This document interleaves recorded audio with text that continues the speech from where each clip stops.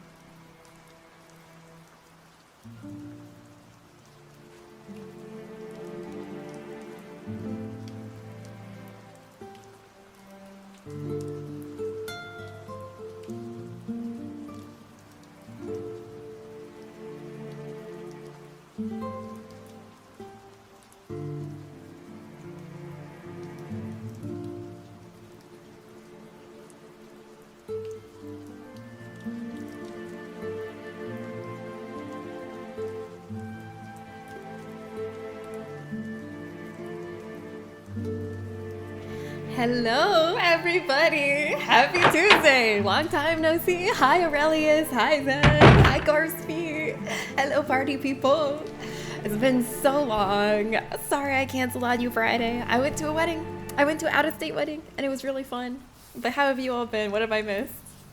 I'm honestly so scared for stream today because I don't know if I'm going to be able to beat Resident Evil 0 with my current save.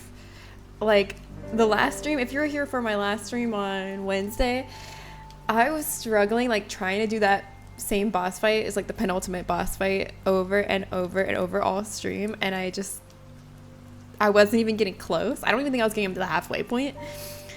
And so I was like, okay, that's fine. I'll just look up how to do it. Easy, right? I'll just Google how to do it. It'll be no problem. Well, turns out there's not really any shortcut or easy way to do it. I looked up like speed runs. I looked up no damage runs. There's no easy way to do it. It's just gonna take a fuck ton of ammo. And it looks really hard to not take damage. So I don't know if I have enough ammo. It takes 100 handgun bullets. I have like, I think like 70 handgun bullets, but I have like, I can supplement with like, I have some magnum ammo and shotgun ammo, so I think that'll be enough. But the only problem is you're supposed to save enough ammo for the final boss fight, which is right after this penultimate fight. Like, you go straight into the final boss fight almost. I mean, you get some resources in between, and then you're supposed to save enough for that fight. So I think I could technically get through this fight, but I don't know if I could get through this fight with enough ammo for the final fight. But god damn it, I'm gonna try. I'm not gonna restart yet. I want to try. I've looked up, like, I've watched people play it, like really good people play it, and like seen their tactics, and I really want to try and see if I can do it. We'll see. I don't know, but I might end up having to restart the game from a way earlier save because I just don't have that many. I don't have the resources I'm probably gonna need here. Have I considered cheating? No! No! How was the wedding? The wedding was great. It was so beautiful. It was so much fun. I didn't really know the people that were getting married. It was Justin's friends from like medical school. But everybody was so nice, and like Justin introduced me to all his medical school friends, and they were all really nice to me, and I had a great time. I made a lot of new friends. It was fun.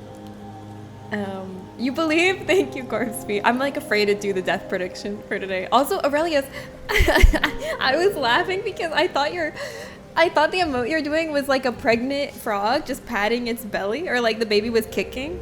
But then I zoomed in on it and I realized it's actually an ass cheek wiggling, but it looks like a baby bump. It looks like the baby's kicking. Does anyone else see that, or am I the only one that sees it that way? I can't be the only one who ever first thought it was a pregnant frog. AFS, hi. Lukey, hi. Matter lamers. Yeah, no matter lamers allowed, only digi-gamers here. How is everybody? How was your weekends? What did you all get up to? Nautilus, what about your knife? Ah! How am I? Ah! That's no, I don't, I've never even when I was watching like the speedrunners and the no damage runners and all the really good people, they didn't use the knife. Nobody's using the knife. That's so hard. You're gonna get hit every time and die. I have one heal if I make it there. I also, the save is not right before the boss room, which makes it even harder because the save is pretty significantly like far from the boss room, and I have to make it to the boss room without taking any damage, and that's been difficult. I'm getting better at it. I did it a lot last stream, like practice it a lot last stream, but it's really hard to make it to the boss room without taking damage for my best chance at the boss. It sounds like you can carve a new path. Yeah, I'm gonna be the first. Ew, what is that emote, Gormspeed? Why do you have that? Why is that an emote? Why is that frog licking a human foot? That doesn't feel right. At least have it licking another frog's foot. This seems wrong. To the benefit of the haters. Oh my god, the haters are gonna have a field day today. I highly don't encourage anyone to guess believer today.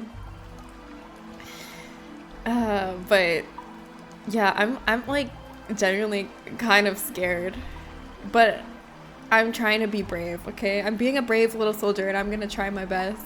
I don't think I realized how hard the hard difficulty of Resident Evil 0 is, and now I'm wondering, like, have I beat Resident Evil 0 on hard before? I just assumed. I was like, oh, I've probably like only played it on hard, right? I don't think that's true, because this is way harder than I remember. Oh, but I have the achievement. Wait, I have the achievement for beating it on this difficulty. Finish the game on hard difficulty. Only 5.6% of players have this achievement. I got it in 2018, so that was 7 years ago. 7 years ago, I was a better gamer than I am now, because holy shit, I am not. This is so hard. How the fuck did I do that? Why was I so good at video games in 2018? I don't even remember like how I did that. I believe you beat RE4 in Professional New Game Plus. It's just Pog. Oh, thank you. Thank you. I got S plus on the remake. And Nautilus, did you know I'm learning to speedrun the original Resident Evil 4 professional mode? I've been practicing. So far I've like got almost all the village down. I still need to learn castle and island, but I think there's like some big skips for island, so I'm hoping that I'm like, so like based on the actual regular game, I think I'm like a third of the way through learning the run, but I think in the speed run the island's a lot faster. I think there's some big skips, I think, so maybe I'm more than a third of the way through the speed run. Danny Device! Oh, this music's too loud, isn't it? I just realized the music's way too loud. Holy shit, 3 exclamation points! What did you get? The croissant shark! It's beautiful! Man, I've become a real croissant head lately. Like, I mean, I always like croissants as much as the next person. But lately I've like really like croissants. Like, really like chocolate croissants. Every time we go to a bakery, I'm like, I want the chocolate croissant. And I feel like we go to bakeries a lot now because there's a lot of really good bakeries in the Bay Area in California. So yeah, I'm kind of a chocolate croissant head, if you will. Kind of a big fan. I think about croissants a lot now. Take up a lot of mental space.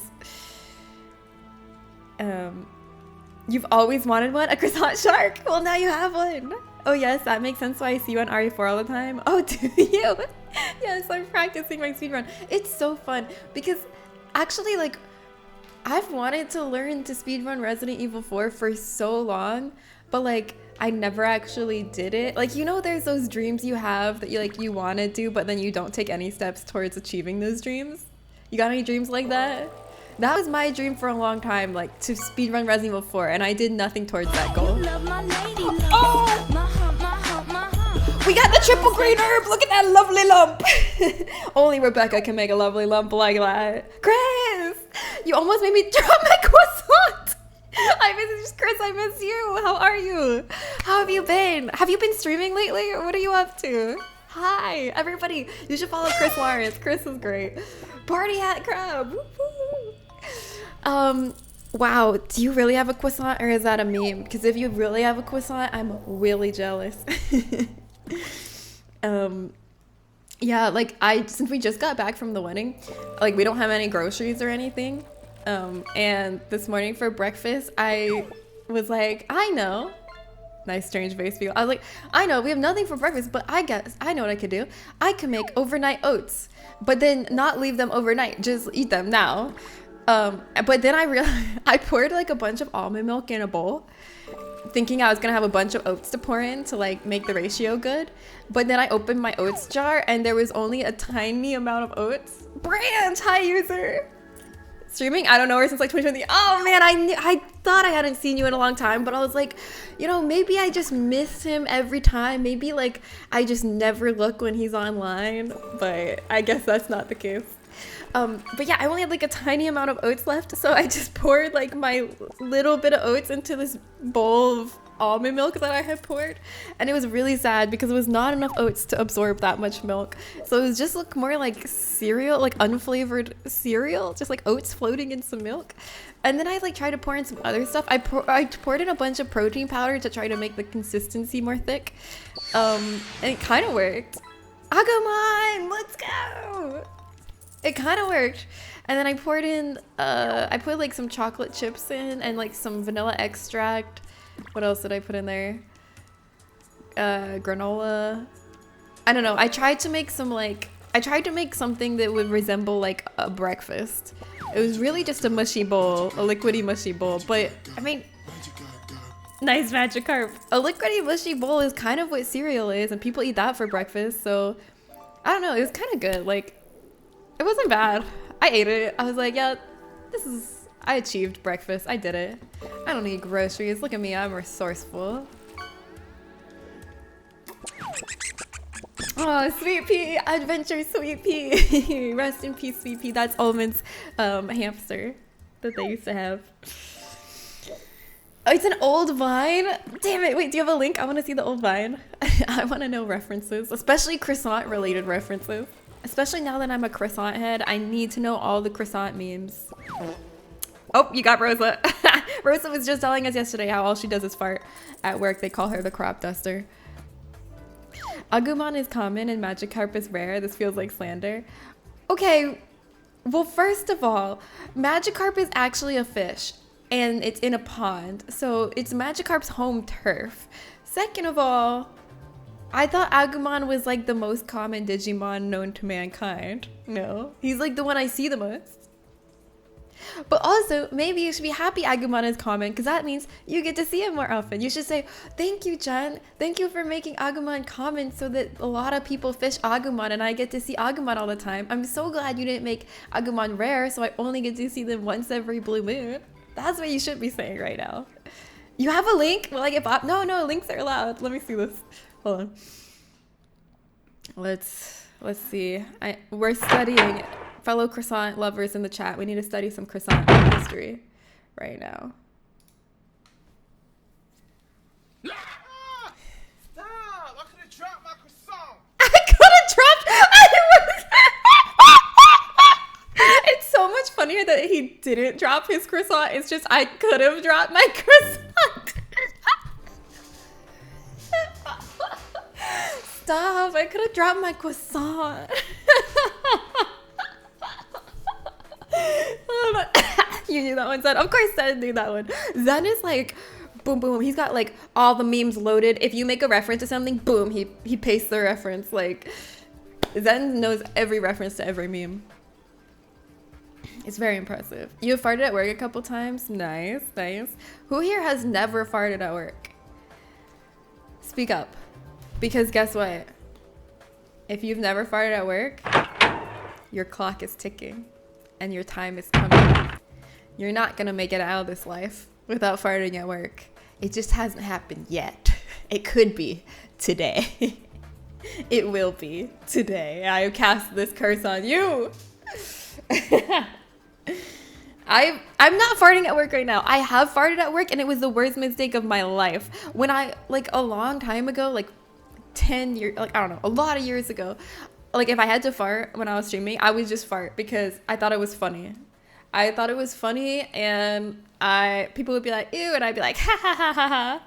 It was all good fun. Or so I thought. But then, one day, I looked at my Twitch dashboard. And the Twitch dashboard tells you where most of your traffic comes from.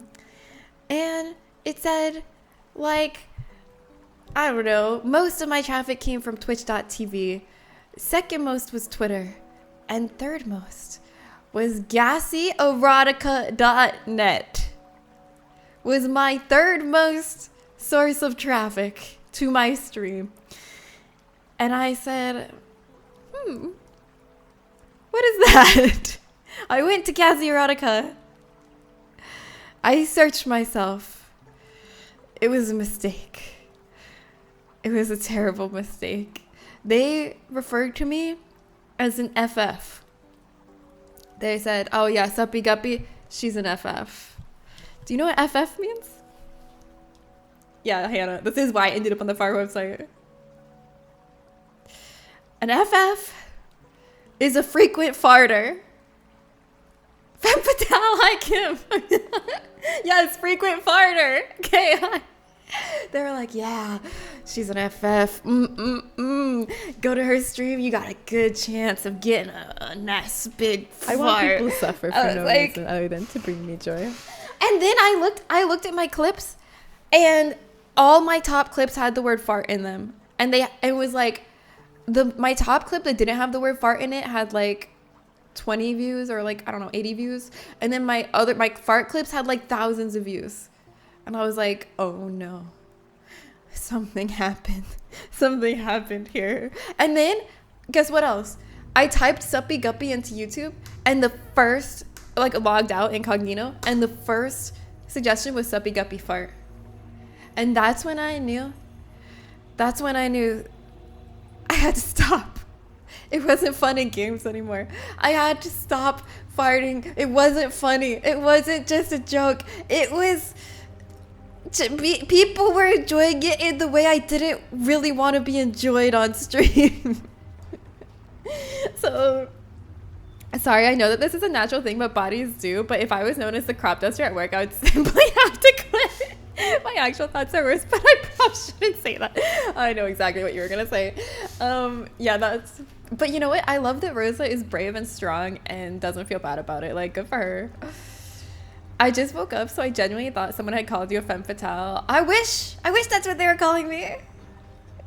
How hard did you laugh when you found out? I didn't. I was disgusted. I felt violated. I felt creeped out. Like, now I can laugh about it.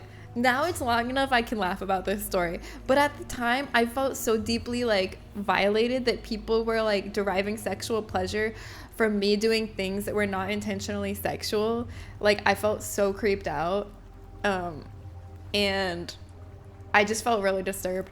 But now I'm, like, distant enough from it that I can look back and laugh and be like, ha ha ha, that was so silly.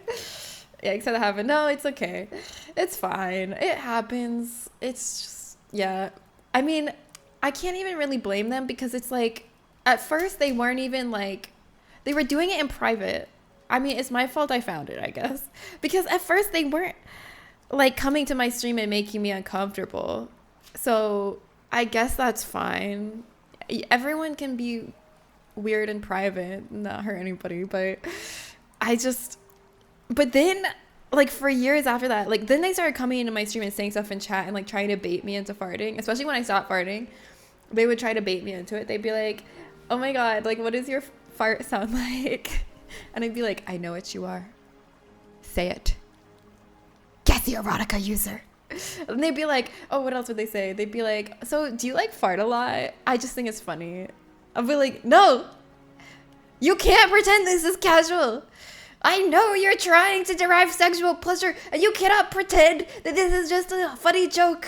I know the truth now. Trying to base one into farting is crazy. Yes, for years after that, they would come and they would say stuff like try to be casual and be like, oh my god, so like, have you ever farted on stream? Wouldn't that be funny? Wouldn't it be so crazy if you farted? Yeah, I was like, you can't fool me. Now I know. I feel like once you've been on the internet for a while, especially as a woman, like you start to realize what's fetish bait. Really, it becomes really obvious. Like if someone like asks you to do literally anything almost, it's probably a fetish. If someone says, oh my god, you should like braid your hair, you have a hair braiding fetish, don't you? I know it.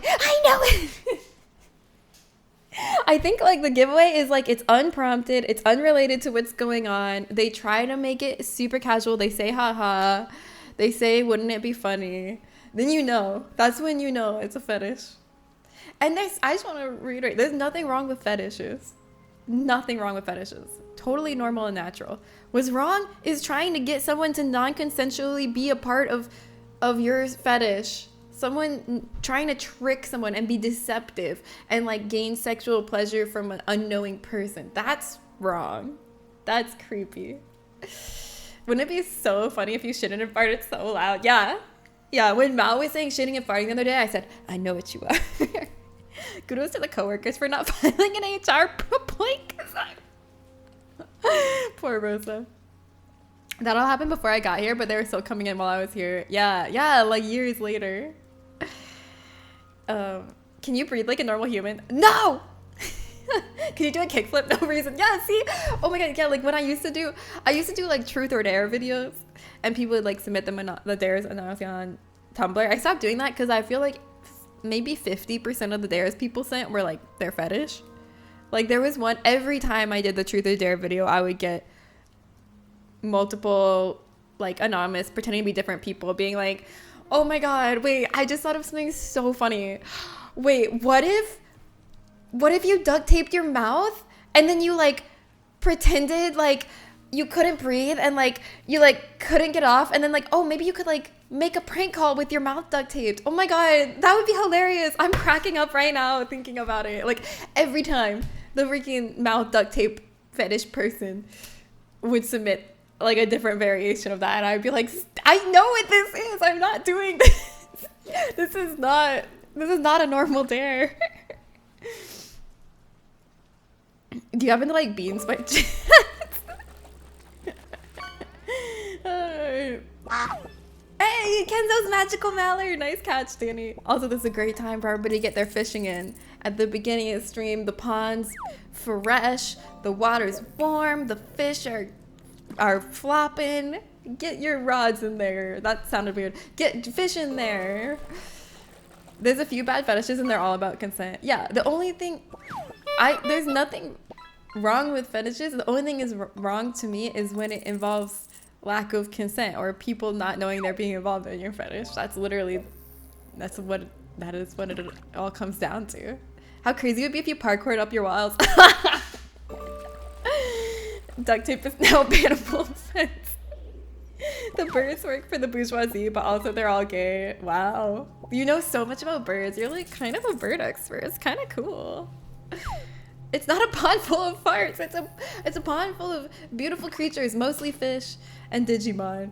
But also there's some humans in there, so you should probably help get them out. I am, yeah. Tell me some more facts about birds. I want to hear more bird facts. You know who's actually like a bird expert? Mika. Mika knows so much about birds. Oh, you were saying that about Kenzo's rainbow duck? Yes, Kenzo's magical mallard. Definitely gay. Well, I hope you all are doing great. I should probably launch the game and start trying to beat that boss, but I'm filled with trepidation. Help me. Help Ada out of the pond. All right, I'll cast a spell. Everybody, let's help Kim catch Ada. Ready? We have to cast a spell.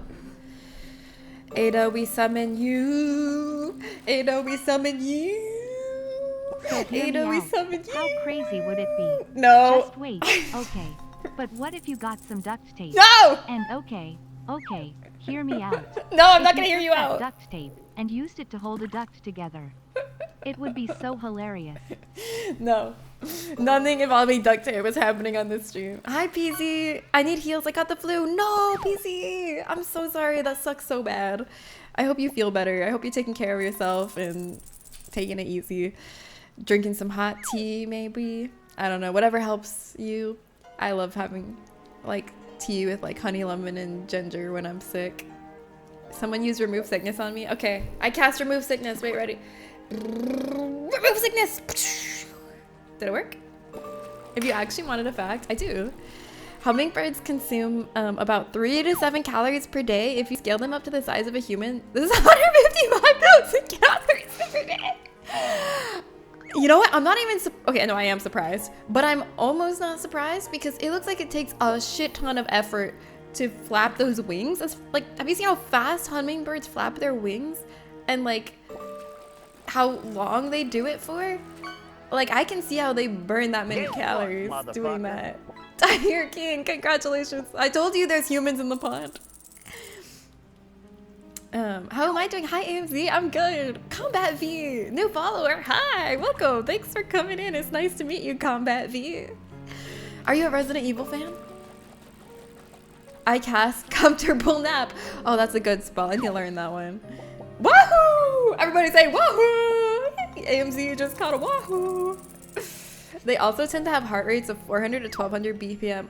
Hummingbirds are wild. Hummingbirds are so cool. I like hummingbirds a lot. I don't know how they even like came into existence. It doesn't seem like evolutionarily efficient to exert that much energy, but they're just built different. They did that. Vape! Whoa! Don't vape, everybody. It will make you need more vapes, and that's not good.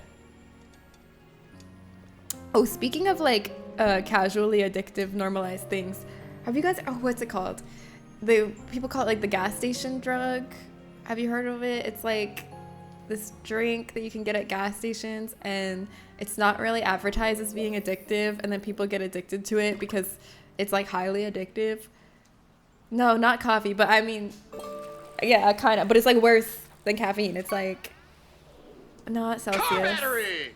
Thank you, PZ. You're cleaning the car batteries out of our pond. Jay dumped so many car batteries into our pond and polluted the hell out of Gutville Pond. So every car battery you fish out helps. Car battery. You've seen all the live action Resident Evil movies. Nice. Yeah, I have also seen all of them.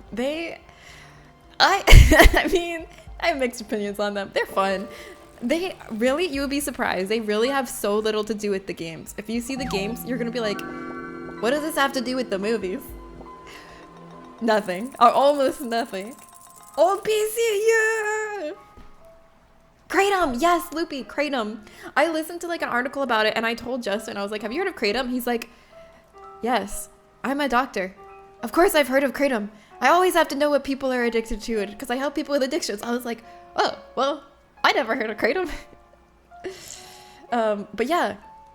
Apparently Kratom is like sold as like this like natural energy drink, and it's like sold in convenience stores and gas stations, so people understandably are like feel fine buying it and trying it because they don't think like a super addictive like life-ruining drug would be sold casually in a gas station like that, which I get it.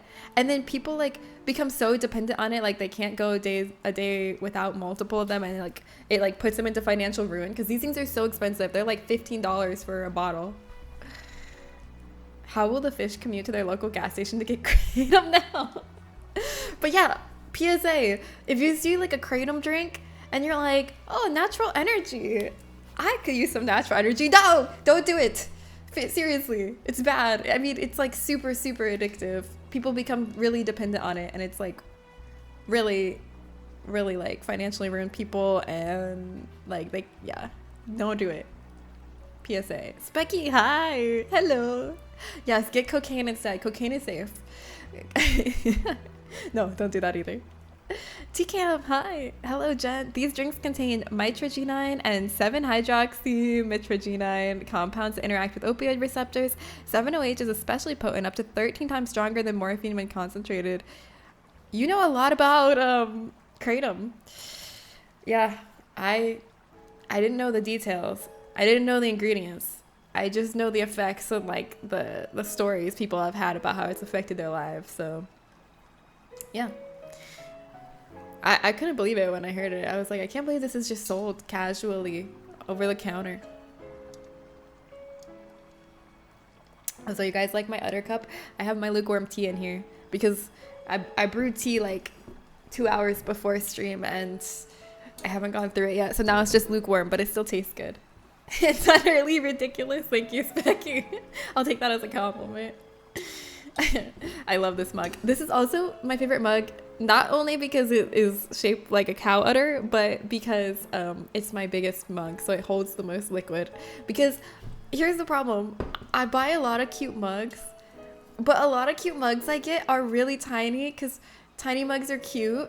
But then when I go to get tea and I pick my mug, I'm like, I don't want to use that tiny ass mug. That's not big enough. And then I'm like, wait, what? I need to stop buying tiny mugs because they're cute when they're not practical.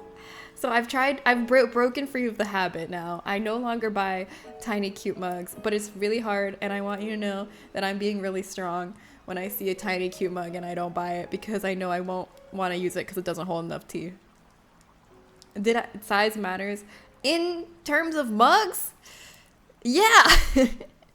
Did I get you that mug? Yes, this was from Hannah. Hannah got me this mug for my birthday.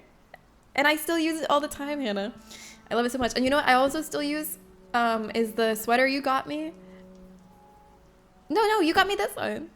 I also still use the sweater you got me that has the cows on it. But like I wear it so much. It's probably my most worn sweater that it's like really faded now. And you can like you can't see the cows as well because it's so faded because I've just loved it so much, but I still love it and I still wear it all the time.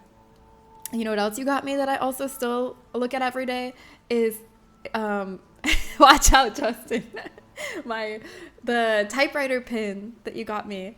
I love it so much. It's my favorite pin in my pin collection. I have my pin collection on my wall next to my bed, and that's my favorite one. It's so pretty. It's like it's a typewriter from Resident Evil, and it has like green herbs and red herbs kind of like growing around it, and it looks really pretty, and I love it. I love it because I think Hannah knows I've said before, like, I love Resident Evil, and a lot of people get me Resident Evil merch, which is very kind. But my one beef that I have with Resident Evil merch is so much of it is just Umbrella themed. Like, so much Resident Evil merch is just the Umbrella logo or like Umbrella Corporation. And I don't care. I don't care about Umbrella enough to want Umbrella merch. I'm tired of it, okay? They need more creative merch. And so whenever someone gives me Resident Evil merch that isn't the Umbrella logo, I'm like, this is precious and I'll value this with my life. This is the most precious object. There's just too much Umbrella merch out there. Eat your heart out, Justin. Justin is at work right now, toiling away, and you're here stealing his girl while he's out there saving lives. That's kind of messed up. Blue Herb, hi. What if you use Big Mug for mixing tea, distribute them to tiny mugs, and consume them like shots? That sounds like a lot of dishes. Because there's another thing I don't like, and it's doing dishes and making more dishes. Does an actual umbrella as a gift count? They make actual like umbrellas, like actual umbrellas that are red and white and like have the Umbrella Corporation logo on it. That's a thing. But I don't want it. Don't get it for me. I'm here stealing his girl and supporting you, babes. To be fair, cigarettes and Red Bull are both almost ruining me financially. Any addiction can be really bad. It's true. But I mean, at the same time, we all have to survive this hell of an earth somehow. So don't be too hard on yourself. We all have either addictions or dependencies. We all have things we spend too much money on. Yes, it's bad, but also we all got to give ourselves some grace too, because you need something to get through this bitch of an earth, okay? You need some little indulgences here and there to make it a little better. An actual rocket launcher as a gift? No, that's I don't support weapons of war unless it's in a video game. No umbrellas with umbrella on it, yeah. I'm using the gun, the Samurai Edge. It's based off of in soccer games. Cool. What is the Samurai Edge based off of? I forget. Can't you just throw a couple ice cubes in there? I don't want it cold. I want it hot. What's wrong with being lukewarm? I'm sorry if you took personal offense, Luke. Do you like lukewarm? Okay, Luke. Do you take lukewarm showers and drink lukewarm drinks and like swim in lukewarm bathtubs? What's the worst thing to be lukewarm? Out of every liquid you interact with in your life, what would the worst one to be lukewarm? Yeah, do you only share lukewarm opinions? There's a biotech company in China. Yeah, I know, that uses the Resident Evil logo of blue. Yeah, it's fully intentional too. I've seen that. What if the rocket launcher shoots water instead of rockets? Okay, then that would be cool. Yes, I approve of this. I like this. I definitely have things that I spend too much money on. Yeah, I think we all do. Water I'm gonna drink. Yeah, I mean, actually, I don't mind lukewarm water because I actually like room temperature water. I don't know why. I think it's because like cold, it can be too cold and hot can be too hot, but lukewarm is just right. But I think lukewarm, the worst would be like a bath. I hate a lukewarm bath. And that always happens if you like take too long in the bath and it's like nice and hot. And then all of a sudden you're like shivering and also a prune. And also the water is only halfway up your butt cheeks because it's been slowly draining. And you're suffering, but you've just been playing a game on your phone. So you didn't notice until the moment that you like start to develop hypothermia. That's the worst lukewarm. That's never happened to me though. But stay safe if that's happened to you. Why is your bath slowly draining? Wait, do your baths not slowly drain? Do you guys have bathtubs that just keep the water? That's fucking like spaceship bathtubs, airtight, not letting one molecule of water out? Where do you get these things? Mine slowly drains always. What? This isn't normal? Wait, does anybody else's bathtub just slowly drain over time? Lukewarm brain liquid is probably bad, yeah. I don't remember the last time I had a bath. Baths are great. I love baths. Can someone speak up, please, and say that it's normal for bathtubs to slowly drain over time?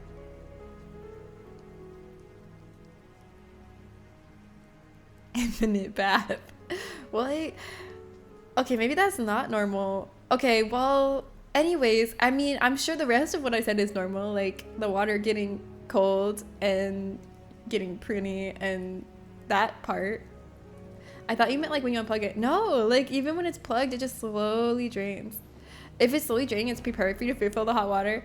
Yeah, but isn't that like a little bit bad for the environment and wrong to just keep continuously putting more and more hot water for your pleasure, and just feels like not the right thing to do. Y'all just reuse the bath water if it doesn't drain. I guess you could. You can buy like a bathtub stopper to go over the drain if it leaks. But it's not even, sometimes it's not even the drain, it's the thing in the side. The circle in the side of the tub. I thought it was on purpose so it like can't get too hot. The level can't get too high or something. You don't even have a bathtub? That's fair. I know a lot of people don't care for baths or think baths are gross, but I love baths. They're great. I love just like reading a nice book, getting the pages all wet and stuck together and crumpled and soggy, and it's just so nice. There's supposed to be a drain near the top of the bath to prevent flooding. Yeah. So I guess that slowly drains it. And then when it gets below that, maybe the actual drain part continues slowly draining it. I don't know. Well, honestly, though, when I say this, this isn't even like a problem for me anymore. This is no longer relevant because I'm thinking of my bathtub from my New Orleans place that I used to live. That one would always slowly drain. But I haven't really taken any baths in my new place yet, so I don't know if it applies anymore. So maybe I don't even need like a stopper. I need to try out my new bathtub. Well, okay, I have taken a bath, but it was a short one and it wasn't long enough to test if it slowly drains.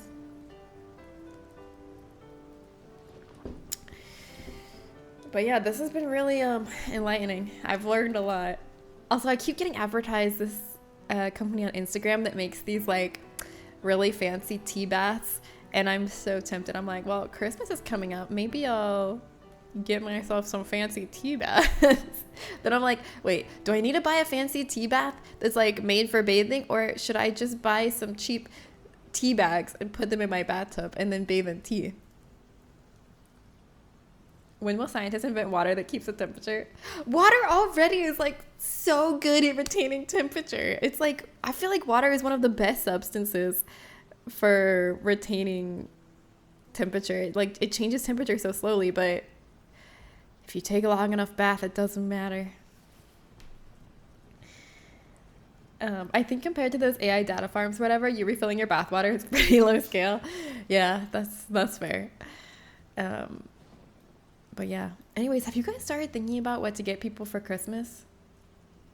I'm like starting to get like a little stress-sided because I like getting people gifts for Christmas, but I also get stressed about it. And I'm like, okay, it's time that I should start thinking about it. Like it's like late November now. This is when I should start thinking about my like list of people I want to get gifts for and like start figuring that out. And I'm like, oh boy. Have you all started thinking about it yet? And I'm also thinking, like, do I want to send Christmas cards? If I want to do that, I need to start thinking about it. Just buy socks for everyone. Honestly, socks are great. When I was a kid, I used to think socks were the worst present. When I was little, like, if relatives got me socks, I'd be like, oh, boring. But now that I'm an adult, I like getting socks. I'm like, yeah, sockies. Buying Christmas gifts is the worst one to buy. I know, right? And the hard part is, like, sometimes I'm a bad man. I don't give gifts. You're not bad for that. But I feel like the complicated part is like, if you don't get gifts for anyone, that's fine. But if you get gifts for like one person, then you got to make sure you get gifts for everyone in your life. Because like sometimes I'll have a really good idea for like what I want to get like 2 or 3 people in my life. And then I'm like, okay, shit, now I need to get gifts for everybody else in my life and make them as good as those 3 gifts that I thought of for those 3 people. Yikes. It's only fun to buy for my niece. Yeah. It's easy to buy for kids. For kids, you just get a Roblox gift card and like they love it. But adults are hard. I think the reason, hi Mundruk, I think the reason baths and pools are pleasant is that water conducts heat better than air, so it cools or warms you faster. If water retained heat better, it would defeat the purpose. No, water does retain heat well. And it will change your temperature faster than you'll change its temperature. Like some good socks are great. Some bombas. Oh my god, are you a podcaster, Loopy? Every podcaster keeps telling me to buy bombas, and now here you are. I'm surrounded. No, but actually I think bombas is cool because they do that thing right where every pair of socks you buy, they donate a pair of socks to a homeless shelter, which is fucking goated. So I can't even say anything bad about bombas. Water does retain heat a lot. Yes. It takes a lot of energy to change temperature. Yes, what Specky said. What are Bombas? Bombas is like underwear and socks brand that a lot of podcasters are sponsored by, so I hear about it all the time. But yeah, the homeless shelter buys socks, infinite socks. Yeah. But yeah, like they donate socks and underwear for every pair you buy, which I think is really cool. Because socks and underwear are apparently one of the most requested items at homeless shelters, according to Bombas. That's where I get my information on that, but I think it's cool. Buy socks and return them. Genius. My family is really hard to shop for. A bunch of old people that don't need anything. Yes, it's really hard to shop for rich people too. Because my parents are rich and I don't know what to get them. I'm like, you already have everything you want. And if you want it, you would just buy it. So, do I have to get you something? I don't know what to get you. I'm not an expert on thermodynamics, so I'll take your word for it. Me either, but I just remember water is like one of the things that retains its temperature the most out of like many earthly substances. Then you have to be creative. Yeah, get them something they can't buy. Yeah, I have to like make them something. I'll like make them a sculpture out of sticks or something. But also I have to get them something I can transport because they don't live in the same state as me. I'm going to Florida for Christmas to visit them. This is also the first year that they're meeting my boyfriend, Justin. And it's weird because it's like I feel like I know Justin's family so well. We've spent so much time with Justin's family. Like, we've gone on vacations together and we see him all the time for holidays. And Justin has never met my family, but that's just because my family is worse than his. Like, his family is so great. And like, they are like, his parents are still together, and like everyone in his family is in contact with each other and like on friendly terms, and they like spend time together, and like they're nice, and they're like, I don't know, it's like really great. I really love his family, but I just haven't introduced him to my family yet because, well, first of all, they live far away. Also, there's some things about them that are not the best, and also like a lot of my family don't talk to each other, so like if I want to introduce them to my family, I can't do it all at once. I have to like introduce them to all my parts of my family individually because they don't talk to each other. So yeah, smart to keep them from meeting them till you're fully in touch as a couple, right? Yeah, so it's like I just haven't felt compelled to. I mean, we haven't been together that long where it's weird that he hasn't met my family yet. Like, we're coming up on our 2-year anniversary, so now it'll be our 2-year anniversary like around Christmas, because we got together right before Christmas. So then after 2 years, that's when he's gonna meet my family. So is that a good timeline? I don't know. You should buy them a cursed object for Christmas. That is an excellent idea. I could get them like a haunted doll on Etsy. But yeah, I'm excited like for him to meet my family. I don't know how it's gonna go, but I think it's gonna be fine. Like, I'm sure my mom will say something kind of messed up, and I'm sure my dad will say like a lot of things that are messed up, but I think Justin can handle it. He's just like, I'm just gonna ignore it. Yeah, I'm like, yeah, okay, as long as we don't start any fights, like it'll be fine, just to get through it. Like, we don't have to be best friends with them, but I'm like, you should like meet them one time just to say you did it, you know, just to be able to say you met them, and then we never have to hang out with them again. You know. But yeah, that's what I'm doing for Christmas this year. What are you all doing? Are you all spending it with family, or what's the plan? You guys celebrate Christmas? I want to do stuff like for the winter holidays here in Gutville too, especially if you like don't have anyone to celebrate with or any plans. Like, I want to do like a Christmas stream, or like a winter holiday stream, a non-denominational winter holiday stream. Yeah, I don't know. I'm not sure yet. Christmas with the fam, that sounds nice. Love that. But yeah, I'm helping you guys remember, now is the time to start thinking about presents for people, because I know it's stressful to think about presents for people, but you know what's more stressful? Is when Christmas is a week away and then you start thinking about presents for people, okay? That's more stressful. So I'm doing you a favor by making you think about it right now, because now is the time to think about it, where you're not like, oh God, it's a week away, what do I do?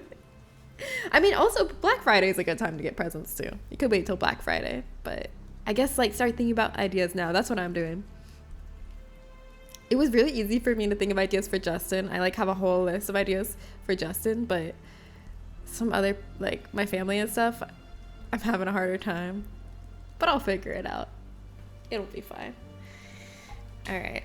Is everybody ready to play Resident Evil 0? I don't procrastinate. I can do that later. I'm trying to help you. You should heed my advice. Later you will wish you had heeded my advice. We don't really do presents other than for my niece and nephew anymore. Oh, that's nice. That's nice. Wow. More families should have that agreement. Although, I don't know. I'm like mixed opinion on it, because I get stressed about thinking about getting presents for everybody, but then I also like getting presents for everybody, so... Me and Alicia constantly buy each other stuff all year anyway. Yeah. But then you gotta have something special for the holiday, right? Right?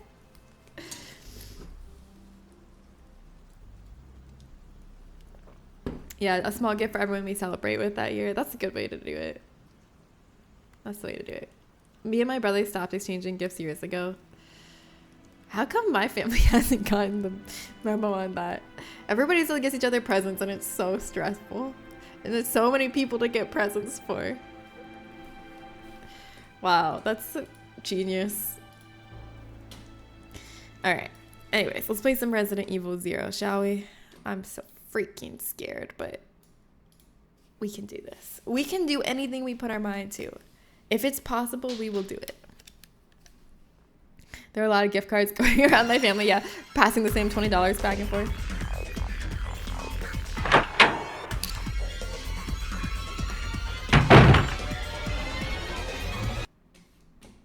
Let's see, is the game gonna show up? 1 second.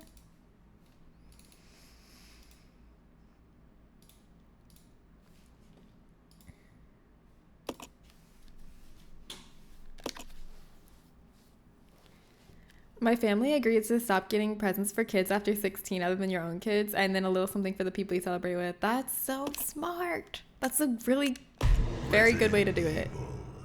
Oh, my camera is like all the way to the side. Okay, is that better? No. Yeah. Okay, am I in the middle of my camera now? Yeah. Okay. Let's see, where were we?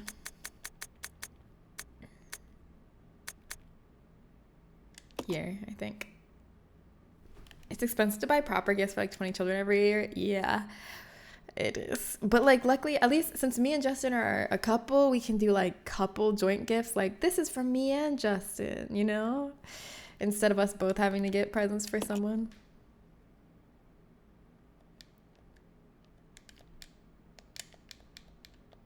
You must survive in order to expose this nightmare. Oh boy, okay. Back to the lab again. Let's freaking do this. Let's see, how many handgun bullets do I have right now? I know I'm gonna get more, but I'm also gonna use some, so. Oh, not enough, not enough. It takes 100 handgun bullets to kill the boss, but I mean, we're gonna get more. It'll be fine. My mom is so excited to be a grandmother. I think she bought stuff for a stocking for my niece who will not be born yet at Christmas. That's so sweet, though. That's cute. I mean, I'm sure your sister will appreciate it. Or your brother will appreciate it.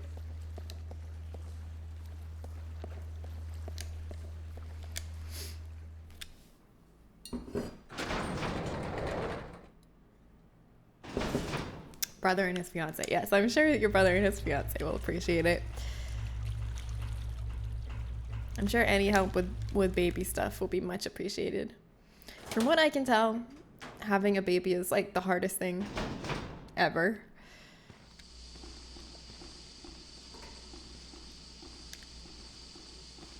Okay. Get in position for the Juke-a-rooney here. Yes, I like this position. No! Sorry. I didn't expect that. I thought I had it. Okay, let's try again. That's what I meant to do the first time. Fuck. I think I should restart. Ah, no. Let's just... We need more practice. Let's just get our practice in.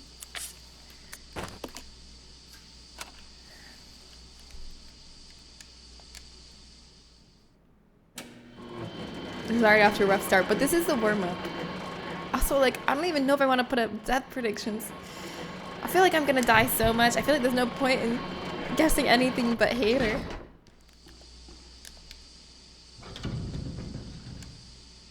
If I put up death predictions, would anyone guess anything that's not hater right now?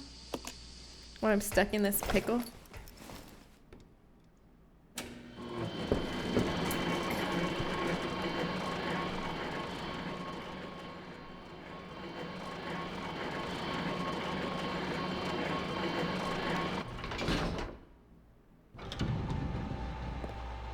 Here I am. Da-dun-dun-dun. Okay, what I need to do, I've been using these acid rounds to kill the bugs. But I think I'm gonna have to figure out a way to get around the bugs without shooting them. I think I need these acid rounds for the boss fight. So I don't know how I'm gonna do that.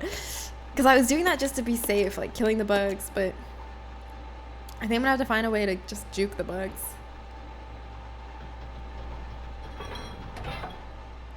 Just make the spread like 5 or more between the tiers, yeah. Maybe that's what I should do. Alright, I'll do that. You guys ready to make some predictions? If you want to bet some channel points, potentially win big, as long as not everyone votes the same category, you can bet on how many deaths you think I'm going to have by the end of the stream in 3 hours or the end of the game. Whatever happens first. I think it's going to be the end of the stream. I don't think I'm going to beat it ever, but we'll see. Maybe a miracle will happen. Sorry, I don't have a positive can-do attitude. How am I going to beat it if I don't have a winner's attitude? Okay, I'm definitely going to beat the game, and it's going to be easy. Now, guest believer, everyone. 73. Okay. You can make your prediction. You have 30 minutes to get your prediction in, but I would do it now because usually when people try to wait to the last minute, they forget and they miss it. But yeah, bet your channel points if you want to win some channel points. Put some fish in the pond, you know? Make some sound effects. Okay. I'm not going to go in this room yet because there's a bug in here. I'm going to switch to Billy first.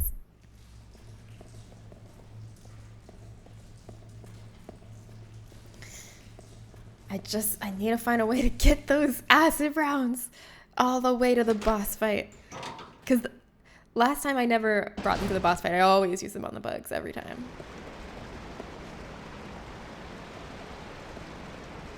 But I'm realizing this fucking boss takes a lot more damage than I thought it would. I was always like, I didn't know how close I was every time. Like when I fought the boss last stream, I was like, oh, I don't know. Maybe he was like one shot. I don't know.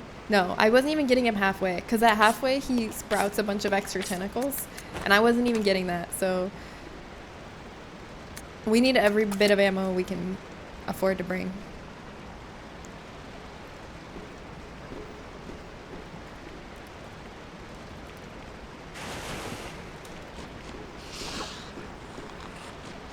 Goodbye.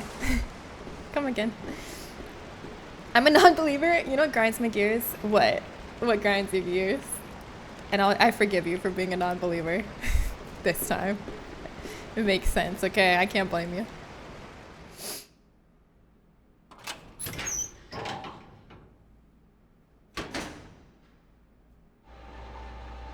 Okay. Grab these.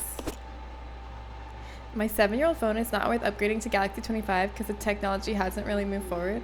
I mean, is your 7-year-old phone giving you trouble, or like is it annoying you, or is it fine? Because yeah, if it's fine, just keep using it. Keep using it as long as you can. I feel like the best thing you can do, like, or something really good you can do, like for yourself, for the environment, for children who are being exploited in mines, is to just use your phone as long as you can. Get the most life out of it before upgrading. You know? Okay. So now I'm going to grab Rebecca and I'm going to try to run past these bugs without taking damage and without shooting them. Mika, hello. You have a growing bag of baby gifts at home? Aww. Oh my gosh, I'm so excited. I'm so excited for you to be an aunt. Okay, this actually isn't that hard to run by. Shit.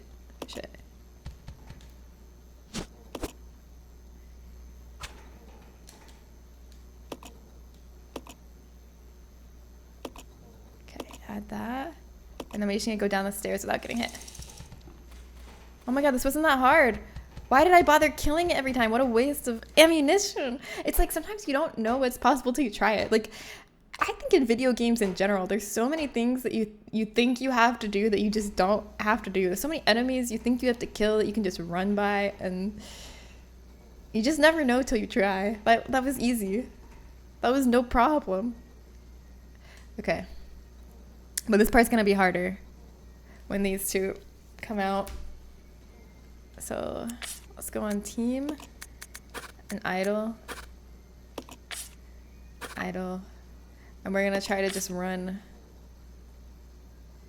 I think.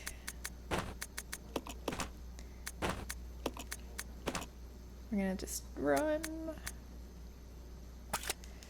Because after we pick up this battery up here, the bugs are gonna spawn in here, so we're just gotta try to avoid them. Okay, let's do our best. Might have to change the battery soon though. Oh. Yeah. I've been wanting to get a new phone at some point too because my camera is so scuffed. But maybe I can replace the lens on the camera. I don't know if that's a thing that you can do.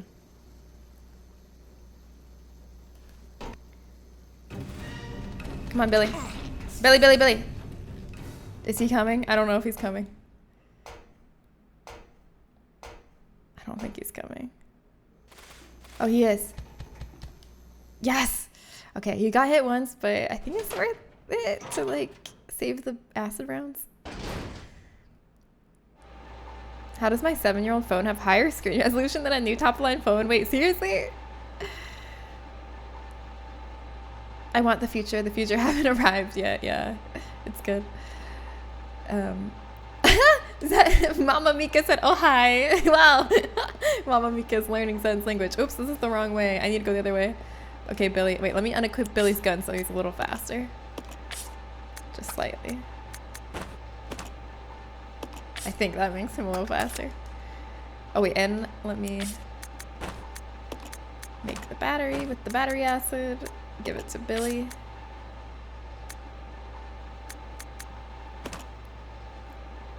Okay.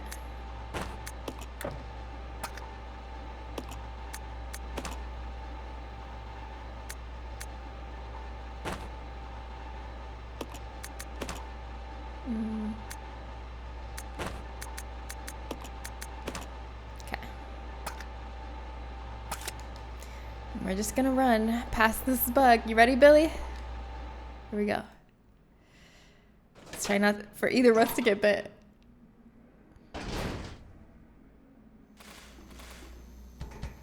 Yes. This way.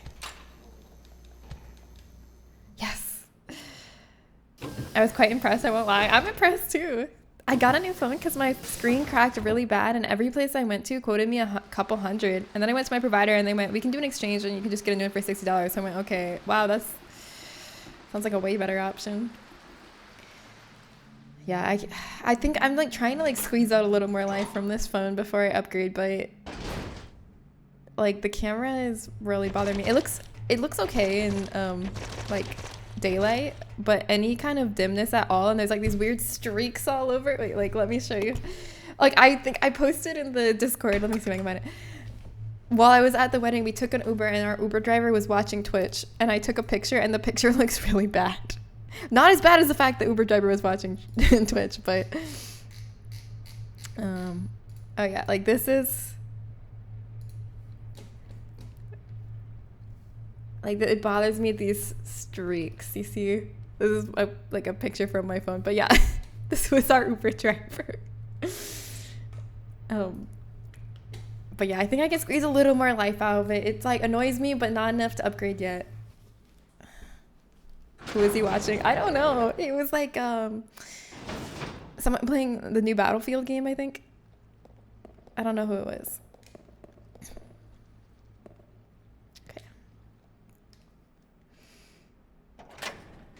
Okay. He wasn't watching it while he was driving, but he was watching it like when we would like stop or park or like stop at a light. I was like, I don't know about this. I don't know about this. Oh wait, I want to be your backup, but I want to go no team. I'll go check over there. I'll go check over there. Okay, now this part's tricky, but I think I can do it. Jade, hi! I count myself pretty lucky. I got an iPhone XR and it's been working well for 5 years. Nice. Oh, shit. Gotta go fast. Okay, actually, I gotta pay attention to this room too. There's another room I have to be frosty for. Fuck! I went the wrong side. This is just my warm-up run. This is my warm-up run. This room I also have to be frosty for. So it has zombies in it too.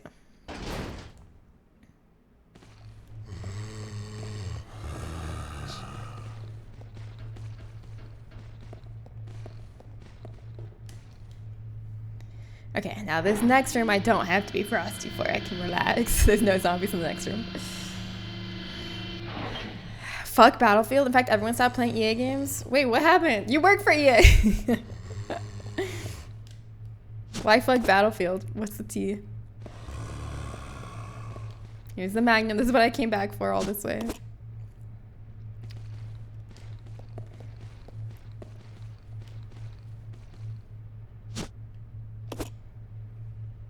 Yay, the D2 garbage company, yeah.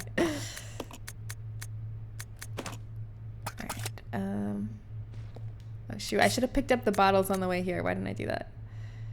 Oh well. It's fine. I guess I'm gonna throw a Molotov at these guys because I don't think I'm gonna be able to successfully use a Molotov on the boss anyway. It's too slow. The Molotov's too slow, not the boss. The boss is not too slow. EA was sold to Jared Kushner and some rich Saudi Arabians? What? Oh, I went too close. I thought they were gonna be grouped there and oh well. Alright, we gotta use some handgun ammo.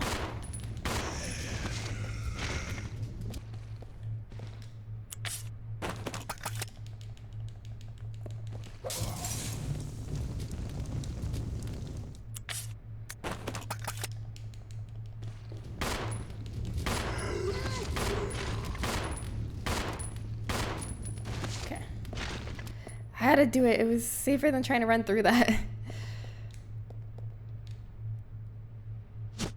Oh, I can't. Okay, I gotta put something down. Falcon! Hi! What's up, Falcon?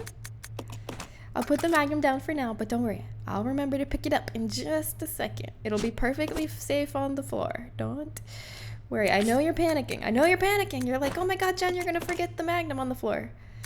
That's the whole reason you came over here and dodge all these zombies. But no. Everything is perfectly fine. Look. See?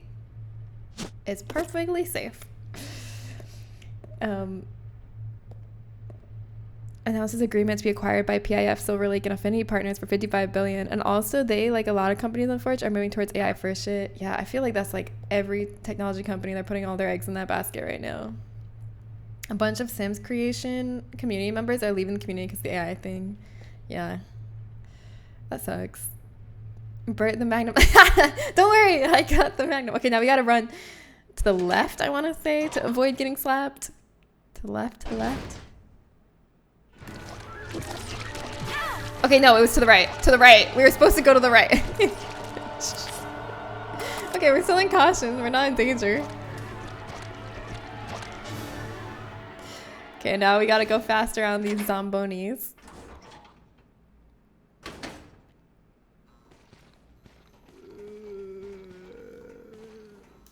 There's like 2 different positions I've seen them in when I come in there, so I've gotta like, depends what position they're in, which way I go around the pool table. Okay, but now I can relax. All right.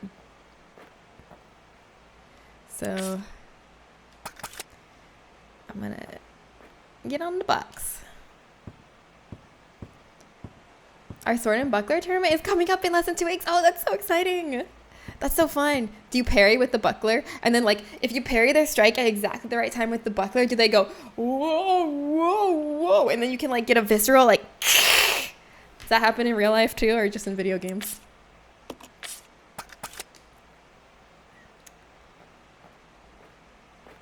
Heading to work. Bye, Dees. Have a good day at work. I hope it goes by fast. Hope it just zooms on by. Sadly, no. Damn. That's unfortunate.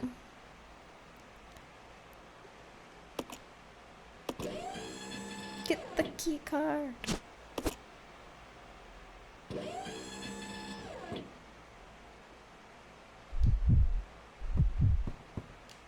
Alright, now how am I gonna get past... I have to get past the bugs again without using my acid rounds. And then I have like some other kind of tough zombies I have to get past. But I think I'm gonna use my shotgun to get past them. I think I'll have to. Okay, well, I'm not gonna equip that yet. First, we gotta get past the bugs.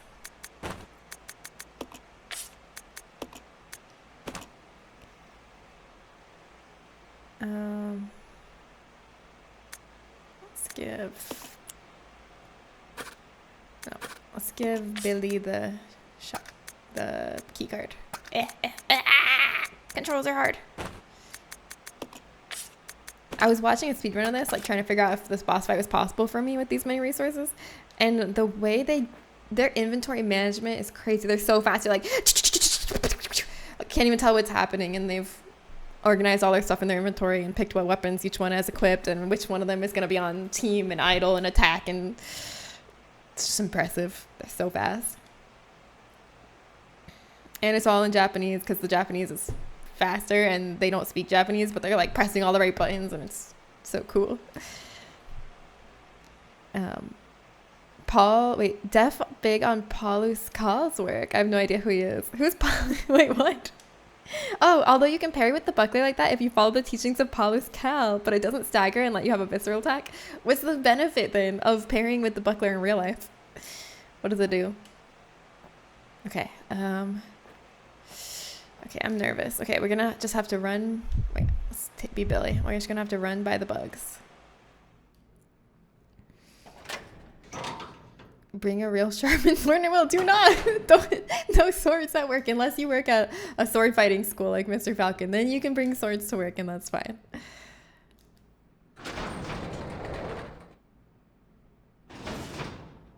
Alright, avoid the bug. Oh wait, this isn't the room with the bug in it. This is the room with the bug in it, I think. Paulus Kal is a German sword master from the late 1400s. Oh, this is, okay, no. This is the room with the bug in it right here. This is it, for real. We gotta avoid this bug.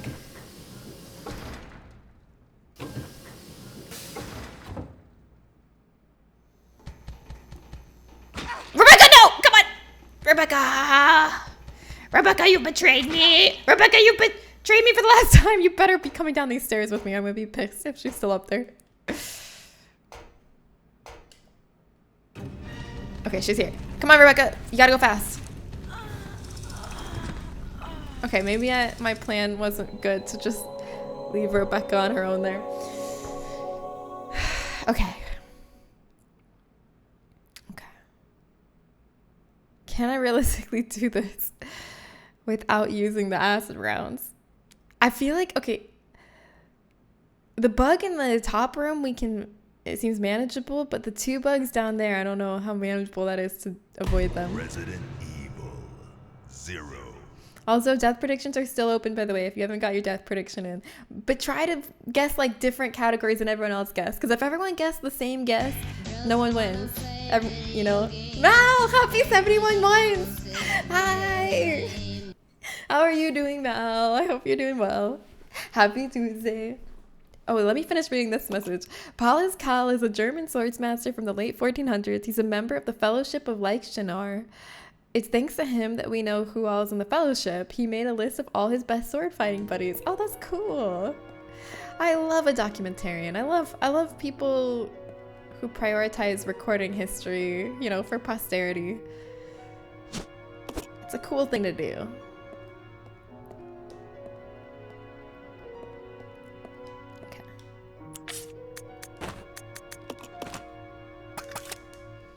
Ratchet, hi. My wife hates how I always pretend we're on walkie-talkies. Wife, our relationship is over. Me, our relationship is what? Over.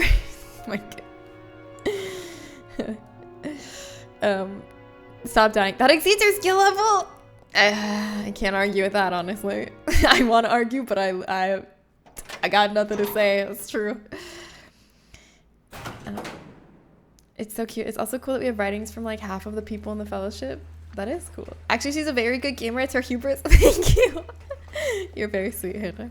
This is really hard, though. Like, I have to say, I genuinely think this is at least, I think this might be the hardest Resident Evil game. This difficulty is crazy. It's so hard.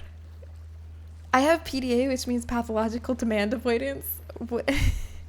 What is that like if someone demands you to do something, you immediately say no?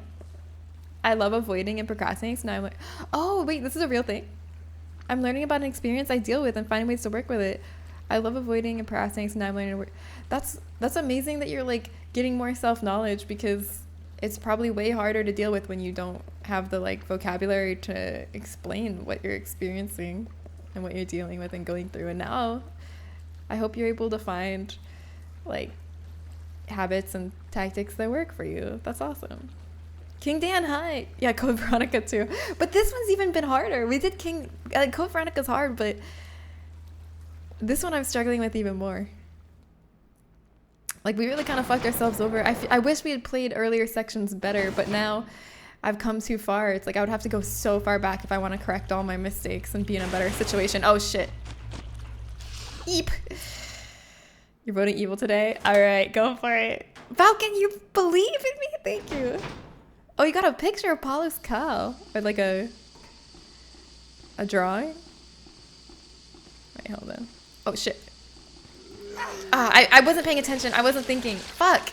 I'm gonna restart. Hold on. It's too soon to mess up. I'll count it as a death. I just wasn't focused. Let me see this picture of Paulus Kyle.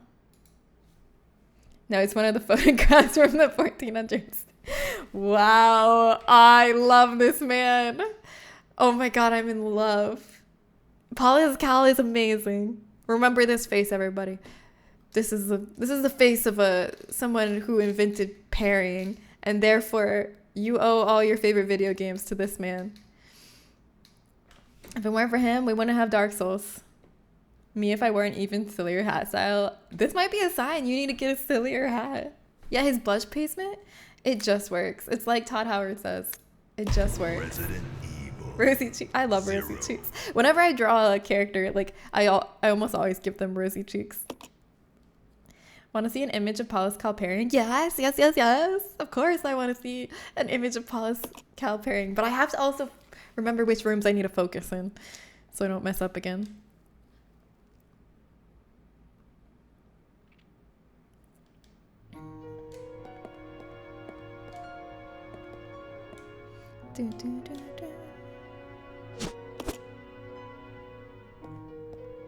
Okay, so I was watching a guide on like how to beat the boss I'm stuck on.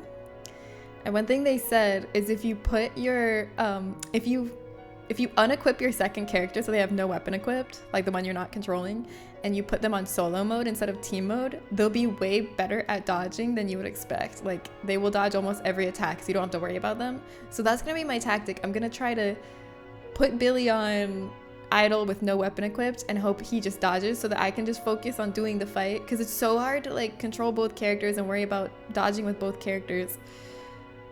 I'm hoping that will be our salvation. We'll see. Todd Howard for the chat. You have a Todd Howard emote. Behold a parry. Okay, wait, let's see this. Oh my god! Ah, this is amazing! I love this so much. Why does that other man have a mask? Is that a buckler? His little buckler with a tongue? You know, why shouldn't a buckler have a tongue? Why shouldn't it? Wow. He has a camel toe, but it looks good. Honestly, camel toes are in. I love this so much. It's a buckler with a face on it. Amazing. Okay, I gotta focus up. Focus the fuck up right now. It's getting serious in here. When I get to the next room, that's when I need to be ready to do my super juke. We are not getting grabbed in this next room. Camel toes are always in. Hi, Joey.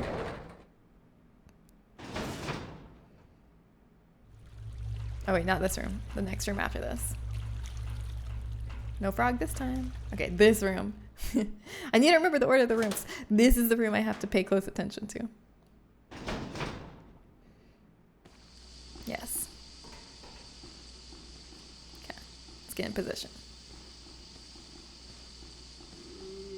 This is what usually works for me.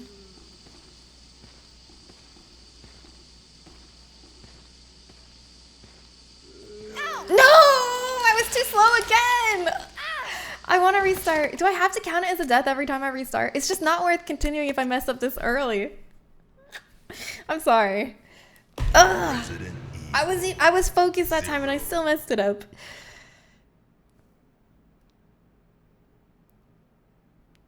I knew whose emote it was gonna be before I even checked. because he lacks regular toes. Yeah, gotta make up for it somehow. Truthfully, I should be modding, but we are having a bad brain day, so I'm skipping. It's okay. It's volunteer based anyway. Yeah, if they need me, they'll ping me. Yeah, it is. It's a volunteer job. That's what you gotta remember with modding. Like, don't let it stress you out to the point where you feel like you always have to be there. You're not getting paid.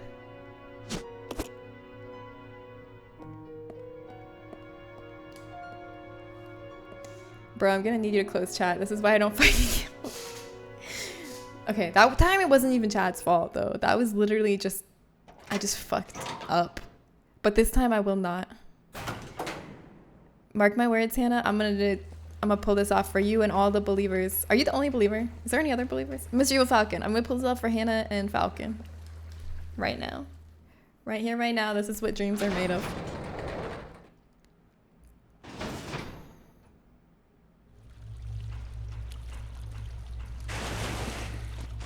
Don't even do it. Don't even think about it.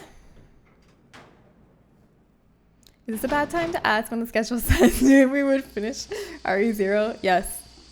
How about this? After I die, or actually no, I can pause here. Let's check. Oh, I unpaused on accident. Ah, wait. Okay. What the? I can't tab out without unpausing it. Okay, this is a bad time. There you go. That's how I meant to do it the other 2 times, but I kept messing up. But that's what I meant to do.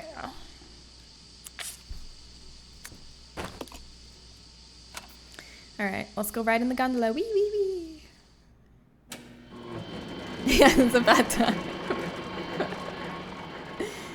Of course it counts. Damn it. All right, let me in the freaking gondola. Now, while we're riding in the gondola, we're safe in here, and I could check for you what time we were supposed to finish this game. According to my original planning document from the reathon. We were supposed to finish this game on October 22nd.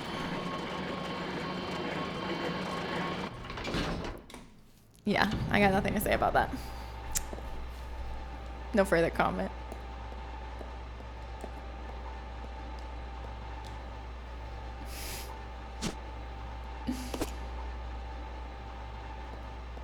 But we're gonna make it up. This is exactly why I've been practicing speedrunning Resident Evil 4. I know, it's almost November 22nd. But this is why I'm gonna make it up. You won't believe it. Once I get to the like remakes and like the modern Resident Evil games, you're gonna be like, whoa, how is she so fast? Oh my God, we're ahead of schedule all of a sudden. We time warped. I'm gonna make up for it. Okay? It will be finished before October 22nd, 2026. No. I believe you. I saw you were online on Steam playing RE4 the other day. Yeah, I've been practicing a lot, like every day, except I was gone this weekend in Atlanta for their wedding. But besides when I was gone, I've been practicing every day speedrunning Resident Evil 4. So it'll be my first time, like the time that I stream it is going to be my first time recording a full speedrun of it. And no matter what I get, no matter how slow it is, I'm going to submit it to speedrun.net because I want to be on the board. Even if I'm at the end of the board, it's my dream to be on the board. Like, I was talking to Jess about this the other day. I'm like, so long in my life, I've like just idly fantasized about being able to speedrun Resident Evil 4 without ever like actually putting the work in to do it. And now I'm so happy that I'm actually learning it. Like, it feels like I'm realizing a very old dream. And I'm very excited that I'm finally doing it and putting in the work. And like, I'm just really excited. I don't even care if it's like the worst speedrun ever. I'm just excited to have a time, like to have a personal best, because then I can start working towards beating it once I actually have one. So yeah, it's the rules of speedrun.net are like, you have to have like a recording of the full run and like and like a bunch of other stuff, but I've downloaded everything I need for it. You have to have like your FPS counter showing in high contrast. That's why my FPS counter is green right now and like a little bigger than usual because I had that on for a speedrun. And like for top 20 scores you have to have a keylogger on screen so it like shows what keys you're pressing, but I haven't downloaded that. I mean, I think it's unnecessary because I don't think I'm gonna get a top 20 score, but maybe I should just download it anyway to get in the habit for one day if I ever get good enough to do that. I get it, Jen. You feel the same about your Elden Ring speedrun? Yay! Oh my god, it's so joyous. It feels so good. And it's actually like allowing me to be afraid of Resident Evil 4 again, which is a really good feeling because like when I was younger, like when I first played it, I was genuinely really afraid. I was so afraid of Dr. Salvador, the chainsaw guy. I was so afraid of it. I was so afraid, or U3. I was so afraid of the regenerators. I was so afraid. Like, I was just scared. I was so genuinely scared playing it. And then I feel like the more you play it, the more like familiar and predictable and like safe you feel. So you can't be scared anymore. But speedrunning it is allowing me to be scared again because like there's so many places where like these enemies can mess up my run. And then it kind of gives them power again because these enemies pose a real threat to me. So I'm genuinely afraid of them again. And it's really exciting. I really love it. Like, I'm genuinely scared like when like a Ganado like hits me with a hatchet when I'm not expecting it. I'm like like because I'm like so I get like tense, I guess, when I'm trying to speedrun, and then like it brings the fear again. So I found a new way to play the game I love in a way that I can feel afraid of it again, and that's exciting. Used to speedrun Super Meat Boy? That's awesome. I'm sure it's a good idea to install a keylogger to keep on your computer just in case. Wait, maybe keylogger is the wrong word. The thing that shows, like, on screen what keys you're pressing. I'm not that bothered with uploading to a leaderboard or anything, but I'm happy to have a good time. I want to upload to a leaderboard. I want to be on the leaderboard. Even if I'm the last on it, I want to be there. Sean, input display, that's what it is. Yeah, okay, not keylogger. Input display. Okay, I gotta pay attention because this bug can mess me up.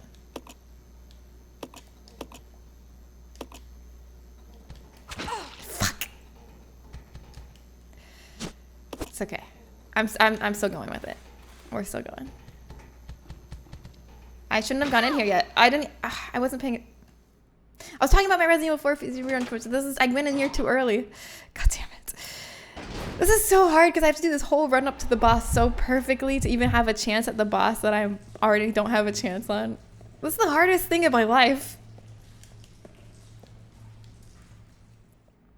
You'll finish it before you can say Gloria las plagas.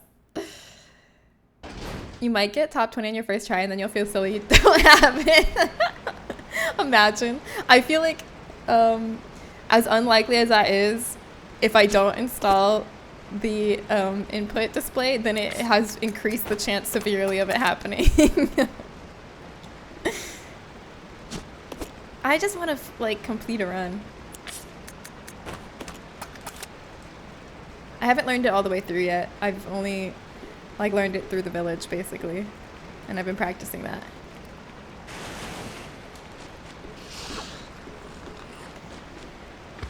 I think I can do sub 130. Damn, that's so good. I also still want to go back and try and do my route without the safety strats that I use. Yeah.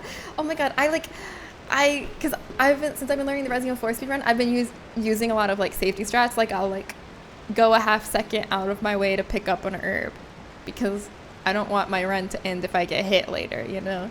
Like I take the time to pick up certain herbs, and like there's certain things that I do in a way that's safer instead of the way that's the most fast and optimal, just because it's less risky and I don't want the run to end yet. So I'm like I'm learning kind of a safer version of speedrun, but I can't wait till I have that down, and then I can start working on like removing some of the safeties.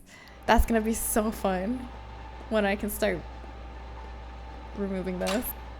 But right now I'm being realistic and I'm like, okay. I know I don't want to go get the herb because it's slower. But I'm gonna be mad later when I accidentally mess up and get hit and then I can't continue the run because I'm not moving fast enough in the danger space to like get through enemies, and then I don't have an herb. So, you know, yeah, removing safeties is so much fun.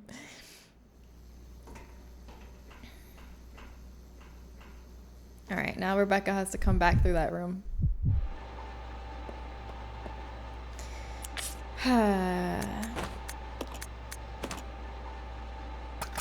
Here we go.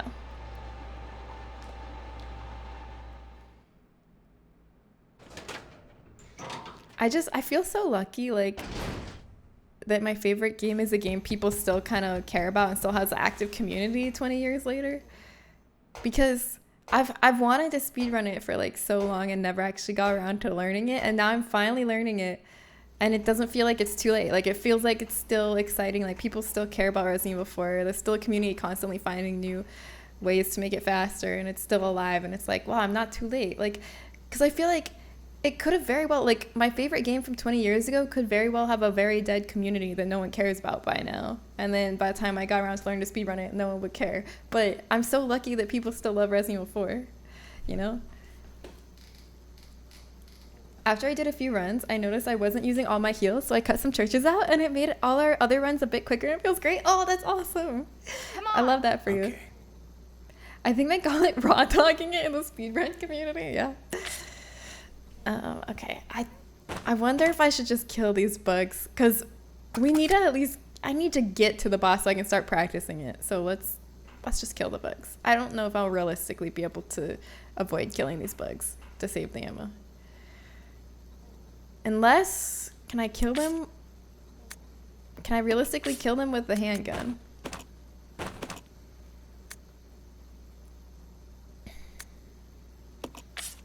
I don't know. Seems risky. I'll probably take damage trying to do that.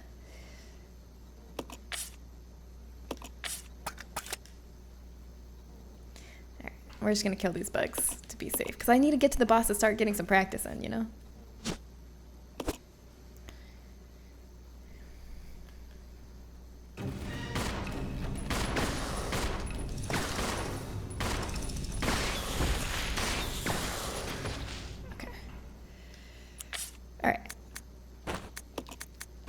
This is still 2 more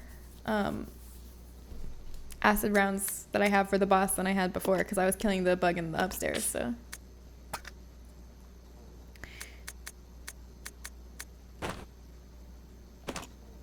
Alright, just come fast with me. Do not attack Billy, just run with me. This way. I hope this bug doesn't eat us.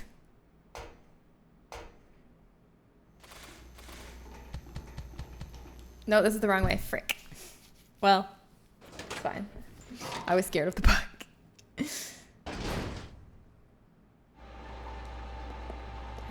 Come on, Billy. Billy, Billy boy. Billy bong.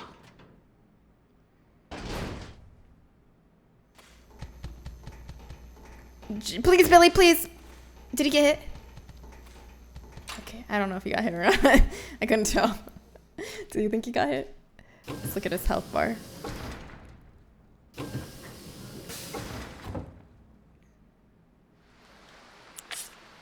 Okay, he looks fine. I don't think he got hit. Oh, but let's trade some items actually. Oops.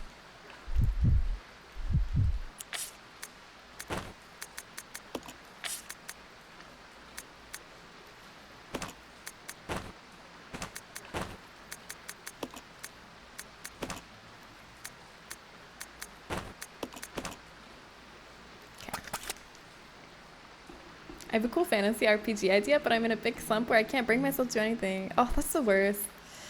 I understand that, because I feel like I get so many ideas that I get really excited about and like start working on them, and then I always abandon them once I lose the excitement about them. But it's like, I really admire people who bring their ideas to fruition, because it takes so much maintained motivation to do that. Like, for anyone who writes a book or makes a game, it's like, not only did they start working on that game when they were excited about the idea, but they kept working on it once the excitement wore off. And that's the impressive part to me. I'm like, damn, these people are superhuman. That's so cool that people are able to like get past that and like keep working on it once the initial excitement wears off. It's a superpower. I started working on a game and then I'm not working on it anymore, but maybe I'll pick it back up at some point. I'll go check over there. Yeah. Bye, Billy. I gotta go get the Magnum now. Toodaloo. Wish me luck that I don't get slapped by the slapper. Okay, I gotta go to the right of it, I guess. I got slapped when I went to the left of it. But I also feel like I get slapped when I go to the right of it sometimes, too. And that's not what I meant to do. I didn't turn soon enough. Okay, this is the slapper. Maybe it's because I'm damaged and I'm going slower that I get slapped sometimes here. Okay, that was the right move. I went the right direction that time, but I gotta make sure I go the right side of him on the way back so I don't get slapped. And then in here, I gotta make sure I take a sharp left as soon as I get in this door. Gotta go quick left. Fuck! I didn't go quick enough!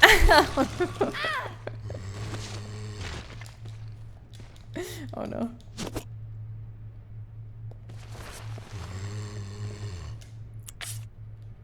I didn't bring the first aid! I left the first aid spray on Billy. It's okay, it's okay, it's okay, it's okay. We can get back to Billy without taking damage, it's fine. I wish I had the skills to execute any of my ideas. I know, that's the hard part, is like developing the skills to execute on them. Because you can learn, you can do anything that you put your mind to, but it will just take so much time and sustained effort and motivation. It's so hard. But you could do it. You could get the skills. Whatever skills you don't have that you need, you could do it.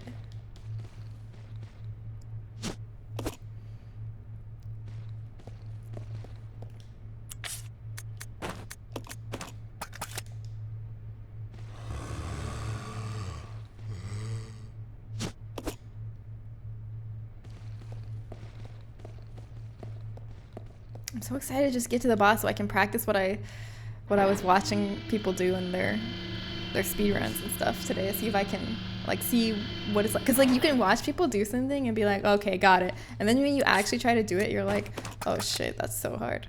And that's what I want to see, how it feels when I actually try to do it.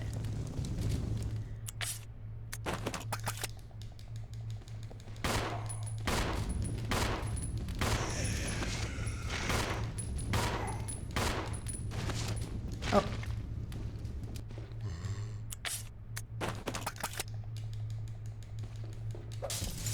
That did not hit. Shit. That didn't hit. Oh, yeah, it did. Okay. Bye. I honestly would rather use the Molotov on them than the handgun ammo. Because the handgun ammo will genuinely be more useful on the boss than the Molotovs will. Wait, let me unequip everything. Okay, wish me luck to get past the slappy. Okay, so I think I need to go to the right? I went to the left last time, or did I go to the right last? I think I think I need to go to the left. I don't remember which way I tried to go last time. I might die here. If I get slapped, I'll die. I'm going left. Okay. Actually, I think left was the right way. I think I just need to be fully healed so I'm fast enough. I think the problem was I didn't bring my first aid spray with me, so I was too slow to get past him there. Resident Evil 0. Raiden, hi! Welcome! Hello, Resident Guppy. Hello, how are you? Alright, let's try again. We're getting better. We're getting our practice and our warm-ups out of the way. Let's see. How many RE games do I still need to beat? Let's see. We're at Resident Evil 0. So this one, that's 1. Outbreak 2. Resident Evil 4. Resident Evil 5. Resident Evil Revelations. Resident Evil 6, Resident Evil Revelations 2, Resident Evil 7, Resident Evil 2 Remake, Resident Evil 3 Remake, Resident Evil Village, Resident Evil 4 Remake, so 12. We have 12 games after this. It's gonna be tough to get those all in. But I'm playing Resident Evil Requiem when it comes out no matter what, whether I finish my reathon or not. I'm gonna try my best, but I don't know if I'm gonna finish it. It's gonna be hard, especially because I feel like this game has been the biggest, this and Code Veronica have been the biggest slowdowns of like taking longer than I expected. This has been really hard for me. I think a few of them I should do on normal difficulty. I think that might be the only way we catch up. I think I just need to get over myself. There's like, yeah, I don't know why I just like hate the idea of playing them on normal difficulty, but I don't know, I think I need to stop being like so hubristic and be realistic. That's a lot of games, I know. It was funny because Justin's dad asked me where I was on my Resident Evil marathon that I'm doing, and I said, oh, I'm coming up on Resident Evil 4 because I'm like practicing speedrunning it. And he's like, wait, you're only on 4 after all this time? And I'm like, no, I'm not even there yet. And he's like, how long have you been doing this? I'm like, trust me, there's a lot more than 3 games before 4. There's so many more games than 3 before 4. And then he was cracking up at that. Yeah, it is a better option than skipping games. You're right. Zen, you're practical and you're real and you're honest and you're true and you're wise. And I think I'm gonna need to just accept that and do that.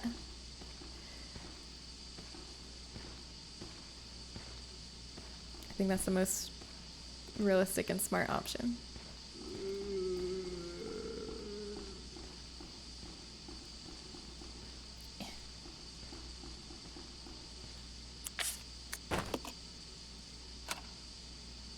Jen was more susceptible to that than I expected. I've been... That's because my pride's been beaten down by this game. Okay, before I played this game, if you had suggested playing some of the games on normal, I'd be like, hell no. But with how much I've been struggling with this one on hard, I think my pride has had taken an adjustment, and now I'm much more amenable to the idea of playing some on normal. I mean, if Outbreak has a hard, I'm sure as fuck not playing Outbreak on hard. No way. Yeah, thank God I didn't say I'm on 0. If I said I'm on 0, he'd be like, what the fuck?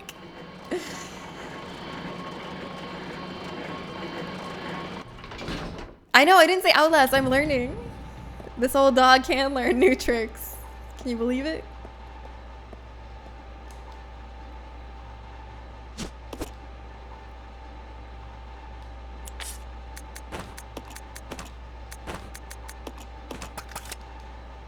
Okay, now I'm not gonna go through the story yet. We're gonna bring Billy first.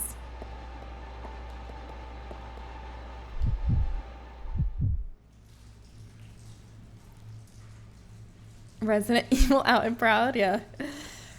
I called Resident Evil Outbreak Resident Evil Outlast for so long, and even when I would get corrected, I'd be like, oh yeah, and then I would still do it again. But I'm finally breaking the habit, and now I'm calling it its proper name.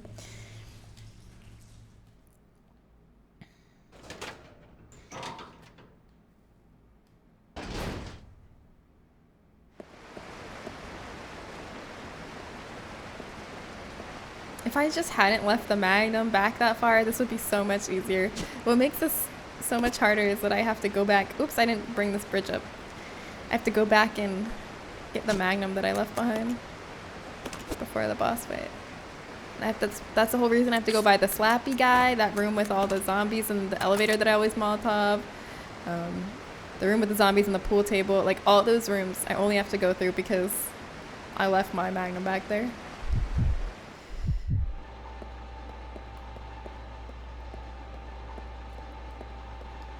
This game punishes you so much for lack of foresight, for like not knowing what's next in the game. So I truly think like the hard mode is for people who have like recently completed the game or completed the game enough times that they remember the general order of events, because it's so freaking hard if you aren't prepared and know what's coming next. And I haven't played this game in like 7 years, so I just...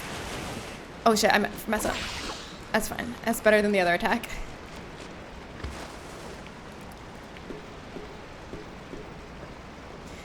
She doesn't typically like dry treats, so we give her wet food as a treat. Just a tiny scoop of it a couple times a day. A can will last like 2 to 3 days. I wish she liked regular treats though.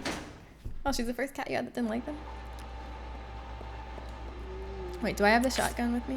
Okay, I think I should clear these guys out maybe. No, I shouldn't fully kill them. I should just wound them on the way back to run by.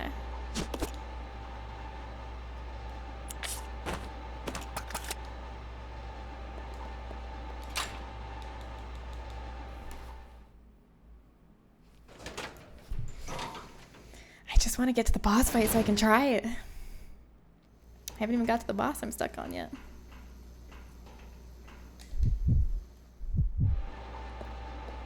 Alright, now we run by the bug.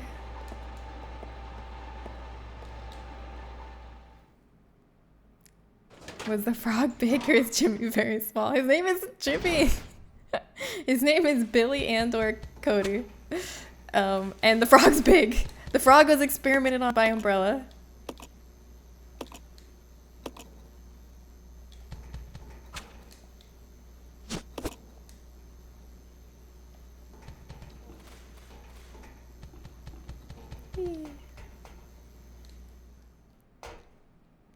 She's a good baby though. I do also give her catnip as a treat. Yeah, I feel like cats are also different. I feel like for the most part, like almost all dogs like treats. But I feel like cats are so much more different and like particular in what they like. Like some cats only like dry treats, some cats only like wet treats, some cats like no treats, some cats like catnip, some cats don't. They're also individual, and dogs are just like, we all love all food. At least in my experience. I'm sure there's exceptions to that, but for the most part. Okay. Okay, we're gonna equip you.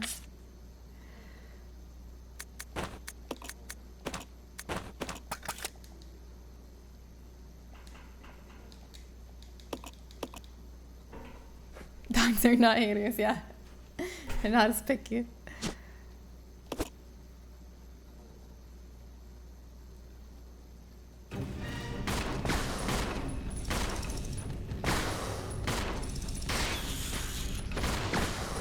Okay, wait. I killed one with one less. Billy, nice job. I think he got a crit because I used one less acid round than usual. That's good. This is a good run. We gotta keep this run alive.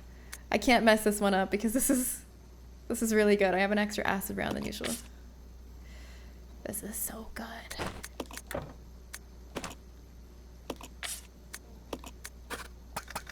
All right, Billy. Will you run with me past this bug as fast as you can? Pinky promise, Billy, you're not gonna stop for anything. Okay. Don't stop. Just run. Let's go.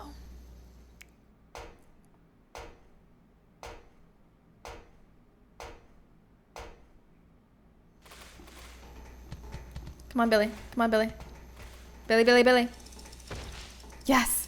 Yes. Yes, Billy. Yes! Excellent work, Billy. Now we'll just have to run by that one more time on the way back. This is going really well. It's going too well. It's making me nervous. This could be the run where I actually get to have a good shot at the boss. Billiam. Dogs are decidedly believers, yeah. Is there anything Umbrella hasn't experimented on? My first thought is no. Can you all think of an animal that Umbrella or any of the like bioterrorists in this series haven't experimented on? Maybe like an anteater? I don't think that they've gotten to the anteaters yet. Oh, I already combined that. I'm giving her the first aid this time.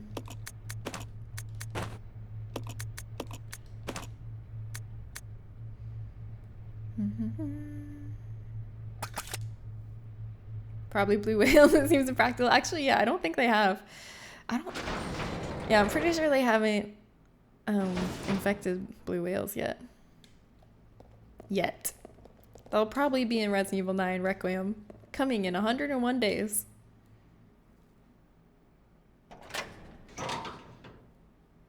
We're almost sub 100 days till Requiem. I can't believe it. I'll go. Yeah.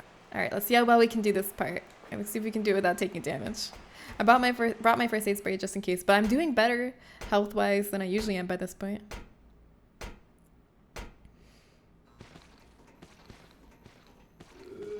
Ah, fuck my life. Sorry. It's fine. It's fine. It's fine. We don't give up. We make mistakes and we get up again. You're never gonna keep me down. Okay, this is a slappy. The slappy boy.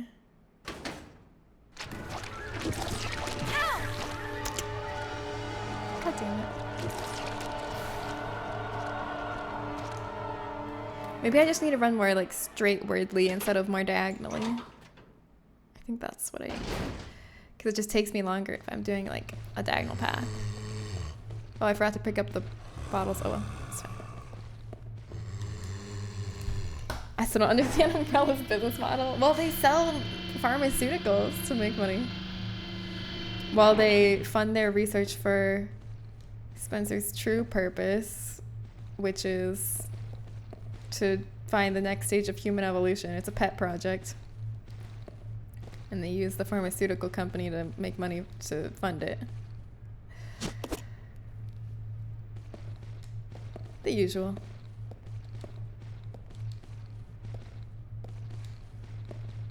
Eh.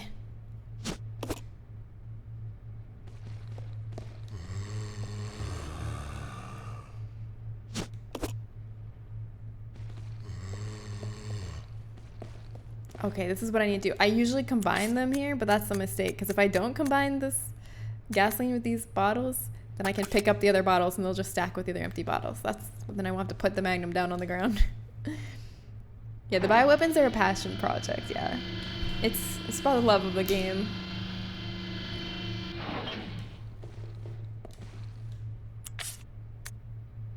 Oh wait, I actually have to, if I want to throw them, I do have to combine them.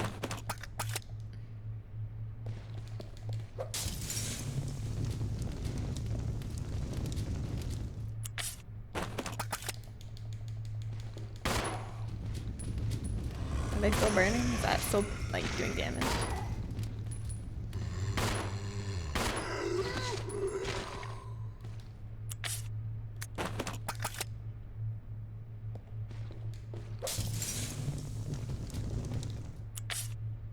Didn't look like it hit, but I think it did, because last time I did that twice and it didn't look like it hit, but then he died.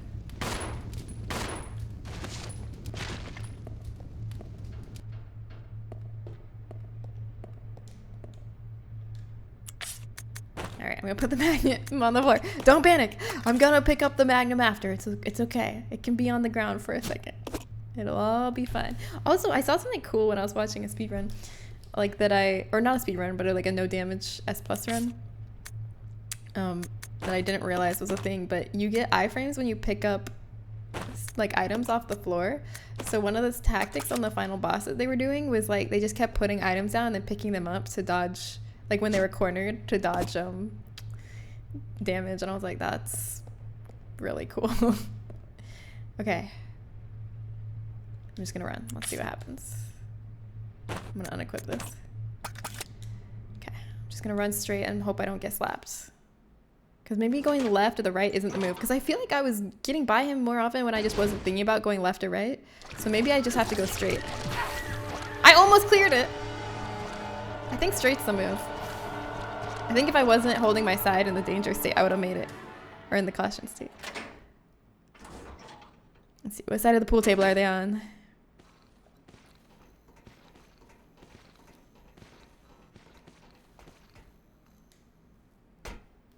Good old iframes, yeah.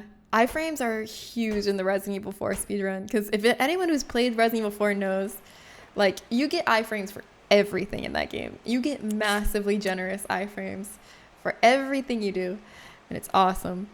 And that is, like, such a key element to exploit in the speedrun. Like, you get iframes when you open doors, when you jump over stuff, like, everything. Interact with items, do puzzles. And there's so many instances where you utilize like timing those correctly to get past certain parts. It's so fun. It feels really satisfying. A fun fact, minigames add iframes because it's too much effort to ask the animators to make transition animations between all possible animation into the damage animation. I think that's a win-win because players love it too. Players love iframes. It benefits the enjoyment value of the gameplay, so it's win-win. I love the iframes in Resident Evil 4. I love that feeling of like, run to that little fence. If I can just get to that little fence and jump over, then I'll be able to not take damage for this. Like, I don't know, it's fun. But what I hate is when the enemy has iframes. That's not allowed. Oh shit. Billy, let's go. Oh, this is so fucking unlucky. Come on, Billy. Wait, do I have to?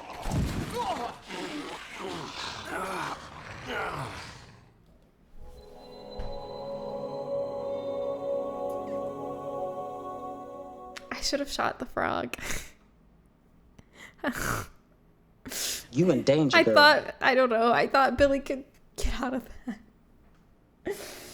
I'm sorry. I should have shot the frog. Okay, I forget that could happen there. Okay, I need to make sure Rebecca has the shotgun when I go up so that if the frog comes out, I can jump down and shoot it with the shotgun.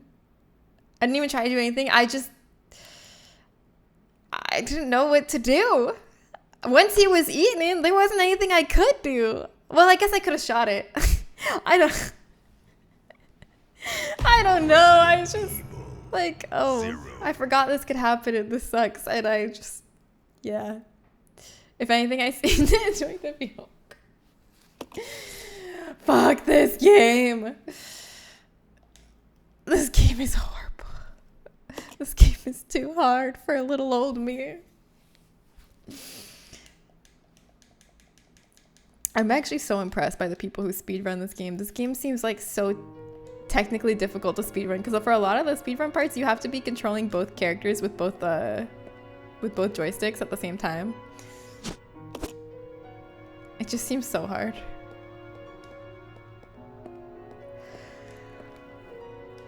This game just tags and it hates you too. Oh, it didn't need to text that. I could already tell. It's already got the message through loud and clear. You can't interrupt a frog center. Yeah, that would be rude.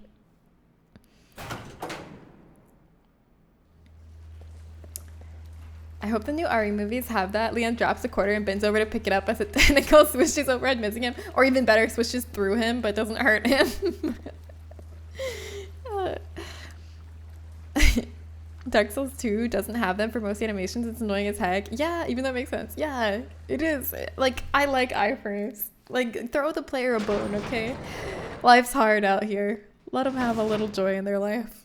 Let them have that one thing. Run. Phew. Okay, maybe since the frog jumped out there, I won't get it at the forklift later, I hope. I don't know. I don't think that's true, though. Maybe I should kill the frog. No, that's a waste of ammo. I don't know.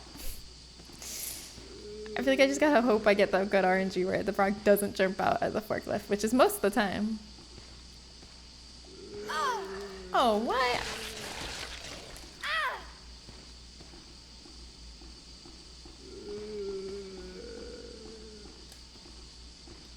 I'm gonna keep going. It's fine. It's fine.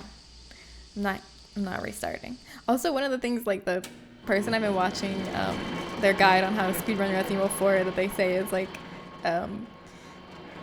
when you're first starting to learn it, don't restart much. Like, you should practice trying to recover as best you can when you mess up instead of like restarting every time you mess up, because realistically, like, you're not going to get through a whole speedrun without messing up, so you need to practice all the ways in which you can recover from all the ways in which you can mess up. So I've been trying to do that now. Because, like, I really want to restart every time I mess up, but it's better for me to learn what ways to recover work and what ways don't, you know, after I mess up by trying to recover. Neo the One, hi! Throws Rebecca a bone or Billy's bone. What the? Hi. Thank you for the watch streak. Happy 3 streams. You should marathon all games that have 0 in the name. Is that just one of them? Oh, all games ever in any series? What other ones? Fatal Frame 0? What other games have it? Horizon Zero Dawn.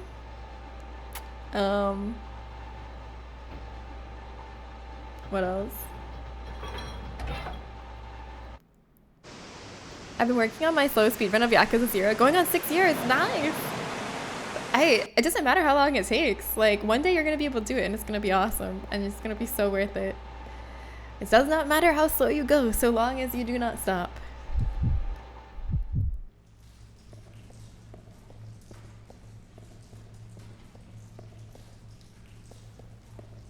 What was that game called? Dark Zero. Oh yeah, something like that. I don't remember. When I'm eating something he likes, he'll sit in the kitchen and start meowing as though he needs food. Then when I go and get his food, he'll slip in the living room and try to get my plate. Wow, devious. Love it.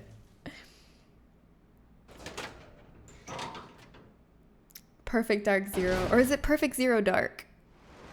Technically, Fatal Frame is called Project Zero in Japan. Yeah, okay. So all Fatal Frame games. Alright. What other Zero games are there? There's gotta be more.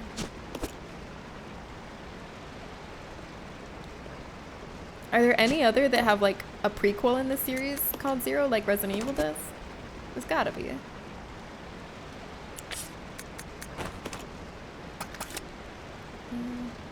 Let's unequip this so we go faster. Alright, let's get ready to juke this frog. I'm not gonna forget. Iframes. Oh, he didn't even try. Ha! Usually, like, tries to attack me and I get iframes on the ladder, but I guess I just did it fast enough that time that he didn't even get the attack out. Oh yeah, it's a Zero, duh! Duh! Yeah, you're just mentioning that. Metroid Zero mission, Zero Dark 30. That was a lot of them. Alright, that's gonna be a big Zero-thon. All the F-Zero games.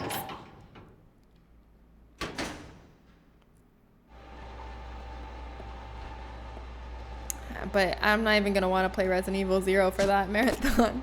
Actually, that's not true. I would like to replay this game, like, because I think I can set myself up so much better. Like, I could put myself in such a better situation for this part that it wouldn't be so hellish.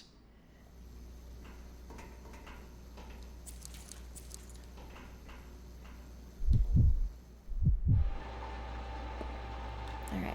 Past the bug we go. Zero on these nuts. I don't remember that game. Oh yeah, the 007 games definitely count. Those have zeros in them. Absolutely, that counts.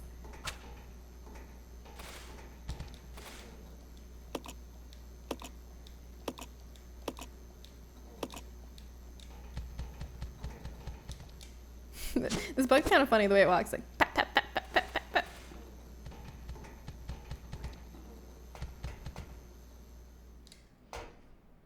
Oh, Zero Dark 30 is a movie? I don't think there's a game adaptation, so I read the be. The name sounded familiar, so I was like, yeah!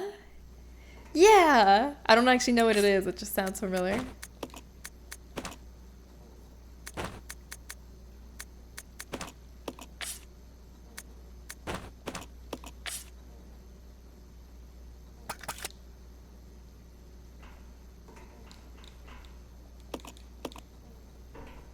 If we're counting those, you've just opened yourself up to every single sports game released after 1998. Put them in! Put them on the list. I got no due date on this marathon.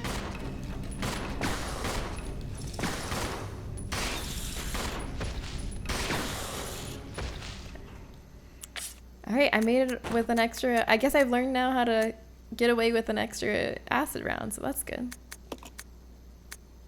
Oh, wait, I already did that. Okay. Let's give this. Switch some items.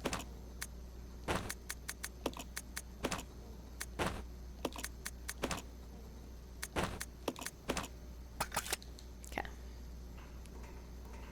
Alright, you coming, Billy? Follow me. Okay. Alright, be fast about it. Let's go. There's gonna be a bug, so get ready. I put 0 thought on the challenge. That's the correct amount of thought to put into a 0 challenge. Haha. Get wrecked, bug. You missed us. You missed us. The spirit of the challenge was games that are in established franchises that have games with a numerical 0 to imply origin. Well, then that would actually like rule out a lot of the ones we listed. Because a lot of the ones had zeros that don't imply origin, like Horizon Zero Dawn and stuff.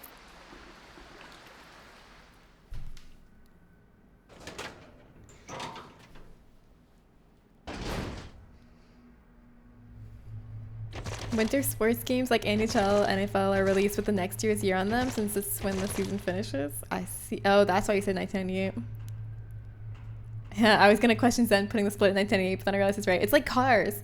Like cars come out, like this year probably all the 2026 cars came out. I did put the thought into it and that was what I decided. All right. It's been decided. That would be a much shorter a-thon then. There's only going to be like, what, like 4 games in that one?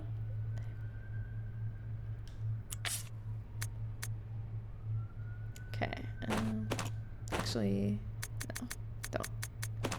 Okay. I'm gonna see if I can get by the slappy boy. Pixar's Cars? What about Pixar's Cars? Cars do not really get used to them. Oh, so as much since they do more with Generations. Oh wait, really? I thought they all had like a year. Like this is the Prius 2024. This is a 2025 Prius. They do it by fiscal year, so it just starts at a different date than Jan 1st. I feel like it's almost like, always feels like it's almost like a full year ahead. But I'll go check I over have there. no evidence to support that.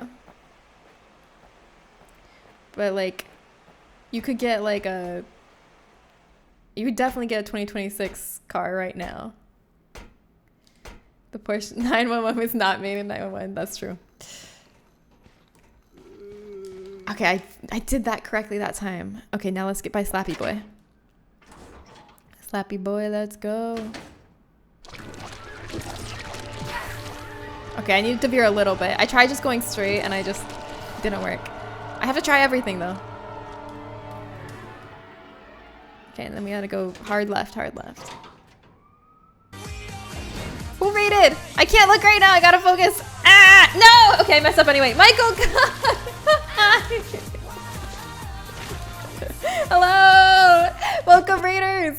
How are you? Welcome to the stream. Hi! What were you streaming? Hi, Queensberry Eden! And HG Dagan and Michael G Suck. Hello! Guys, Michael G Suck is raiding again. Everybody like busy. Am I saying your name right or totally wrong? Is it a soft C or a hard C? But yeah, everybody say welcome, Raiders. Hi, welcome in. You've caught me at a time. I'm stuck. I'm stuck on a part of the game that I've been playing over and over again for like 2 streams now, trying to do. It's like the run up to right before the Marcus fight. Have you played this game? Do you know this game? It's really hard. Yeah, did you have a nice Michael miss this year? We learned about Michael miss from Resident Evil 3. Love Michael GC UK. Maybe that's how you say it, yeah. Just say all the letters. I love MICHAELGC UK. That's how you pronounce your name, right? Oh, it's GC UK, but everyone butchers it, don't worry. Oh, thank you. Thank you, Bumbling Bee. I owe you a beer for telling me that. All right, I'll remember that. So does the GC stand for GameCube? Like, you love GameCube games? You had a Michael birthday last week. Oh my god, happy belated birthday. Was it a good birthday? Jen went to suck, not cuck. Interesting. I mean, neither of those words are really winners. Oh, it's your middle and last initial. Well, I mean, that's pretty cool that your middle and last initial are the same as GameCube. Oh, they're all 3 stacked on each other. I can hit them all with the Molotov. That's so nice. Oh no, run, back.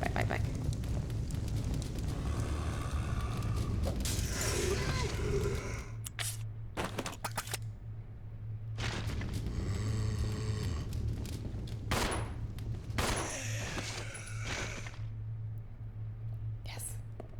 Okay, that was actually pretty ideal. They were in a really good position when I came around that corner. Okay, I'm unequipping my gun so I can go faster. I'm fully healed, so I should be fast enough to get by.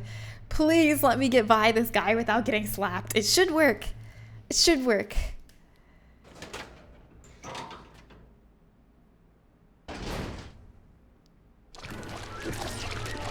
Ha! It worked! Yes! No slap for you! Okay, now let's get by this pool table without getting grabbed. See what side of the pool table they're on. So far, they've been on the same side like every time today. Okay. Yeah, that's the same side. This is going well. You go by V. Hi, V. Nice to meet you. What game were you playing today, Michael? Did you all have a good time at stream?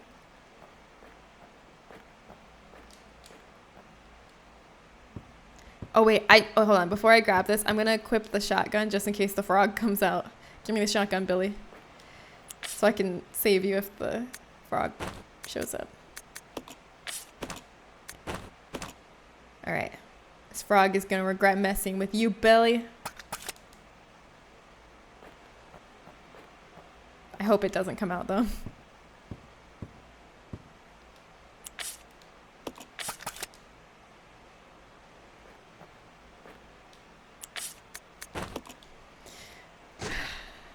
New Super Mario Bros. Wii on the Wii. Wait, how is it new if it's on the Wii? What? There's a new Wii game? I spent like an entire day playing that with my friends the week of my wedding. Oh, it's the name of it. It's called New Super Mario's. It's in the title. Oh, sorry. I'm what you might call a bit of a nincompoop. Come on. Roger. All right. Please, no frog. Please, no frog. Just go, go, go, go, go. Oh, thank the heavens. No frog. Okay. Phew. Didn't need the shotgun, but we had to be safe. It was from 2009. The title makes no sense. I was in 9th grade in 2009. It's really easy for me to remember because, like, whatever the last digit of the year it is the grade I was in. So if you're like, what grade were you in 2004? I could be like, 4th grade. Really fast.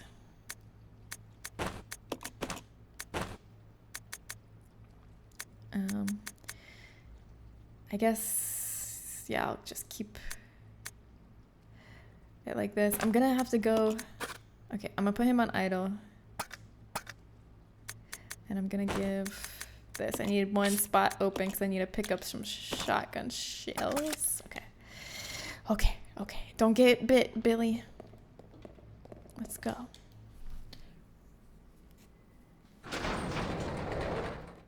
I was born in 1990, so it's always really easy for me to know how old I was in a particular year. Oh yeah, that does make it easy. I believe they called it that because it was a return to the side-scrolling style of the original Mario games. I see. I see, I see. Are you a big Mario fan, Michael? You know, one of my biggest blind spots in terms of like gaming experience is Mario games. I've never played any Mario games. I've played very few Nintendo games, honestly. So I'm basically shit. Go, go, go, go, Billy, Billy, Billy, Billy, go! Ah, yes, good job. I basically know nothing. I mean, I know the characters because I played Mario Kart and I played Melee, but I never played like any of the like side scrollers or platformers. All right, I'm gonna blow the legs off these guys, and then we're gonna run by and try not to get grabbed by the ankle. I'm a mid-80s kid. I'm ancient. I grew up with Mario. Nice. You were there for like the genesis of gaming. That's fucking awesome.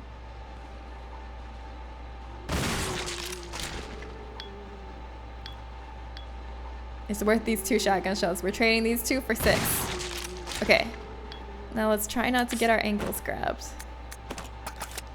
Can we avoid getting our ankles grabbed is the question. I don't know if I can. Fuck! I don't think I can. Shit, shit, shit. Don't get grabbed by the other one too. Okay. No! It's fine. It didn't hurt that much. It's fine. We're just go with it. Let's go, Billy. This is it. This is the moment. This is the boss fight. Maybe I should wait, like draw them out further before I shoot their legs off in like the wider area so I can actually walk around them. I'll do that next time since I'm bound to have to play this part again when I die to this boss. Mario was NES, not Sega Genesis. Okay, but like the 80s was the genesis of video games, no? You're the original Nintendo and the first Mario game. Oh, I get the joke now, Gorosy. I get the joke. I get the joke. How have you survived so long without truly living? I don't know. Yeah, I meant Genesis as in creation. I just realized Gorosy was making a pun. Yeah, the Sega Genesis of gaming. It went over my head. Whoosh. I played a lot of Mario games because they used to just include one with the console. Yeah. Yeah, don't worry, Bumblebee. I didn't realize it was a joke either. 70s was the genesis of video games. I guess that's when you had like text-based adventures. When did Pong come out? I know Pong is not the first video game, but I feel like I always think of it as like one of the first popular video games. Even though apparently Pong was a total copy, a total ripoff of the actual first video game, which was like a game someone made and like passed around to different colleges that had access to computers, and like people would like download it, because like only really like colleges had computers. Like people didn't have home computers, obviously, so people would pass it around between universities, and it was like a table tennis game. And then Pong came out and was wildly successful, and it was a total copy, and then the person who made the original one sued them and they settled. Tennis for Two, yeah, that's what it was. 1972, wow. Games started in the 70s, but the 80s were when home video gaming blew up. I see. Okay. This is it. The next door is the boss fight. I'm so fucking scared. It's so hard. Okay, I was watching videos today to try to figure out how I can do this with what I have. So it takes 100 handgun shots to beat this guy. I have 100. And the reason we don't want to use Magnum unless we have to, and shotgun unless we have to, is because the final boss is after this, and we need to save stuff for the final boss. So this is like the penultimate boss, but it's so hard. I was stuck on this for my entire live stream, and that's why I like went and like watched YouTube videos trying to figure out how to beat it, and I still think it looks really hard, but okay, so what we're gonna do, this is what I saw people doing. We start, hold on, I'm gonna go to put her handgun equipped. We start, actually no, start with nothing equipped, because they move faster when nothing's equipped. So we start with nothing equipped, and we start on team and idle. So then I'm gonna run to the side right away and get in like a position. There's like a loop that you do, and like at the ends of the loop you can get a few shots before going to the other end of the loop. And then so I'm gonna get in that loop, and then once I'm in that loop I'll equip her gun, and I'll put Billy on solo, because supposedly, according to the YouTube videos I watched, if your partner is on solo and has no gun equipped, they will be better at dodging. And I think you actually have to put them to attack even though they'll have no gun equipped, but they'll be good at dodging, so they won't die, hopefully. Like way better than dodging than if they're on team or if they have a weapon. But I have to have them on team at first just till we get in position, and then I'll put them on solo. Let me make sure nothing's equipped for him. Okay. First try, first attempt at doing what I saw in the YouTube videos. I don't know how well it's gonna go. I'm so fucking scared. This boss is so scary. Okay, here we go. Let's do it. Wish me luck, please. I'm gonna need it. Some say Pong took its name from John Pong, the inventors of computers. I would argue that it took its name from the game Ping Pong. I think that's what it probably took its name from. Atari was in homes in the 70s. Wow. My dad had Pong and an Atari. Have you ever interviewed your dad? Like, what was it like? Like, what has it been like seeing the explosive growth and advancement in technology of video games in such a brief time in your lifetime? Like, how far the medium has come so quickly. The Wikipedia article on history of video games starts in the 1940s. That's true. There's some things that could arguably be called video games, like what's it, like haunted house, where you like use lights. There's like a cardboard haunted house with windows, and then like lights, LED lights will flicker on different ones, and you have to like, I don't know, it's like, I think that's argued as like the first video game, but it's not really what we think of as a video game. It's just like this could technically be considered a video game because it has electronic elements kind of thing.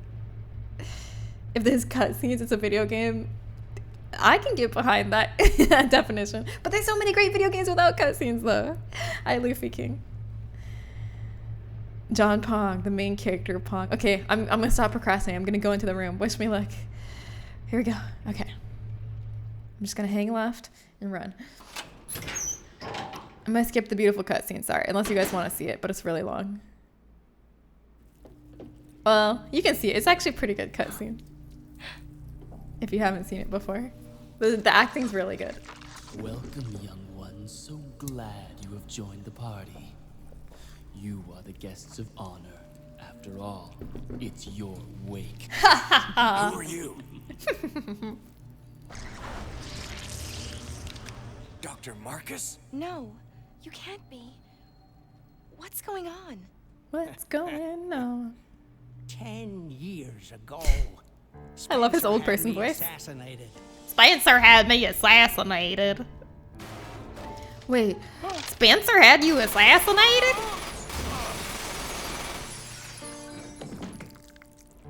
Wait, guys, wait, why did he die again? Why did Marcus die? Did Spencer have him assassinated? Doctor. I will take over your research. I will take over your research.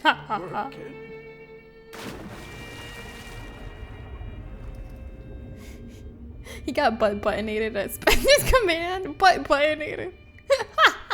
I just got that. However, something wondrous happened.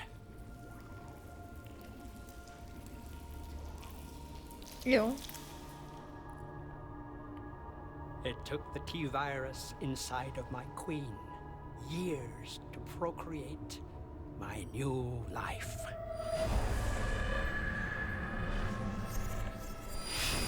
I live. Wait, but why did he die? Now I will have my revenge on Umbrella. And the world will burn in Malfoy ripped off inferno of Wesker? hate. How did Malfoy rip off Wesker? You'll pay for what you've done. We'll see which one of us is gonna die. Okay, that was my last favorite line. Now we can skip the rest of this. Run, Billy. Billy, Billy, follow me. Follow me. Okay. And now I'm gonna put him on solo. So he's a better dodger, hopefully. And then I'm gonna put her. Wait, do I have a healing item? No, I don't. Okay. Fuck, we gotta just be good. I'm so scared. Okay. Okay. Make him run far away. Okay, I put Billy away. So now I should be able to just fight by myself without Billy. He should follow me. Ow! Ow. Oh, I stopped because I wanted to make sure he was aggroed on me, not Billy.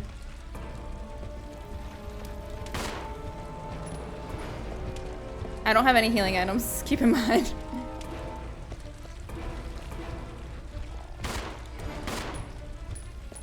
So this, all the like videos I watch on how to do this is what you have to do. You just have to do this for like 3 hours. So buckle in, everybody. Buckle in and get comfortable, get a snack. If I do it right, we're just gonna be doing this until we get 100 shots.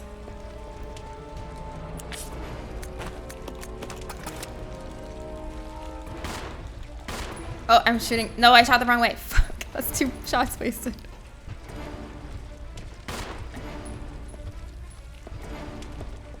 Billy's just like, la la la. Are you done yet, Rebecca?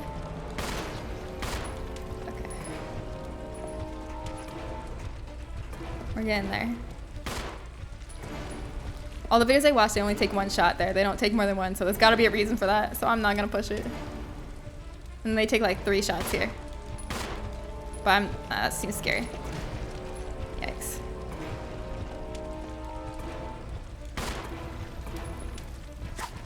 Ooh, that's why. That's why they only take 1 shot. Did you see that?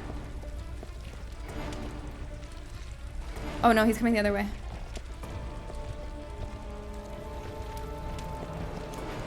That's not good. I didn't see that happen in the videos that I watched. I messed up. Is he gonna get Billy? I hope he's not attacking Billy right now. He's attacking Billy, fuck. Come on. Oh, he's not even there. I'm shooting air! Okay, fuck. I wasted so many shots thinking I was shooting him right there. Okay, I made him run away. Now, let's go, Rebecca. We can still recover from this. Oh no, he's going after Billy.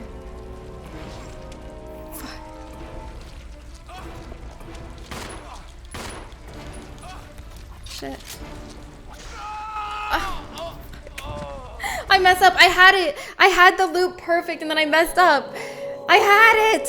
Fuck! Okay, that was our first attempt. That was just practice. We can do this. Shit. Resident Evil. I know, I love it. happening off screen. I just need to keep Billy far enough away. Maybe I should have walked him further. Maybe I didn't walk him far enough away. And also I was running too fast around the loop. You have to like walk around part of it so that you keep the aggro. I found a video of people playing Space War on original hardware. Let's see this. When did Space War come out? How old is this? All right, 4K Whoa. is the machine. 4K, and ups, there you go. It's Space War. Wow. Cool. Cool. Really first interactive graphics game on a digital computer ever. Wow. And it's such a good one. And, It's such a good one? There's been boxes so we can play it. But there's enough about the game that All right. Left, right, thrust, fire, hyperspace. We get called by the museum administration to a meeting. We decide Space War is better. Oh, we're having a load of fun with 1950s Wow. computers. So It looks why really should we go to cool. our meetings? no, I'm talking about a meeting with Robert and Katharina that I'm Okay. Okay. Oh, cool. Because I have the here's the. This login is screen. so cool. Yeah, I'm. That's the score that comes up Oh, okay. So. after the show. Let's see, what year is Oh, this? So there's two rockets with different. 1959! Okay, so I get this going. Press any button. Oh, no, sorry. The game wasn't from 1959. This machine was built in 1959, the DEC. Right. Gave one to MIT, and some bright students went wild. This way. 100,000 instructions per second. Wow. Quickly. Whoa. This is so cool. Wow. What year was this made? Cool. It's just a nice, very nice. I mean, the graphics are great. The, Well, it's using every Wow. little 1959 is what people are saying. That's crazy. This is so cool. This is so ahead of its time. Oh, 1962 is when Space War came out. Thank you. That's still so ahead of its time. Does it have DLC or online multiplayer? Good question. Yeah, if it doesn't have online multiplayer, it's trash. Did they ever tell us how he died? Yeah, what I'm trying to figure out is how did Marcus die, though? Like, that's what it doesn't really tell us. Hi, Galgrap. Like, was it an accident? Did he die of old age? Or did Spencer have him assassinated? It could be any of those things. The precursor to the game Asteroids. I played on my Atari 2600 when I was a kid. Oh, cool. Can't even get a new spaceship skin for 500 crystals. Yeah, where are the microtransactions? This game sucks. We love microtransactions. Assassinated.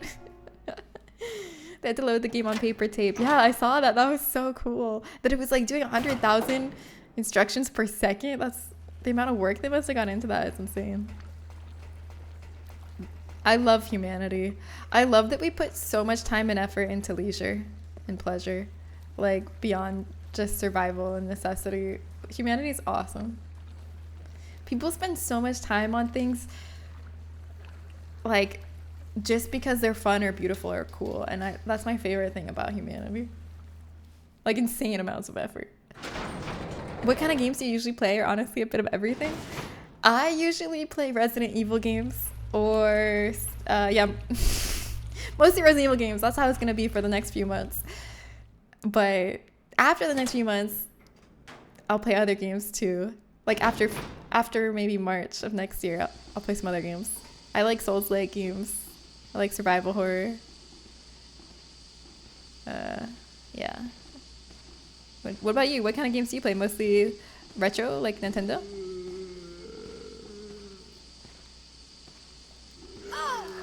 I messed up again. You're killing me, buddy. But it's okay. I got grabbed last time and that run went really well and I almost had it. So I'm going to keep going with this one. We're not starting over. Didn't Dr. Jerkin die like that in RE2? Jerkin! Yeah. Yeah, basically. That is exactly how Dr. Jerkin got killed, which is ironic because he was totally fine with and in on the plan to kill Marcus, have him assassinated, but then he didn't like it when he got a taste of his own medicine. It's kind of like one of those things where, like, if they'll do it to someone else, they'll do it to you too. So don't, like, yeah, I don't know. He kind of fell for that one.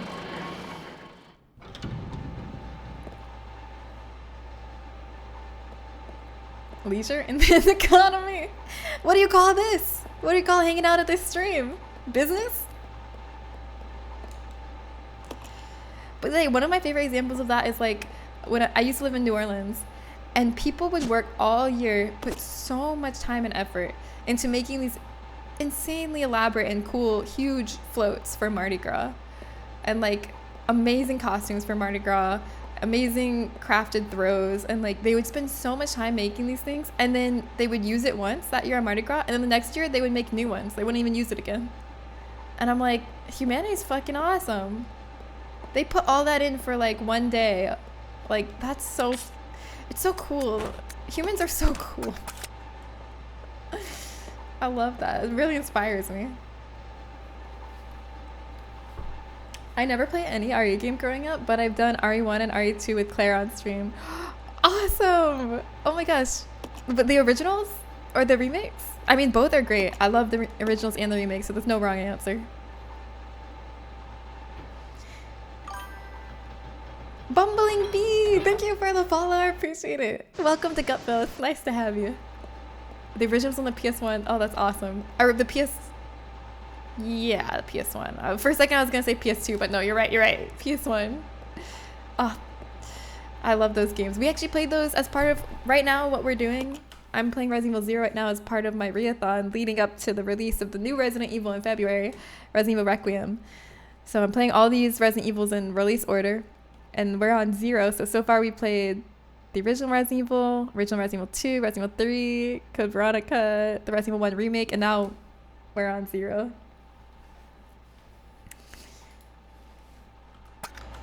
Did I play the original one on PS? No, I played it on emulator. I played it on the PS1 emulator, but I mean, that's kind of like playing it on PS1. I didn't start playing this series until 4 came out. Not even when 4 first came out. When 4 came out for the Wii is when I discovered this series. Because it was actually around Christmas time. A time just like today, like before Christmas. My parents took me to the mall and they took me into a GameStop and they said, okay, pick one game for Christmas.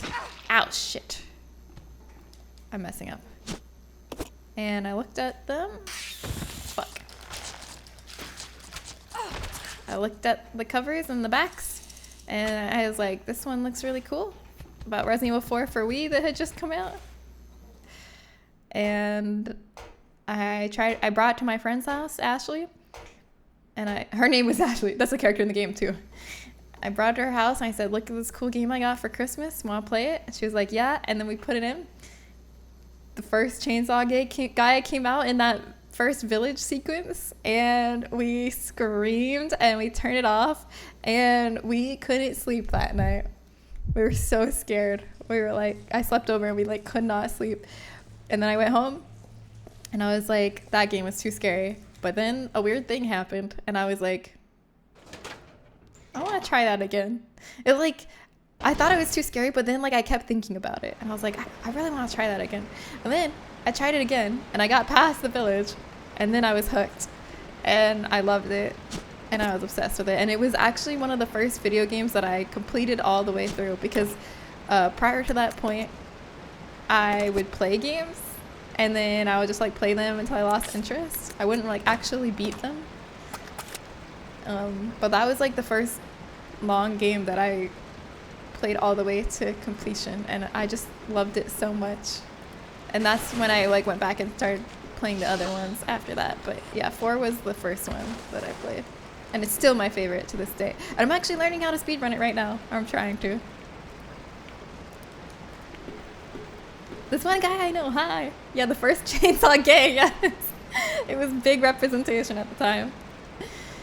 I'll be doing RE2 again, but with Leon. Oh my god, yes, you gotta. Like, you haven't actually completed the game until you've played both scenarios, because you'll be surprised. It's pretty different. It's pretty different once you play it with Leon. It doesn't matter which one you, like... It's not that Leon's is super different from Claire's. I mean, it is. But also, the second time you play it is super different from the first time you play it. So... You're gonna see whole new enemies and cutscenes and everything when you play RE2 again with Leon. I'm excited for you to do that. I think Spyro 3 might have been the first game I finished all the way through. Yeah, that's awesome. How do? I'm good. How do you do? You may want to start introducing your readathon as I'm intending to play these games. No, I'm going to. So help me. I had a migraine, but then Alicia made chili. Oh, hell yeah. And I ate 2 bowls and my migraine is gone. The healing chili that heals you. You know, I didn't know if it was real, but I've heard the legends of the healing chili that heals you. That could only be made by the most magical, greatest chili maker of all time. But I wrote it off. I was like, that has to be fake. I don't believe it. But I'm the fool. Because clearly, the healing chili that heals you is real and true. I'm happy that your migraine went away, Luki. Migraines are very mysterious, I feel like. I feel like so many people like have different methods that work for them, for getting rid of them, and like they don't work for other people, and like they also don't work all the time for the same people, and like they just seem horrible. Okay, let's give Billy this, Becca this, and then, okay, Billy's on attack. Let's put him on team. Let's go. Let's see if we can get it with only using 3 acid rounds for this.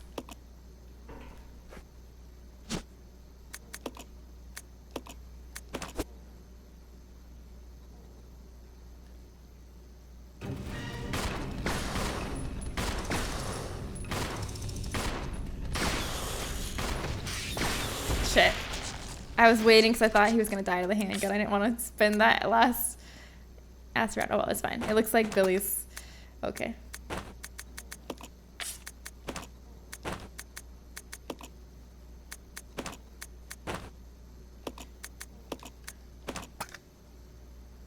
Oh, let's put him on idle. Idle. Okay. Now we're just gonna run by this bug upstairs and not get hit. Right, Billy? Right, Billy, old boy? Billabong? My interest in RE started late in the series with RE7, continuing the village. I feel like that's a great time to get into it. RE7 was a freaking renaissance for Resident Evil. Like, Resident Evil 7 was when everyone in the community got excited about the series again, because at least me and other people had kind of started to lose confidence in the series. Like, after... A lot of people like 6, but I mean, I didn't like 6. And then Operation Raccoon City came out, and it was absolutely horrible. And so after 6 and Operation Raccoon City, I was kind of, like, losing trust in the series. Because I've been burned so many times because I would get so excited. I got so excited for Resident Evil 6 and I got so excited for Operation Raccoon City, and then they were just terrible. But then, I mean, Revelations came out, which was good. But when 7 came out, I feel like it was really when it was like the series was redeemed, and it was like, oh my god, yes, I trust them again. This was so good. It was so exciting. Who likes 6? I need names. A lot of people, they aren't like I would say a lot of people that aren't like super like Resident Evil fans, who don't really love like the series, really like Resident Evil 6. Like, there's a lot of people who only like 6 because it's so different than the rest of the series. I know so many people who love it as just like a fun co-op game. I hear 5 and 6 are not fan favorites. Yeah, 6 is not a fan favorite. 5 is more complicated. A lot of people really like 5. I would say more people like 5 than 6, but it's like they were starting to lose the trust with 5, and then they've like more fully lost it with 6, and then they totally shat on the community's trust with Operation Raccoon City. But I still like 5. I think the first half of 5 is really fun. Yeah, I enjoyed 5. I think 5 is just like a fun co-op experience. 5 is okay. Yeah, it's RE4, but not as good with co-op. Yeah, that's how I would describe it too. It's like the same like gunplay and controls and like feel and engine and everything as 4.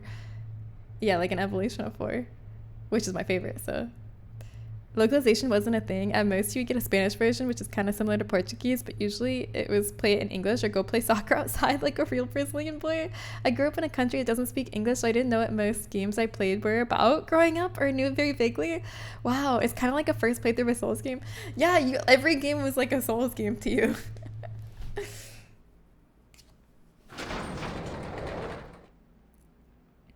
Oh, 100,000 instructions per second wasn't even particularly impressive for 1959 hardware. It sounded impressive. There was at least one computer at the time that could do 1 million. Holy shit. Okay, it just sounded impressive to me. Hearing the numbers 5 and 6 over and over, I'm dreading the inevitable 6, 7. Don't worry, Jared's not here.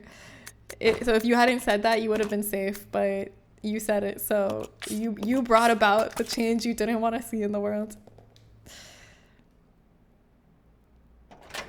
Yeah, 6 and ORC were both really bad. I agree. I mean, ORC was objectively worse than 6.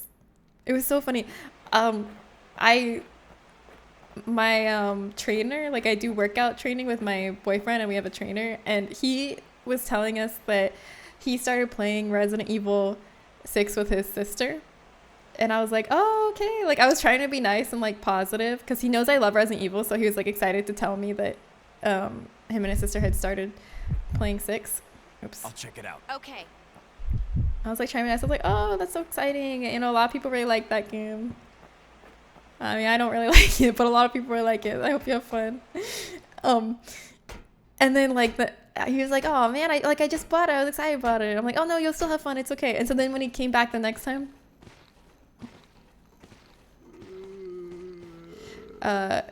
he was like, what's up with Ada's campaign? And I was like, oh, you mean how the second player is a character just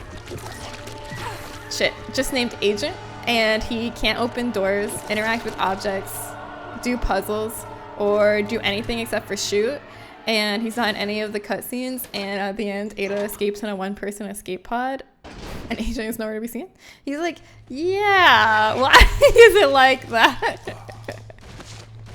He was like, ah, fuck, I'm gonna die. I shouldn't have started talking about Resident Evil 6. It's over. Fuck. Damn it, I got distracted. The best way to play RE4 was on the Nintendo Wii. I used to say that too, Joey. I used to believe that since it was my first experience with the game and I loved it and I played it so many times on the Wii and I had such fond memories of it on the Wii, and I was like, oh my god, it's just perfect. It's perfect for the stop and shoot gameplay, you know? Aiming with the Wii, it's like made for this game. It's the best way to play it. I used to say that all the time, but I don't say that anymore. You want to know why I don't say that anymore? Thank you for the RIP, Michael. The reason I don't say that anymore is because one time on stream, I was like, guys, I mean, I've streamed Resident Evil 4 on PC, but you all need to see the best way. I need to show you all. Yeah, my favorite RE protagonist, John Agent. You all need to see the best way to experience Resident Evil 4, which is the Wii version. This is my favorite version. So I got a Wii and like all the cords I needed to hook it up to a capture card and set it up. And I started playing it and I was like, what the fuck? This is horrible. I didn't even finish it. I was like, I'm not playing this. This is I don't know why I love this so much. I don't know what those fond memories were all about. This is awful. The resolution is disgusting. Like, it's like 4:3 resolution, like super low resolution, and sorry, 4:3 aspect ratio and super low resolution, like 400p or something. I don't know. And then like the aiming was so bad with the little Wii sensor. It was just like so janky and horrible and frustrating, and it was just awful. I was like, oh my god, I used to play this all the time and I loved it. How? I'm like spoiled now by playing the HD remaster of it on Steam and on PlayStation. It's so... You're horrible. Unfollowed block. I hope you get a bad UTI. Okay, when's the last time you played it on Wii? Because I used to think that too, Joey. I used to preach it to the high heavens that the Wii version was the best version. But I think you should go back and try it again and see if you still feel that way. Have you tried it in like the last 5 years?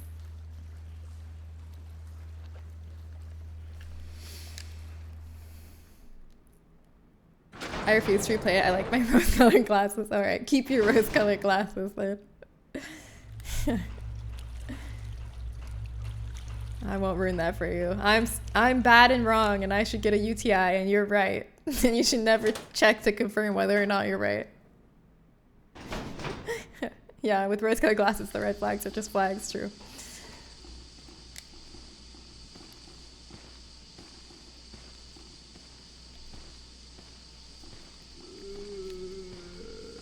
I hope you do not get a UTI. Thank you. That's very nice. I did it right that time. Hooray. Oops, I didn't mean to do that.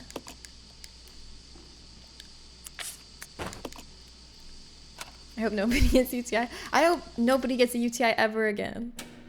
I win. I'm the hero of the world. Oh yeah, but what I was saying about the agent, my trainer was like, he was like, yeah, why is it like that? Like, my sister was so frustrated because she was agent and she was not having fun. And every time she wanted to go through a door, she would just continually bang her head against the door until I opened it for her. And like, the crazy thing is they never like patched that or fixed it. They're just like, yeah, this is a $60 game. Only one player can open doors and interact with puzzles. That's fine. Why would we patch that? Like, literally, why? What's wrong with that? I cast Cranberry Blast. Thank you, Mika. You're a hero. I have cursed at least 100 people with UTIs. That's my favorite hex. I mean, you're gonna have to start thinking of new hexes because pretty soon everyone's gonna have a UTI and then they're gonna be impervious to your spell. So you're gonna have something else to threaten them with. They're gonna be like, I already have a UTI, so I'm gonna go lay down. I have a tummy ache. Oh, but I'm being very brave about it. Keep being brave about it. I'm sorry you have a tummy ache. Tummy aches suck. You're very brave.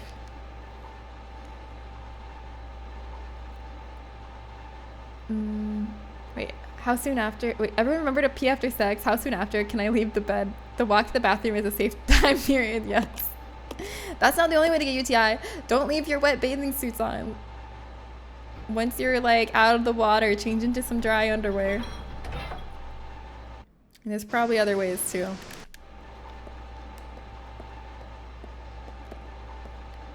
Honestly, everyone says pee after sex, but I think you should just do a full wash down. Like, go pee and then just like scrub a dub.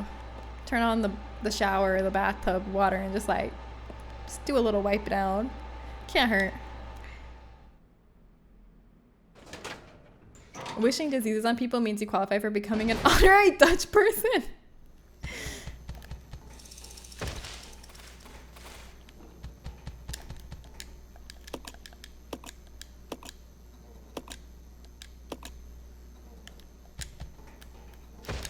You can't get me, you can't get me, haha. Na na na na boo boo.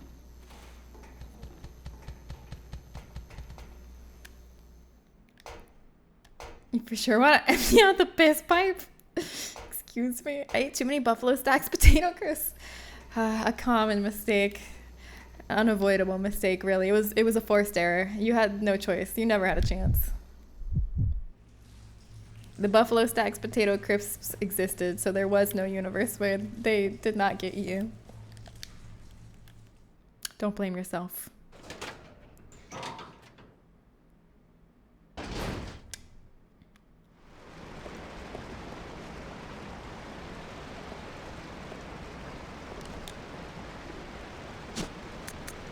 I'll eat that. Yoink.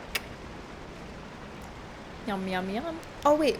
Oh, shit. Is Spiegel still here? I don't think Spiegel's still here. Damn it. I forgot to tell Spiegel I started watching. Oh, wait. No, I did. I told him.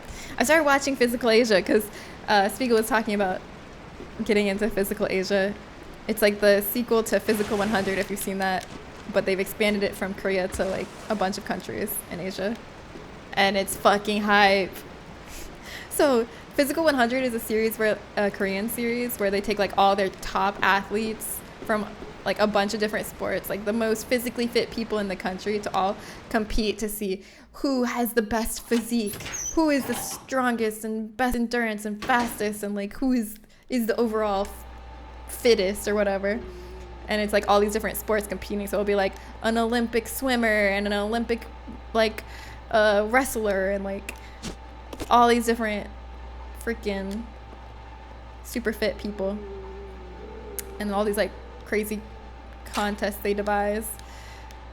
And it was actually really like, it's fun. It's really hype. Like, it's really cool seeing people at like the peak of physical fitness, like pushing their bodies to the limits to see what humans are capable of. Like, it's actually kind of awesome.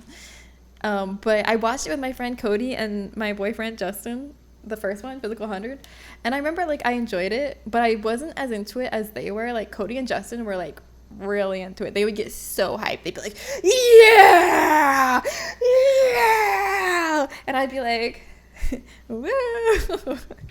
But now, this time, I'm watching Physical Asia with Justin, and this is like maybe like 2 years later. So now I'm getting really hyped and into it. And I think the difference is I've started being like the kind of person that works out. I never did sports when I was younger. I never worked out. I was like super unathletic.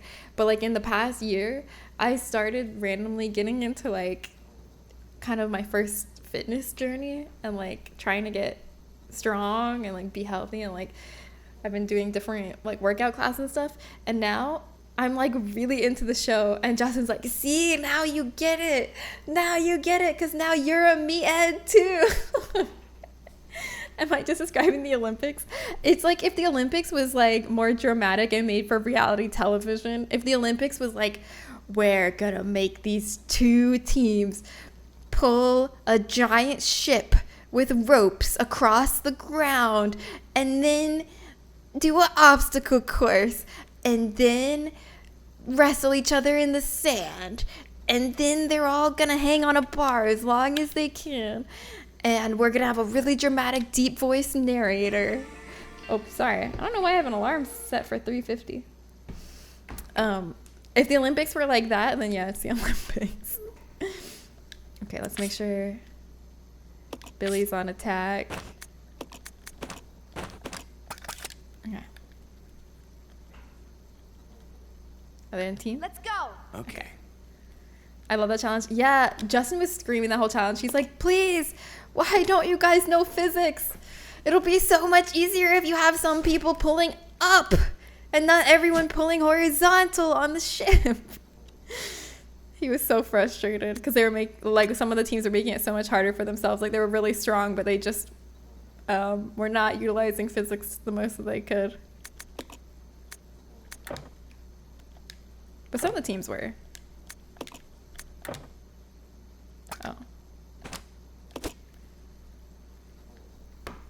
That challenge was really cool though. I like that I knew so many athletes. Yeah, from Physical 100. Yeah, they brought back some repeats.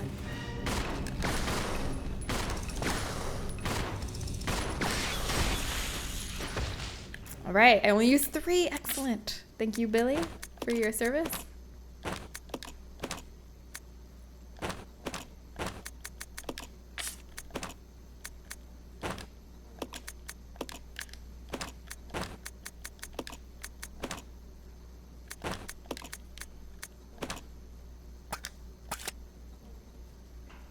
It's an hour and a half before 4:20. Oh, yeah, that's why. Or half an hour. Yeah, that's why I had an alarm for that, definitely. All right, let's see if we can run by this bug. Come on, Billy. The middle of the good at physics and extremely physically strong Venn diagram is probably not enormous. I feel like you have to be somewhat good at physics, like, because you're, like, doing so many physical, like, to work out and train, you need to do a lot of physical things that involve understanding, like, physics somewhat to, like, properly do the exercise. I don't know, but maybe. You can only be good at one thing in life. Everyone knows this.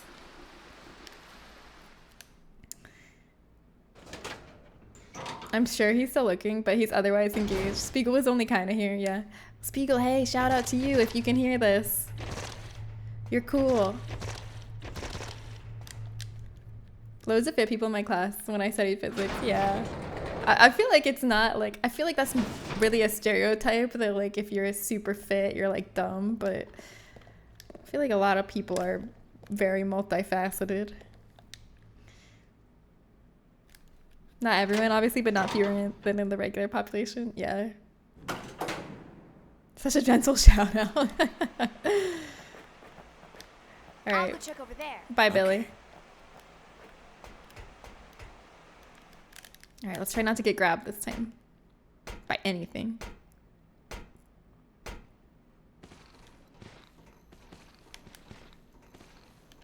Okay, first one check. I didn't get grabbed there. Now let's not get grabbed here either. Or slapped.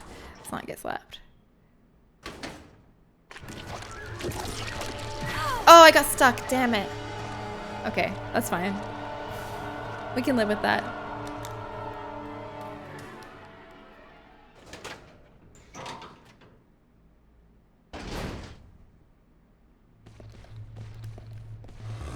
Oh, I didn't expect him to lunge like that. He normally doesn't. Dang it. Shit. This gives me iframes for now, but now I'm about to die. This is so bad. Okay, let's heal. Let's heal. Let's heal. Okay, no more damage starting now. Starting now, we're not gonna take any more damage. Gotta be strong to split in the atom. It's true.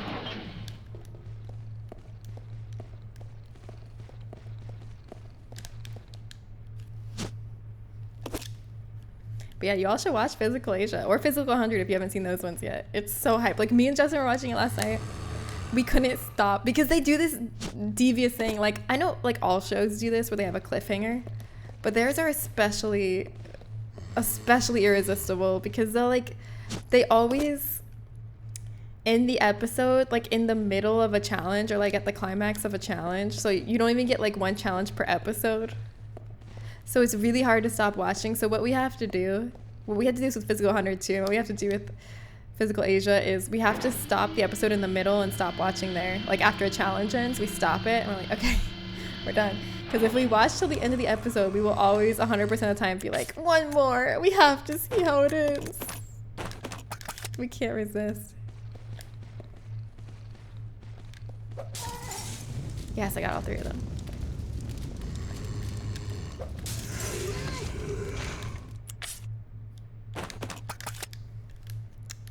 Yeah, strategically edited.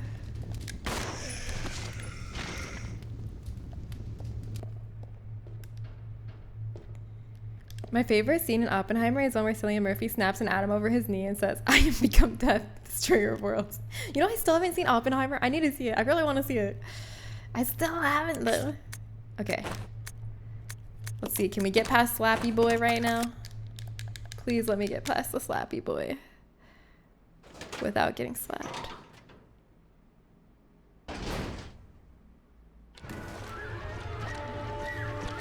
Yeah! Clean and beautiful. That definitely happened today, I believe it. Yeah, you haven't either, son. Maybe we should watch it for movie night. I know it's like really long and serious and like heavy, but maybe we should watch it for movie night one time anyways. I came back just in time. Yeah, just in time for me to win the game. Look at him just looking at his handcuffs. Oh wait, I want the shotgun in case the frog comes out after this. It's like 3 hours. Yeah. But I mean, we don't force people to stay. Oh, well, I guess we force you to stay. That's the only problem.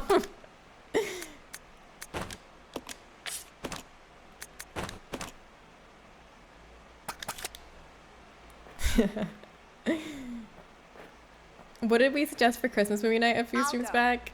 I don't remember. What did we decide? I didn't know I'd be spoiled here by a 70-plus-year-old quote. Yeah, you like that quote? I am become death, destroyer of worlds. It's from like a Hindu text, right?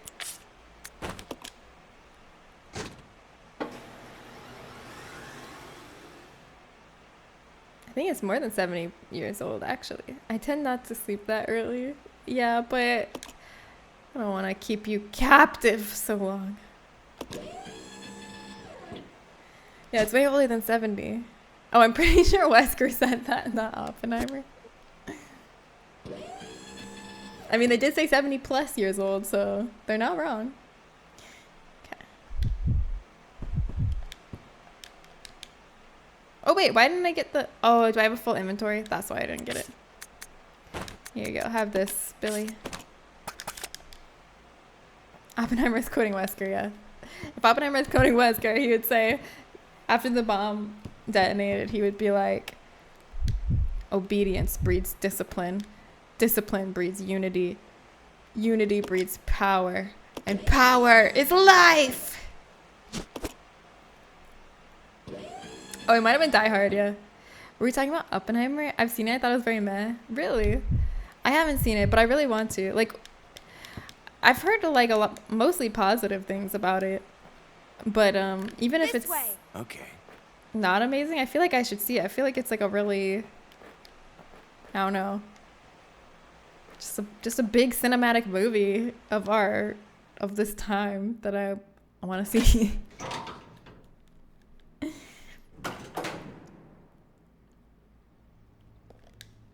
I'm glad the frog didn't come out, so I didn't have to use this.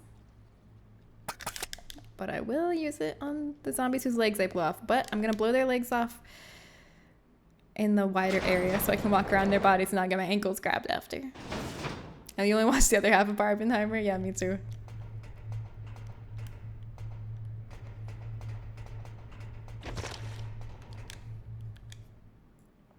It was something else besides Die Hard? Was it Pete's Christmas?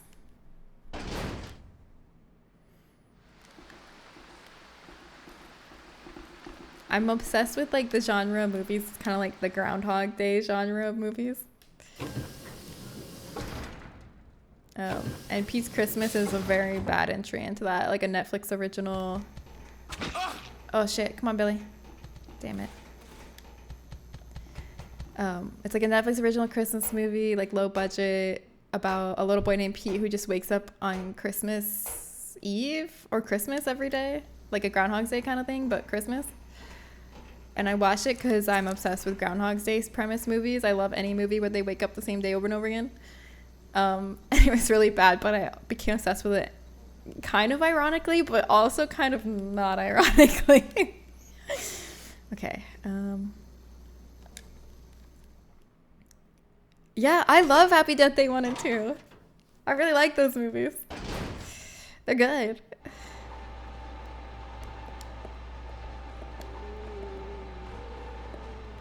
Back Billy up. Will he stay or is he gonna... Oh, fuck, stay. Okay, let's kill them over here. Billy, stop it. Billy, I swear to fucking God. Where are they going? Are they going to the narrow part just to block me? Ow. Oh my God. I should have moved faster. I think they crawled to the more narrow part just to make it hard to go around them. Oops.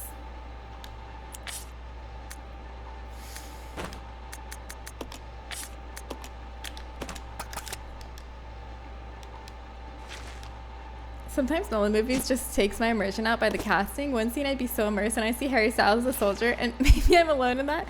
Wait, really? That doesn't take me out. That's interesting though. It's like, do you prefer movies where they're like actors you just don't recognize? Does it always take you out when there's actors you recognize in movies? They're learning, yeah. I think my favorite Nolan movie is like an unpopular opinion, but I really love Tenet. I love Tenet so much, and I feel like it's so underrated. And I think it just gets better every time you watch it. Okay. So I haven't seen Tenet either. I'm like afraid that you're not gonna like it, but I hope you like it. Because a lot of people didn't really like it and they said it wasn't that good, but I just loved it. I loved it so much. I think it's so cool.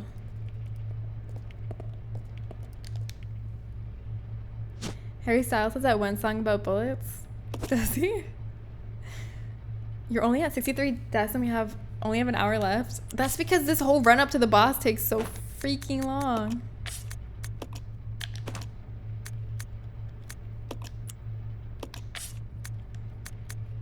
All right, this is it. We're gonna try the boss fight. This is, I gotta do it this time. Just slow and steady. Slow and steady wins the race. Okay, Billy has nothing equipped. idle team. Okay, and then we'll switch him to solo. But first, we're gonna start with nothing equipped so we can move fast. And then get in the loop, get Billy out of the way, put him on solo. I'll let you see just enough of the cutscene to find out why Marcus died, because I know you're all wondering how Marcus died. But then we're gonna skip the rest. I didn't like Tenet, but I only saw it once. I wonder if you would like it on a second watch or not. I feel like it gets better every time you watch it. The only thing I would complain about, it has bad sound mixing. You are the guests of honor. After all, it's your wake. Who are you? Oh yeah, the Star Wars Holiday Special! I'm so glad you reminded us. I forgot about that. Yeah. You're Marcus? No. Yes. What's going on? How did you die, Marcus? 10 years ago, Spencer had me assassinated. Spencer had you assassinated? My word! Oh my days! Come on, Billy. Okay, now let's put Billy on solo.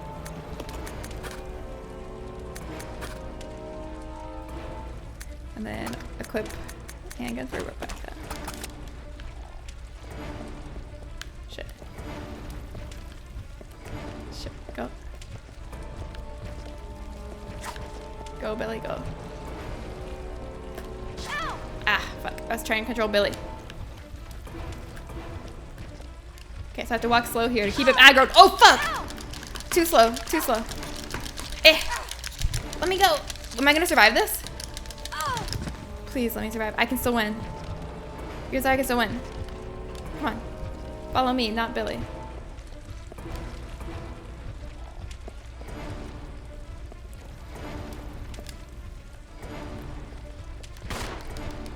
Okay, run, run, run. Okay, now walk slow here. So he stays aggroed on us. Oh no, did he not? I don't think he stayed aggroed on us.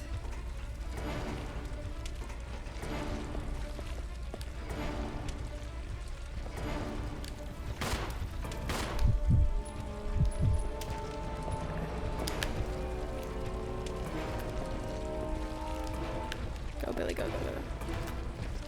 Okay, now is he out of the way? Okay. Okay, run, run, run, run, run before we get hit. Ooh, that was close.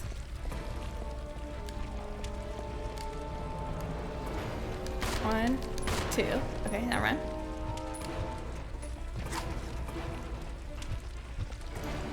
One, now run. Let's reload. We're in danger, but we're gonna make this happen. We just can't get hit a single time. Maybe I should switch which one of them I'm playing with, but that'll be so much effort. I don't know if I can do it. I'll mess up. But basically, I just have to hit him 100 times with my handgun. We can do it.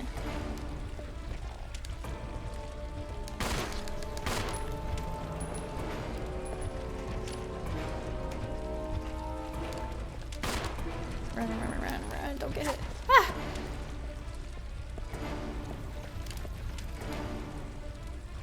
Oh no, he's switching direction. Shit. This is how I messed up last time. I can do it this way. I can do it.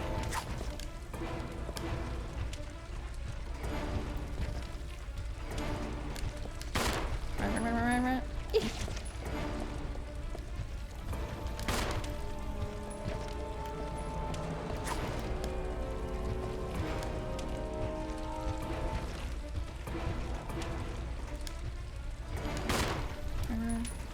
No! Oh, it's over.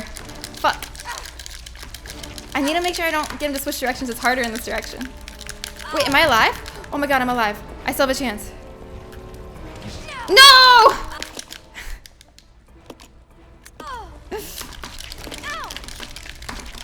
Billy, help me. I can't go into the pause screen right now.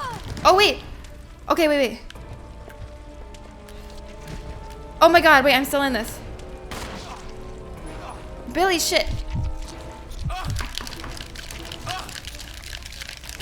Come on. I need to run Billy away.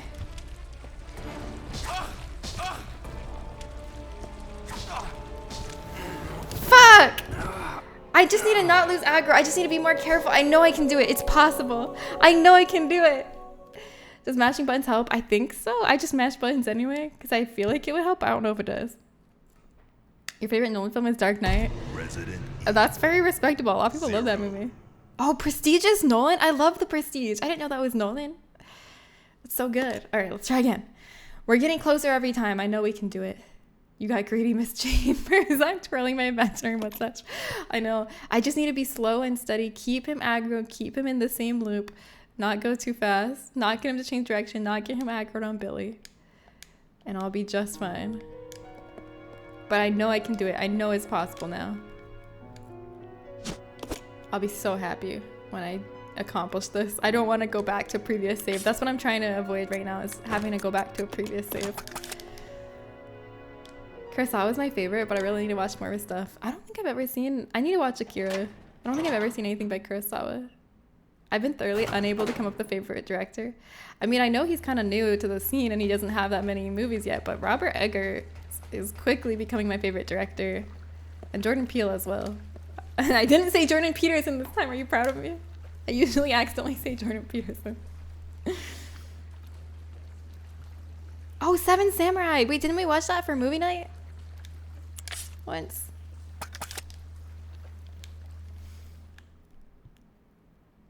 The guy with the Iron Man? What?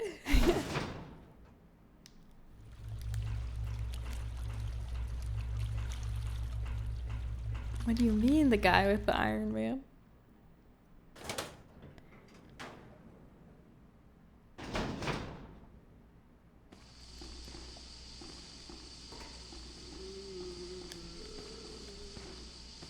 I also really like Ari Aster as a director.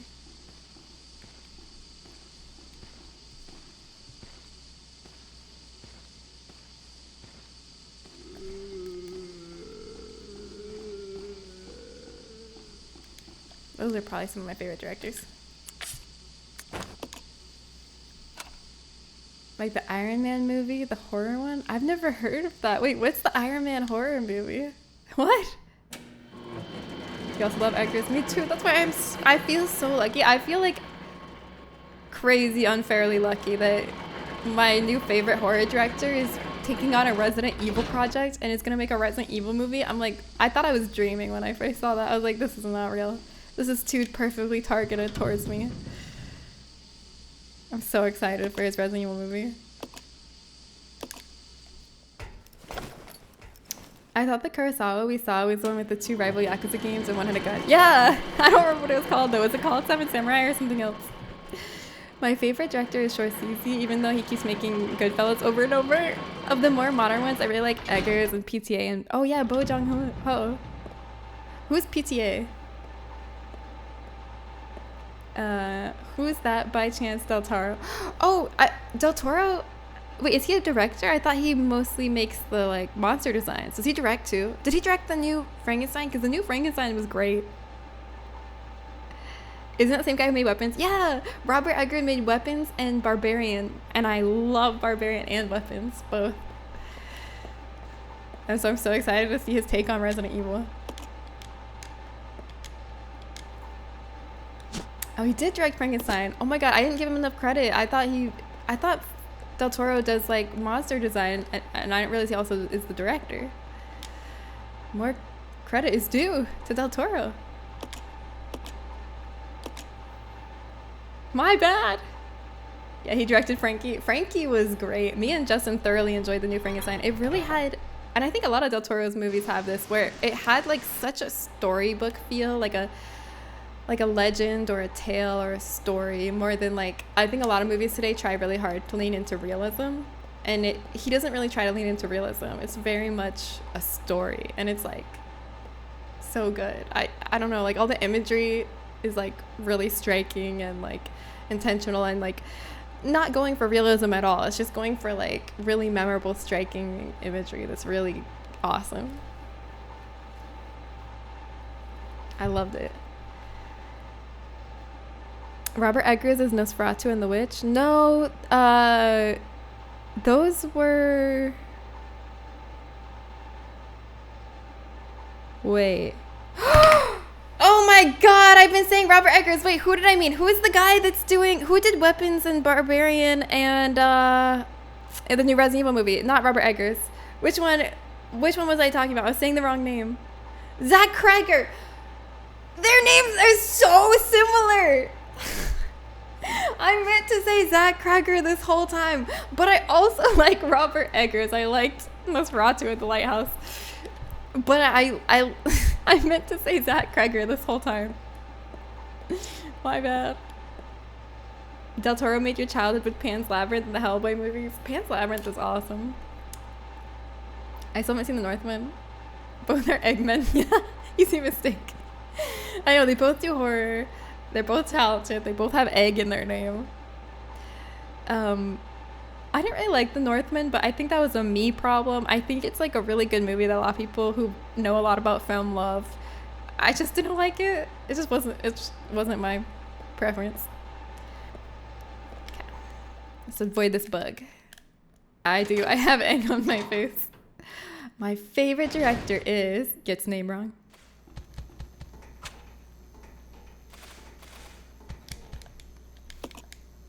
I mix people up a lot though. Like it's like when I was I mix both of my favorite directors' names up because Jordan Peele I always accidentally call Jordan Peterson. So I really have zero respect for my favorite directors, it seems.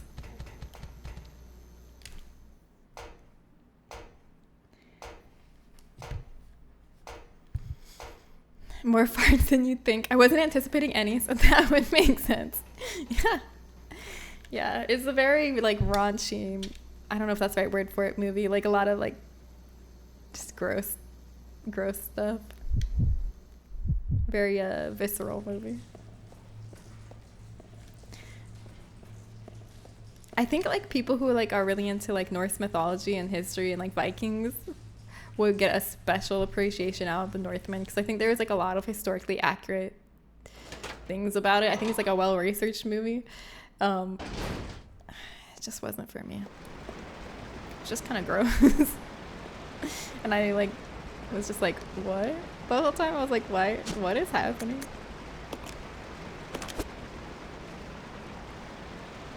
Yeah, Jordan Peterson is a horrible person too, so it's not a great mistake to make. Where'd the Pearson come from? I don't know. It's because it's a famous Jordan that's last name starts with P-E. It's not because they're similar in any way. They're literally not similar people. I don't know. I'm sorry. I apologize. I formally apologize to Jordan Peele for mixing him up. I thought Northman was a pretty interesting take on the culture it was depicting, but it did kind of fall flat mostly. Yeah.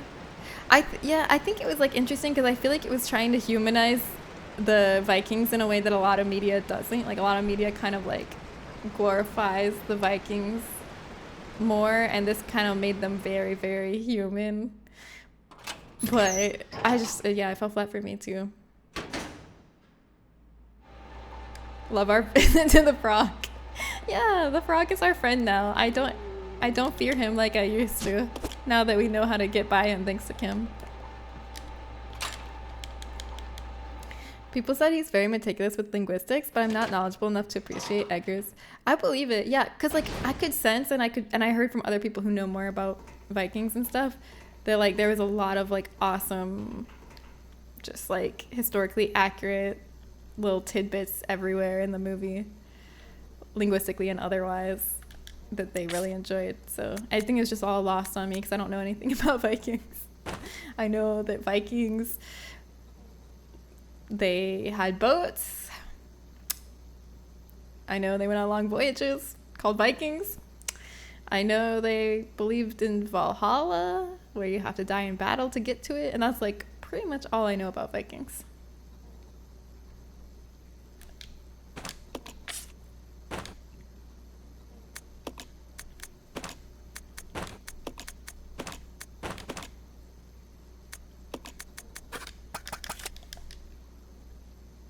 I heard they went pretty deep for the accents in the Lighthouse. Wait, really? Interesting. They could have made up an accent. I would have believed it. I got to meet one of the producers of The Witch. He gave a lecture at the film school I was at. That's cool. That's awesome.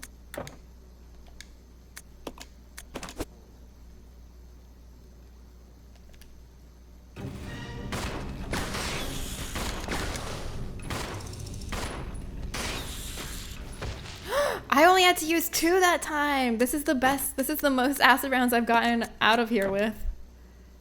Oh, I already did that. Okay, wait, let's trade all our items.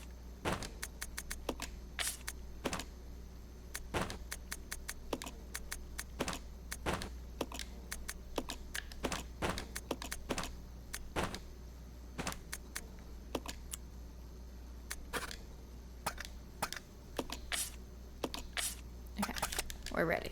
Let's run by this bug. Oops, wrong way. Let's run by this bug.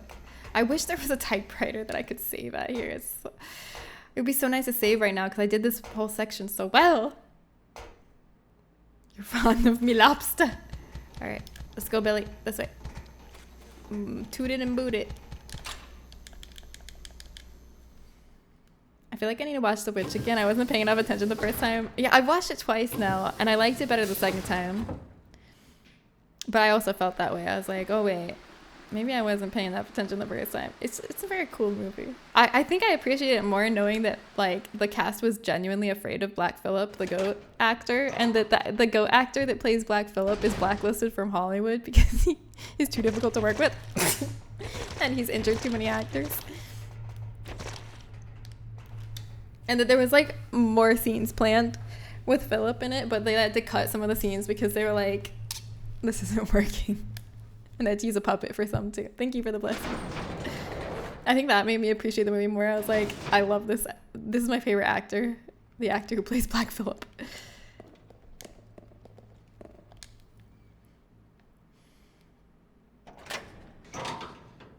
But obviously there's people for who it just hit, and that's cool. Yeah. It's cool that they went an extra mile with the historical research, but not really enough to satisfy the people who actually know about Norse and stuff. Oh wait, really?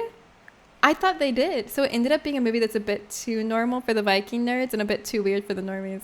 Oh, okay. I guess like people I know who are into Viking stuff, maybe not like on the like highest academic level, but as like a hobby into Viking stuff, like I feel like it really hit for them. But maybe past a certain level it like was not accurate. Okay. Wait here. Billy? You stay here. Okay. Okay. The goat was actual Satan, yeah. How long did ghosts live? Because the movie's 10 years old. Zen, why would you say that? 12 to 14 years. Oh no, I hope that my favorite actor's still alive. Why would you say that, Zen? I never thought about that. In my mind, Black Phillip was eternal. I didn't even think about the possibility he might not be alive anymore. Damn it.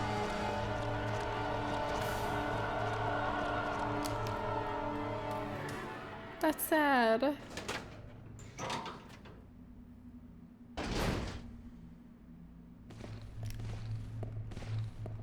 Okay, I actually made it through that time. That's nice.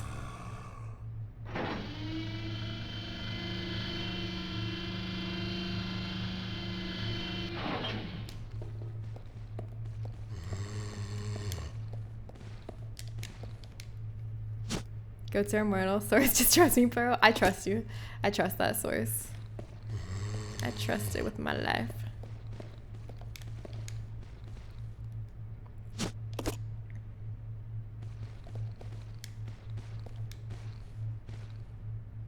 And see, you're probably thinking, hey, there's a typewriter right there, Jen. Jen, don't you want to save here? Guess what? You can't. See, it says try that again later. Even if I had the increment, it says that. I don't know why. I really wish I could save there. It would be amazing if I could save there. Why doesn't it let me? Does this game just hate the player? I feel like that's the only explanation is they don't like their players of their games and they don't want them to have joy in their life.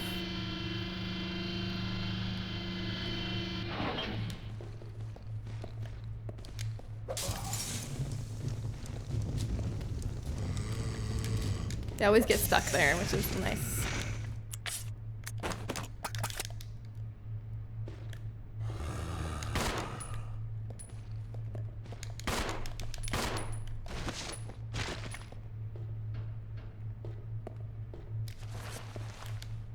Oh boy, he's getting up.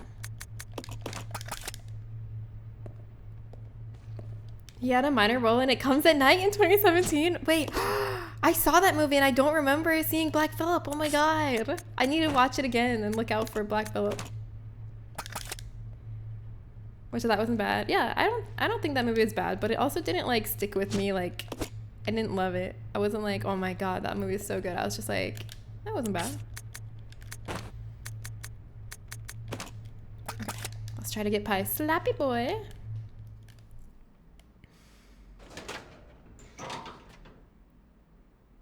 I was not following the conversation close enough. No, you're fine. It's never wrong to tell us a fact. Yeah, it's one of those, I didn't regret those 2 horror movies, yeah. But it wasn't anything like special to me, at least.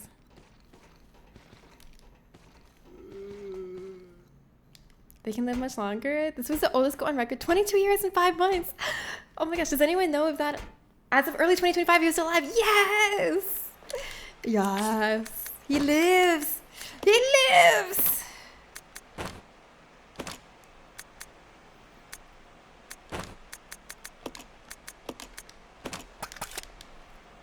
Never really considered it, but apparently I have a lot of thoughts about the Northman. Oh yeah? That makes sense. There's a lot of references that are word for word taken from certain sagas, like the bit where he fights an undead, cuts off its head, and then puts the head on the corpse's butt. Yeah, like stuff like that. But then a lot of it feels very modern in an eerie way. I don't even know that much about North culture and literature, but I know about medieval literature and fiction from that time. Just has a particular vibe that they didn't get. I feel like that was like an intentional choice though. Like, I know what you mean. Like, it feels weird. Like, the vibe is very modern and like the humor is kind of modern and like, it's like a little bit like anachronistic that way. Is that the right word? But, anachronistic? I don't know. But I feel like that was an intentional choice. I feel like they were like, hey, what if this was the vibe? Like, we don't know that it wasn't. We don't have proof that this wasn't the vibe. So like, what if this was the vibe? Like, I feel like that's kind of what they were going for. Like, let's think about this a different way. I got it right the second time. There we go. Never really considered it, but apparently I have a lot of thoughts on the Northman. That's cool though. I like hearing them. Anachronistic. Thank you. The Tiffany paradox. What's the Tiffany paradox? Explain. Sounds interesting. This way. Roger. Okay, if the frog comes out, I have the shotgun ready. Oh my god, it's still... Ah, fuck. Well, I used both my shotgun shells on that, so what am I gonna do about this next section now? Fuck! I didn't think this far ahead. I guess I could try some Molotovs.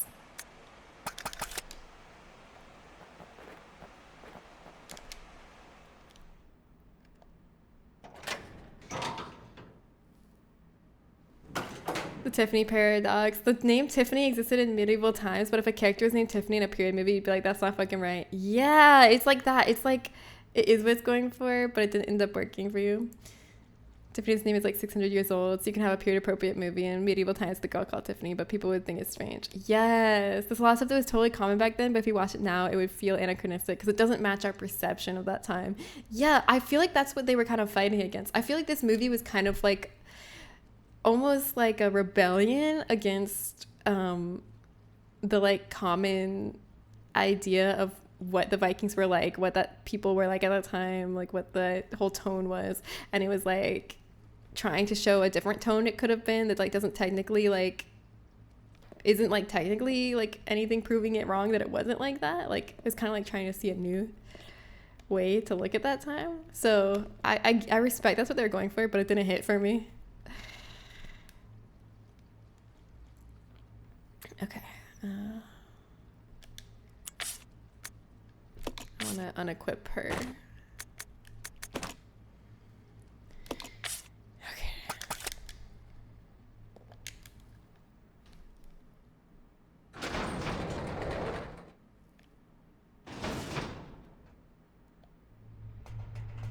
Also, I just like don't love a lot of gross out stuff. I guess it depends what kind of gross out stuff was, because there's parts of Barbarian that some people thought was so gross, but I loved it. And then there's some parts of the Northman that some people love that I think is so gross. So I guess we all just get grossed out by different stuff is the moral of the story. Come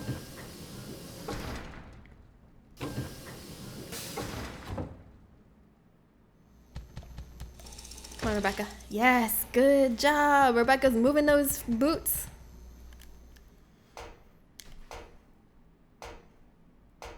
Wait, have I used... I don't think I've used my first aid spray yet, have I? I haven't. If I can bring that to the boss fight, that'll be incredible.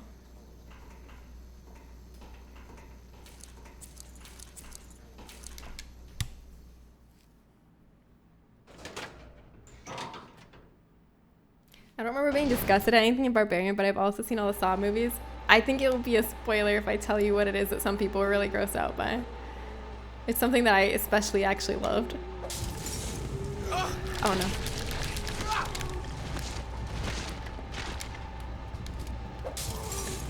Come on, this way. Wait, back up, Rebecca. Ow! Ow! Shit, this is bad. Just use all the Molotovs. Oh my god, you're still alive. Why? Why are you still alive? This is dreadful. This is a mistake. Everything is a mistake.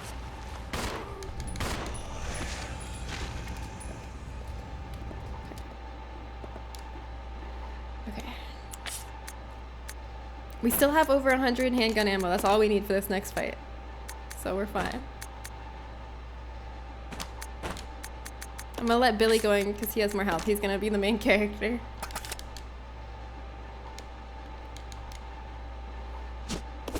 I'll have to rewatch it and see if I can find it. You could just DM me. I'll tell you. You'll remember it once I tell you.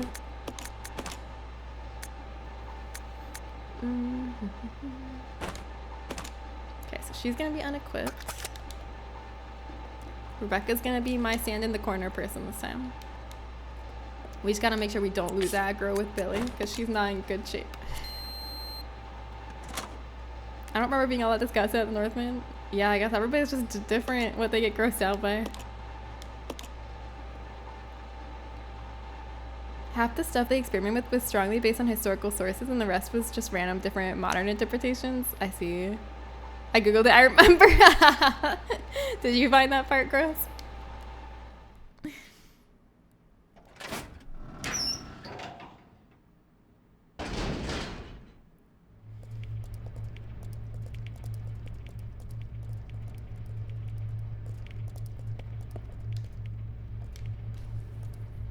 Alright, here we go. Back to the boss fight.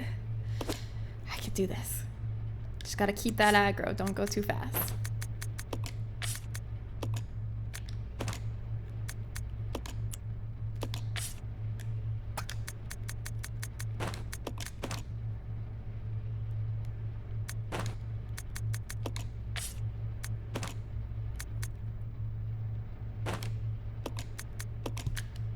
Okay. So first we're gonna go with nothing equipped. And then idle team. Okay, we're gonna run to the loop. Okay, I have a first aid spray. This is like better than I could have ever dreamed. I can do this. Come on. All right, but my one question before we start this boss fight. How did Marcus die? They never told us.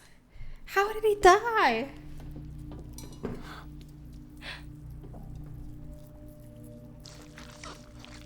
Welcome, young one. So glad you have joined the party.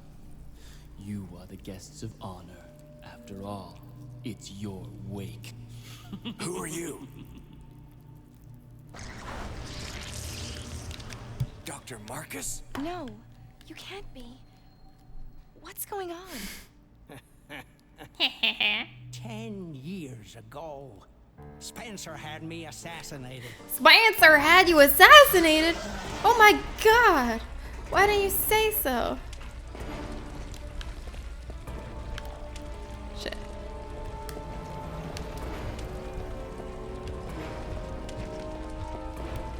Shit. I can't control them both at once, it's too hard!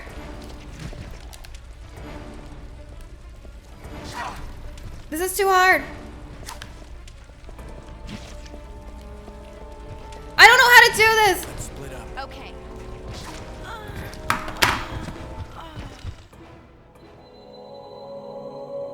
That was my best chance and I fucked it up. That was my best shot. I had a first aid spray if I just got her to the corner like I did last time.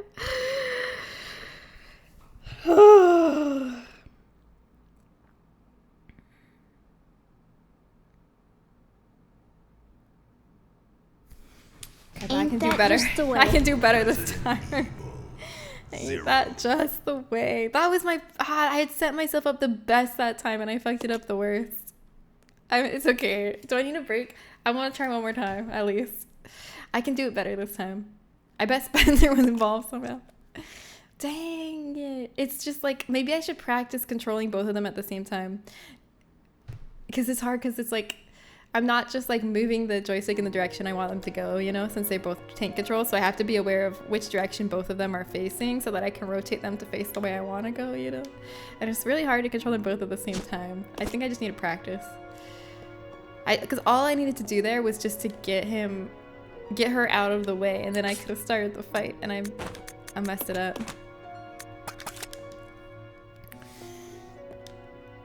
Does anyone here not have a memory of a goldfish? I absolutely have the memory of a goldfish. I feel like when I was younger, I used to pride myself on having a good memory, and now it's the opposite. And that took me a long time to come to terms with, I feel like.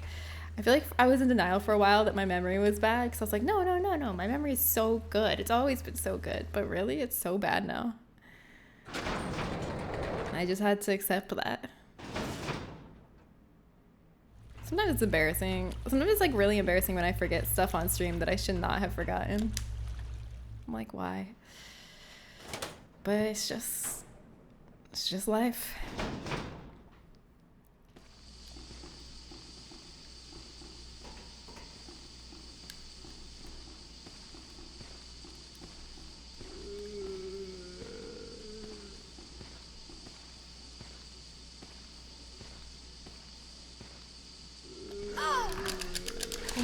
That's okay.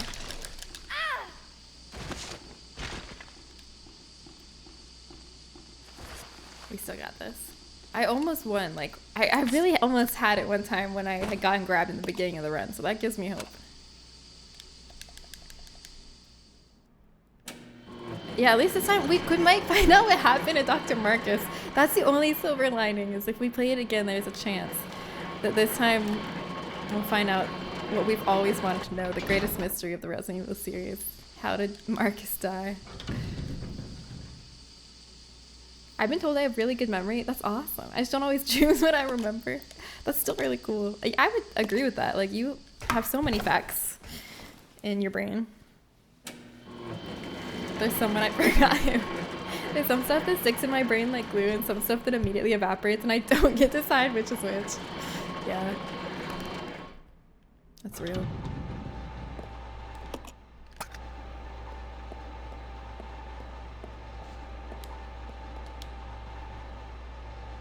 If I can get past this fight, though, there is a save before the final boss fight. That's like all I want. I just want that save.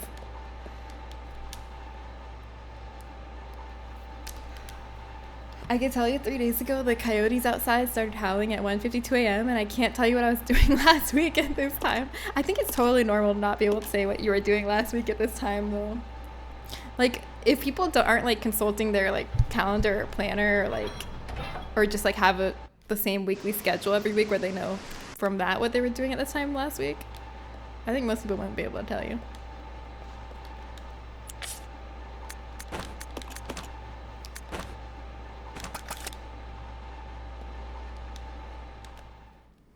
Who are you again? Oh, my name is Jam. Hello. Oh wait, I forgot to get the chemical that I needed. I scored extremely low on working memory, yeah. I would never have guessed that. I had a really good memory when I was a teenager. It's only okay now. Yeah, I used to also. And does that make you sad? Because it makes me sad. But I'm also like kind of getting over it. It used to make me more sad. But I think it's just not great to attach your self-worth or value to anything about yourself, because everything about yourself can change, is what I've learned over time. So like I've been trying to move towards learning that I have intrinsic value for being a human, and away from like, oh, I like myself because I'm good at this, or I have this, you know, because life happens and things change. You're not always going to be good at all the same things that you've always been good at and have all the same features and properties that you've always had. So it's good to learn that you have intrinsic value. That's what I'm always working on. It's the only foolproof way to like yourself.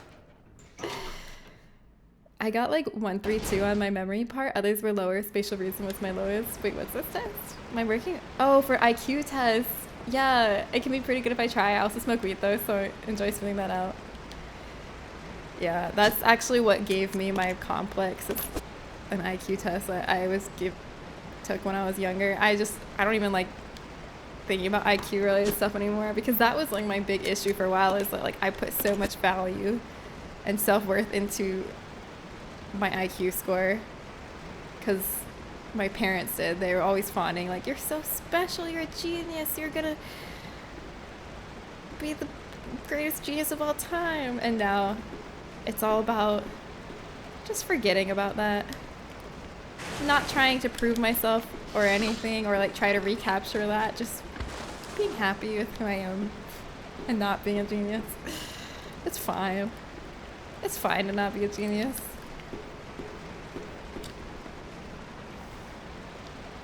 I don't remember any scores on my IQ test except for the main IQ number. My problem was I got a perfect score on the Stanford Binet, which was like 160 was the max that it measured up to. So since I hit the roof on that, my parents were like really excited about it. They're like, oh my God, you're an unmeasurable genius. You're gonna do amazing things. You're gonna be the first youngest chess grandmaster, all this stuff. And I really like internalized that, and I felt really good about my IQ number, and like I loved that I had a high IQ, and that I just loved that adults thought I was a genius. I love that. It was like my whole identity.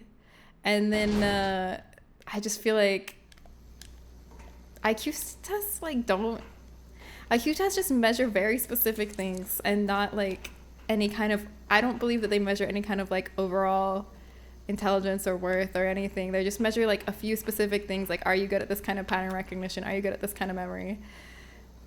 And those things can change over time if you like don't practice them or anything. So I just feel like I don't like IQ tests. I don't like it. It gave me a bad complex. I hate it. Okay, what do I want? I want you to have the handgun, and you to have this.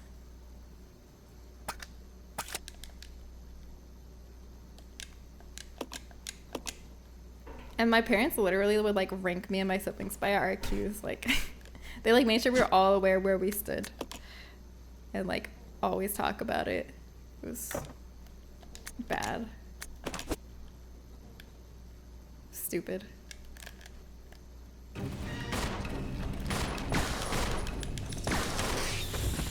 Well, shit. Are you dead yet? Kill it. Ah! I have to spend another of these. This is not going well. Oh wait, I shouldn't have walked into this room with these equipped. Okay, well, hopefully we can still outrun this buggy anyway. Come on, Billy. Oh, I forgot to take him off idle. Is he still gonna be in there? Fuck, I'm fucking up so much. I got triggered. I got triggered by the conversation. Okay.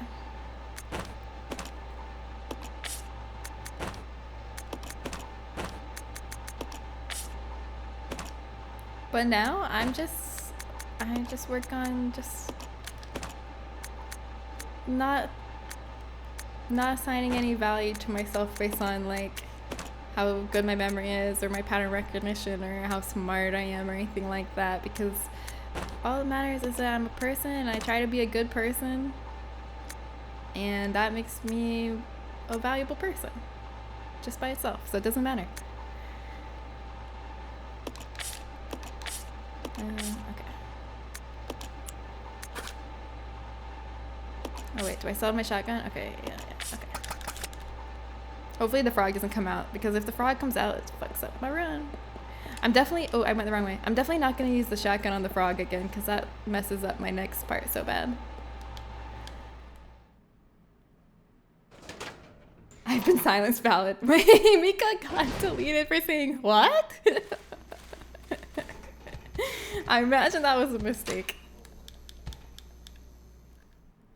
I'm glad you've come really far with how you feel about that and are more comfortable having your presence now. Thank you. I have. I mean, I've like worked through it in like therapy and just in life of like, because for a while when I was like not panning out to be the like genius my parents always convinced me I was gonna be when I got older, and like the writing was just, it was like my performance was not adding up. Like then I just feel like for a while I would like be so like trying to prove that I like still was a genius, and I would hate like getting anything wrong. I like freaked the fuck out because I didn't get a perfect score on my SAT. I would like had a breakdown about it. I wanted to still be a genius so bad that I like was clinging to it so hard. And then the day that I decided actually it's fine to not be a genius and I'm not a genius, I should just be realistic and accept that and stop trying to like be that, then it's like I was released from prison. And now I'm like, yeah, I don't think of myself as smart or not smart. I'm neither. I'm nothing. I don't care about that. I don't even believe in intelligence really as like a measurable thing. I'm just a person. And it doesn't matter.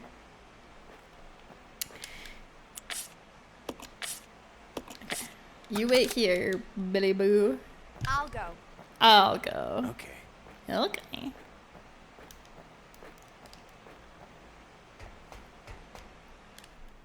Never seen that again, Mika. You're on the line. Good thing mods here are very experienced. Be nice to my mods. My mods are the best mods in the world. I love them. Yeah, college was a wake-up call when I actually had to work for good grades instead of getting them. That was the same thing that happened to me. It was when I went to college. And I had never like developed a work ethic or like studied for anything before. And that did not fly once I got to college. I dropped out of college. I didn't even graduate college. And like that was when I was like, okay, we need to reassess what we value ourselves for and our identity, our self-identity. Because I can't live my life embarrassed and ashamed that I like dropped out of college and that I did not achieve all the things I thought I would achieve as a kid. I have to just be happy with who I am and it's fine. And I am. I'm getting there, you know?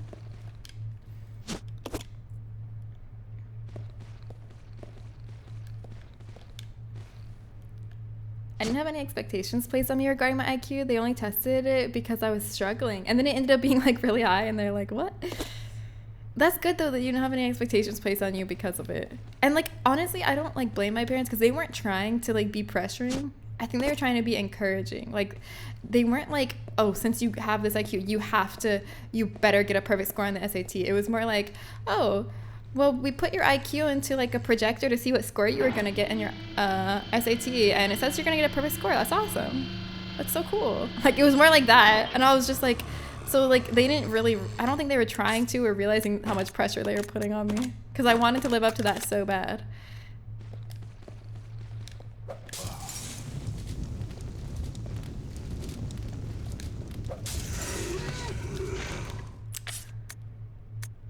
And they would always be like, oh yeah, you're probably gonna go to Harvard. Like they'd always just like, they were trying to be encouraging and like supportive, but it was not good for me. It was not good for me at all.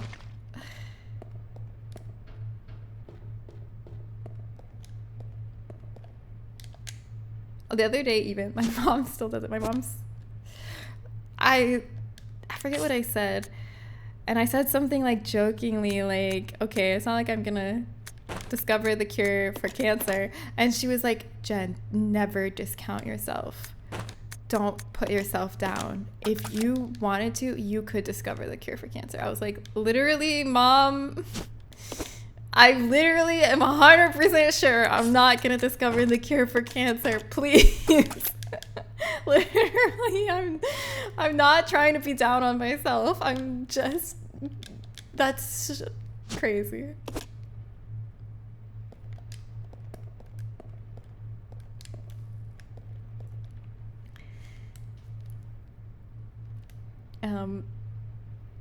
That was a really tough thing to go through. I'm glad you're in a healthy place. Oh, thank you, Mika. It's really okay. I feel like I'm making it sound worse. Like, I'm fine. I don't want anyone to feel bad for me because of it. We all go through shit. We all go through our childhood issues. It's okay. I'm fine now. I'm good. There's still a bit of your mom that's like, why are you not a doctor yet?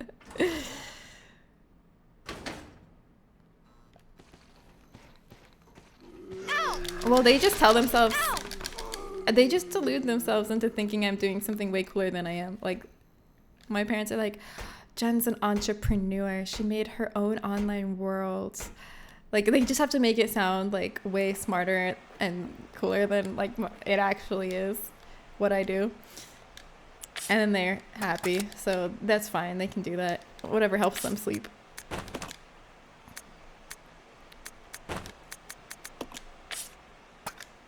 Okay, I'm not going to use the shotgun. I'll just use the handgun if the frog comes back, I guess. I don't know if that'll work, but we'll see. If I have kids, I really want to teach them effort. Yes, is what's important. Me too. Yeah, Mal, I think we had similar like childhoods in that way where like I feel like maybe you feel like this too, but like I was always praised so much if things came naturally to me. And when they did come naturally to me, that I really valued like when like I really valued being good immediately at things. I really valued being good without studying, being good without working. Like that's what I thought was good. That's what I thought was cool. Like being able to be good without trying. But that's not a sustainable or valuable like ethos, like because that'll only lead you to failure because you can only coast on that so long. At some point you're going to need to put an effort to get what you want. And if you value not putting an effort and you think that's like the epitome of genius is to not have to try, then you're just fucking yourself over for your whole life. And I want to teach my kids, like, you can do anything you want if you like put in the hard work, and like effort is good and not embarrassing, you know? That's true. I did attain FF status. Online world makes it feel like you made Wizards 101. Oh yeah, I did. My parents probably think I made Wizards 101. I don't need to use this now. Wait, did I not put the battery acid in it? I did. Am I just not pointing the right direction? There we go.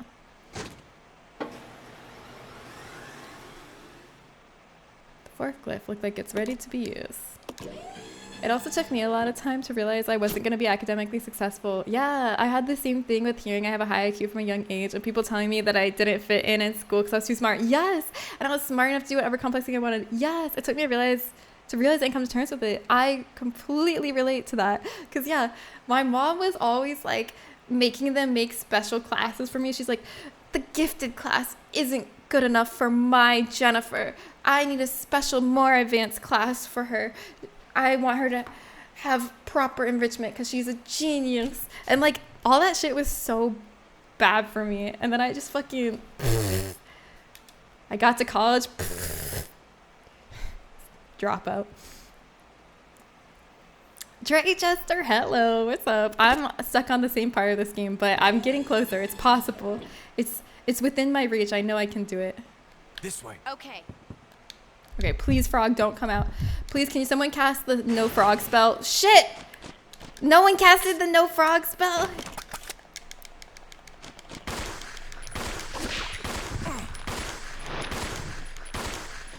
Oh my god. How many bullets is that? Do I still have 100? I'm so lucky. I still barely have 100. 100 is how many I need for the boss.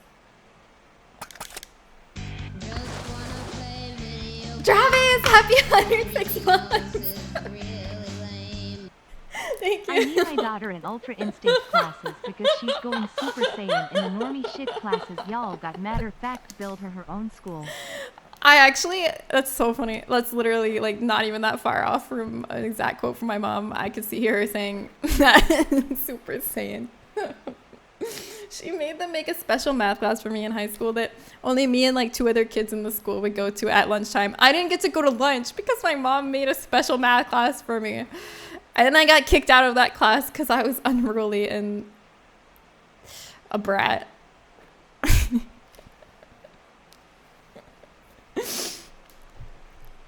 We need the Gen Suppigami again.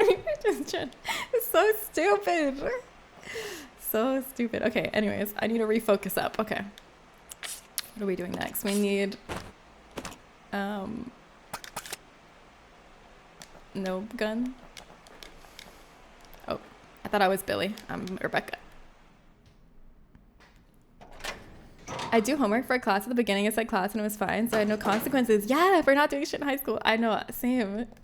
I had no consequences, so I was like, yeah, I'll just go to college and it'll be fine. And then in college, like, I realized I actually needed to study because I was not doing well. Like, when I wasn't studying, like, or I was just, like, doing horrible on the test, and I was like, oh, fuck. What the fuck is this? This is so hard. I'm gonna die. I'm gonna pee in the next 10 seconds whether I make it to the bathroom or not. I hope you make it to the bathroom. Are you close to a bathroom? Are you almost there? Yeah, good luck and Godspeed. I'll cast Toilet Proximus on you.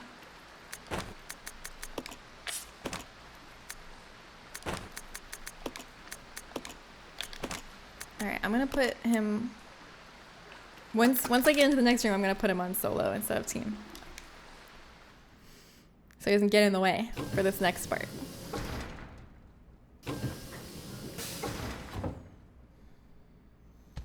Oh, wait, not this part. We need to just run through here. Come on, Billy, Billy, Billy. Ah, good job. Great job, Billy. I'm really impressed, actually, that he dodged that. Good job. I worked unreasonably hard to get my school stuff done. I would spend hours and hours on homework that took up the rest of my period, like 20 minutes. I feel like that taught you good work ethic, though, right? Like, and that taught you that you could, like, do anything that you set your mind to if you work for it. And honestly, maybe it seemed like it took your peers 20 minutes, but maybe they were doing more work behind the scenes.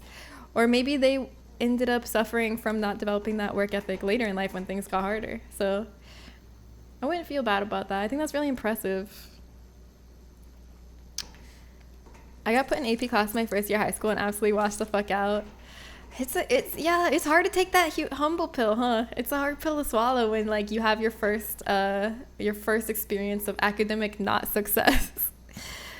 I feel like everyone goes through it because I feel like for the most part, like everyone is getting straight A's in kindergarten, you know, and depending on the person, you keep getting straight A's until there's a point. There's like a point in your academic career, whether it's in elementary school, middle school, high school, college, there's a point where you stop getting straight A's. And it's always a really hard pill to swallow, no matter when it is for you. Like, I feel like it's really, really tough to like have to reframe your idea of yourself and like how much work you're going to need to put in to like achieve what you used to be able to achieve without putting as much work in.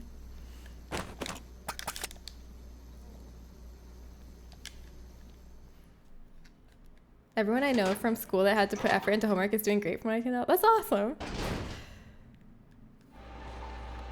All right, Billy, you're going solo. Don't follow me. I'm going somewhere dangerous. You need to stay right there. All right, come here, boys. Come here.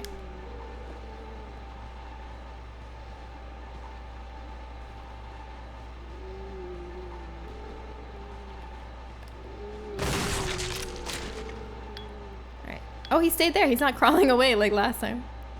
Okay, I think I might actually be able to get around him, hopefully. I don't know. He's kind of close to...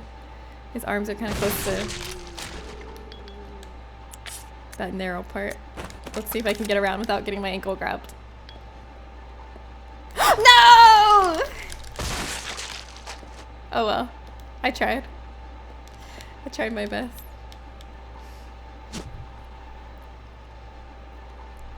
My English teacher gave an unhinged amount of homework. Terrible. I hate homework. I was like, why does there have to be homework? How come when I'm at school, I have to do work?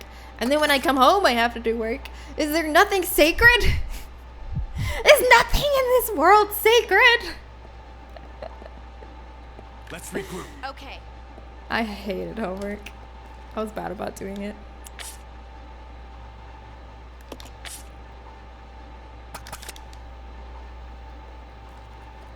I failed the class in college because I was straight up late for the biggest paper there was. Just gotta take the L and do the class again. Yeah, you gotta just gotta be humble and be like, all right, I fucked up. I gotta do what I gotta do to make it, to achieve what I want to achieve. My ADHD and memory problems led to me never writing the assignments down. Oh my god, that had to be hard, like navigating school with ADHD and memory problems.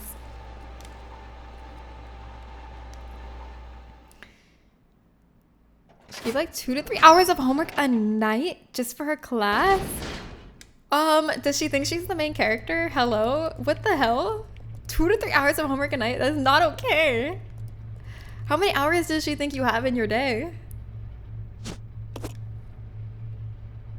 I stopped getting straight A's in like 5th grade, and that was totally okay with me, but for my folks it was terrible, and the level of pressure they put on me did not last, because when I failed 8th grade after moving and really wanted to do summer school to pass, they were like, LOL, we're not driving you to summer school? That's horrible. So I just gave up after that, for real, but I wanted to do as good as I could reasonably do. That's really horrible. I'm sorry, Travis. I'm like pissed at your parents. They should have been like supporting you in whatever way they could for whatever you wanted. Like you were trying to make it better and like learn. Let the children learn. Let the children have knowledge. That's awful. I'm sorry. Okay, here it is. Okay, please don't let me fuck this up. I'm gonna try this one more time. Okay. I'm gonna go with Billy because he has more health. Ah, I forgot the Magnum! Wait, no I didn't. It's right there. I wasn't paying attention. I was just on autopilot. I don't know what I was doing. Okay. Wait. Did I get... When did I get the Magnum? I don't remember doing that. I did that? I guess I did that. Okay, that's so weird. I was not paying attention to what I was doing while I was talking to you guys. But I did it. I'm here and I have the Magnum. Okay.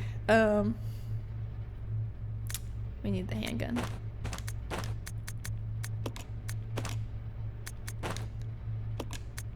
We have just enough ammo. We need 100 ammo for this fight, and we have it.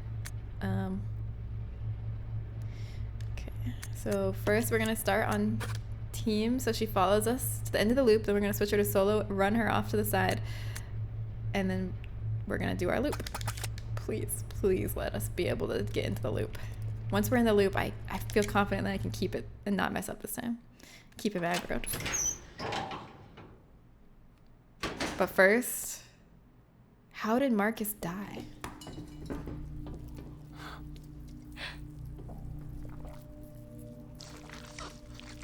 Welcome. You got this. Thank you. Twos win. Yeah, let's go Twos.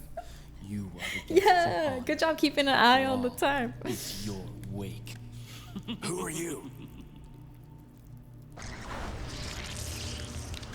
Dr. Marcus? No, you can't be. What's going on? 10 years ago, Spencer had me assassinated. Okay, that's all I wanted to hear. Let's go. Come on, Rebecca. No time to waste.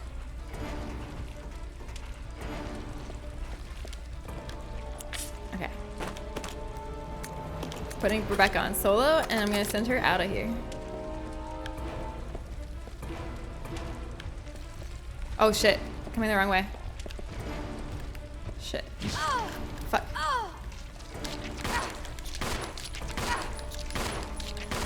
Please don't die. Alright. This way. Come on. Come on, Rebecca. How did I do it those 2 times that I did it? I don't know how I did it before. Damn it. The worst part is how long it takes to get to the boss fight just to fail so fast. I'm sorry. I did it, but you guys saw what I was going for, right? Like I did it successfully a few times where I got around that corner and then I sent my other character off solo to the other out of the way so that I could just fight with one character. Did we No, we didn't make any progress this stream or last stream. The last 2 streams we've made no progress. I know we can do it though. I don't want to restart from an older save. I know we can do it. I know we can do it. Tomorrow I'm gonna do it. My entire time in high school, I had one teacher that actually believed I had memory problems or made me write shit down. That's horrible. The only one believed you. Sorry, Zen. Hi, Xantos. When it comes to college for me, I just picked a major that looks semi-interesting to me just so I can say I'm doing something. Yeah, mainly because my mom wanted me to attend college. I never finished college because I wanted fuck all to do with it. I never finished either. I was mostly satisfied with finding a 9-to-5 with the idea of being a content creator on Twitter as a side gig in hopes that I can gain a following someday. I feel you.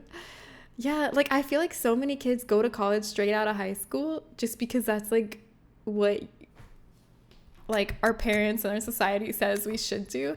And it's like college is almost like wasted on kids fresh out of high school because a lot of us at 18, we don't know what the fuck we want to do with our lives. So we just go and we just like pick a major and we just, I don't know, a lot of us just never finish, or people like get majors that they don't actually end up like being the major they're interested in, or like, I don't know. I just feel like it's better when people take gap years, or like they go into the workforce first, they figure out what they want out of life, and then they go to college, like after they've actually lived a little and like been an adult for a little and developed their brain a little more, and then they're like, and then you're like, oh, okay, I actually know what I want to do, and I'm actually motivated to go to college because now I have a goal and I know what I need my degree for and I want to do it. I feel like that's so much like a better mentality to go in with when you're older than go straight out of high school just because you're supposed to. It's like, because I want to eventually go back to college, but I think it was a mistake for me to go at 18.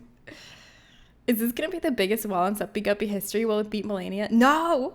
It will not beat Millennia. Tomorrow we're going to beat it. Tomorrow. It's going to happen.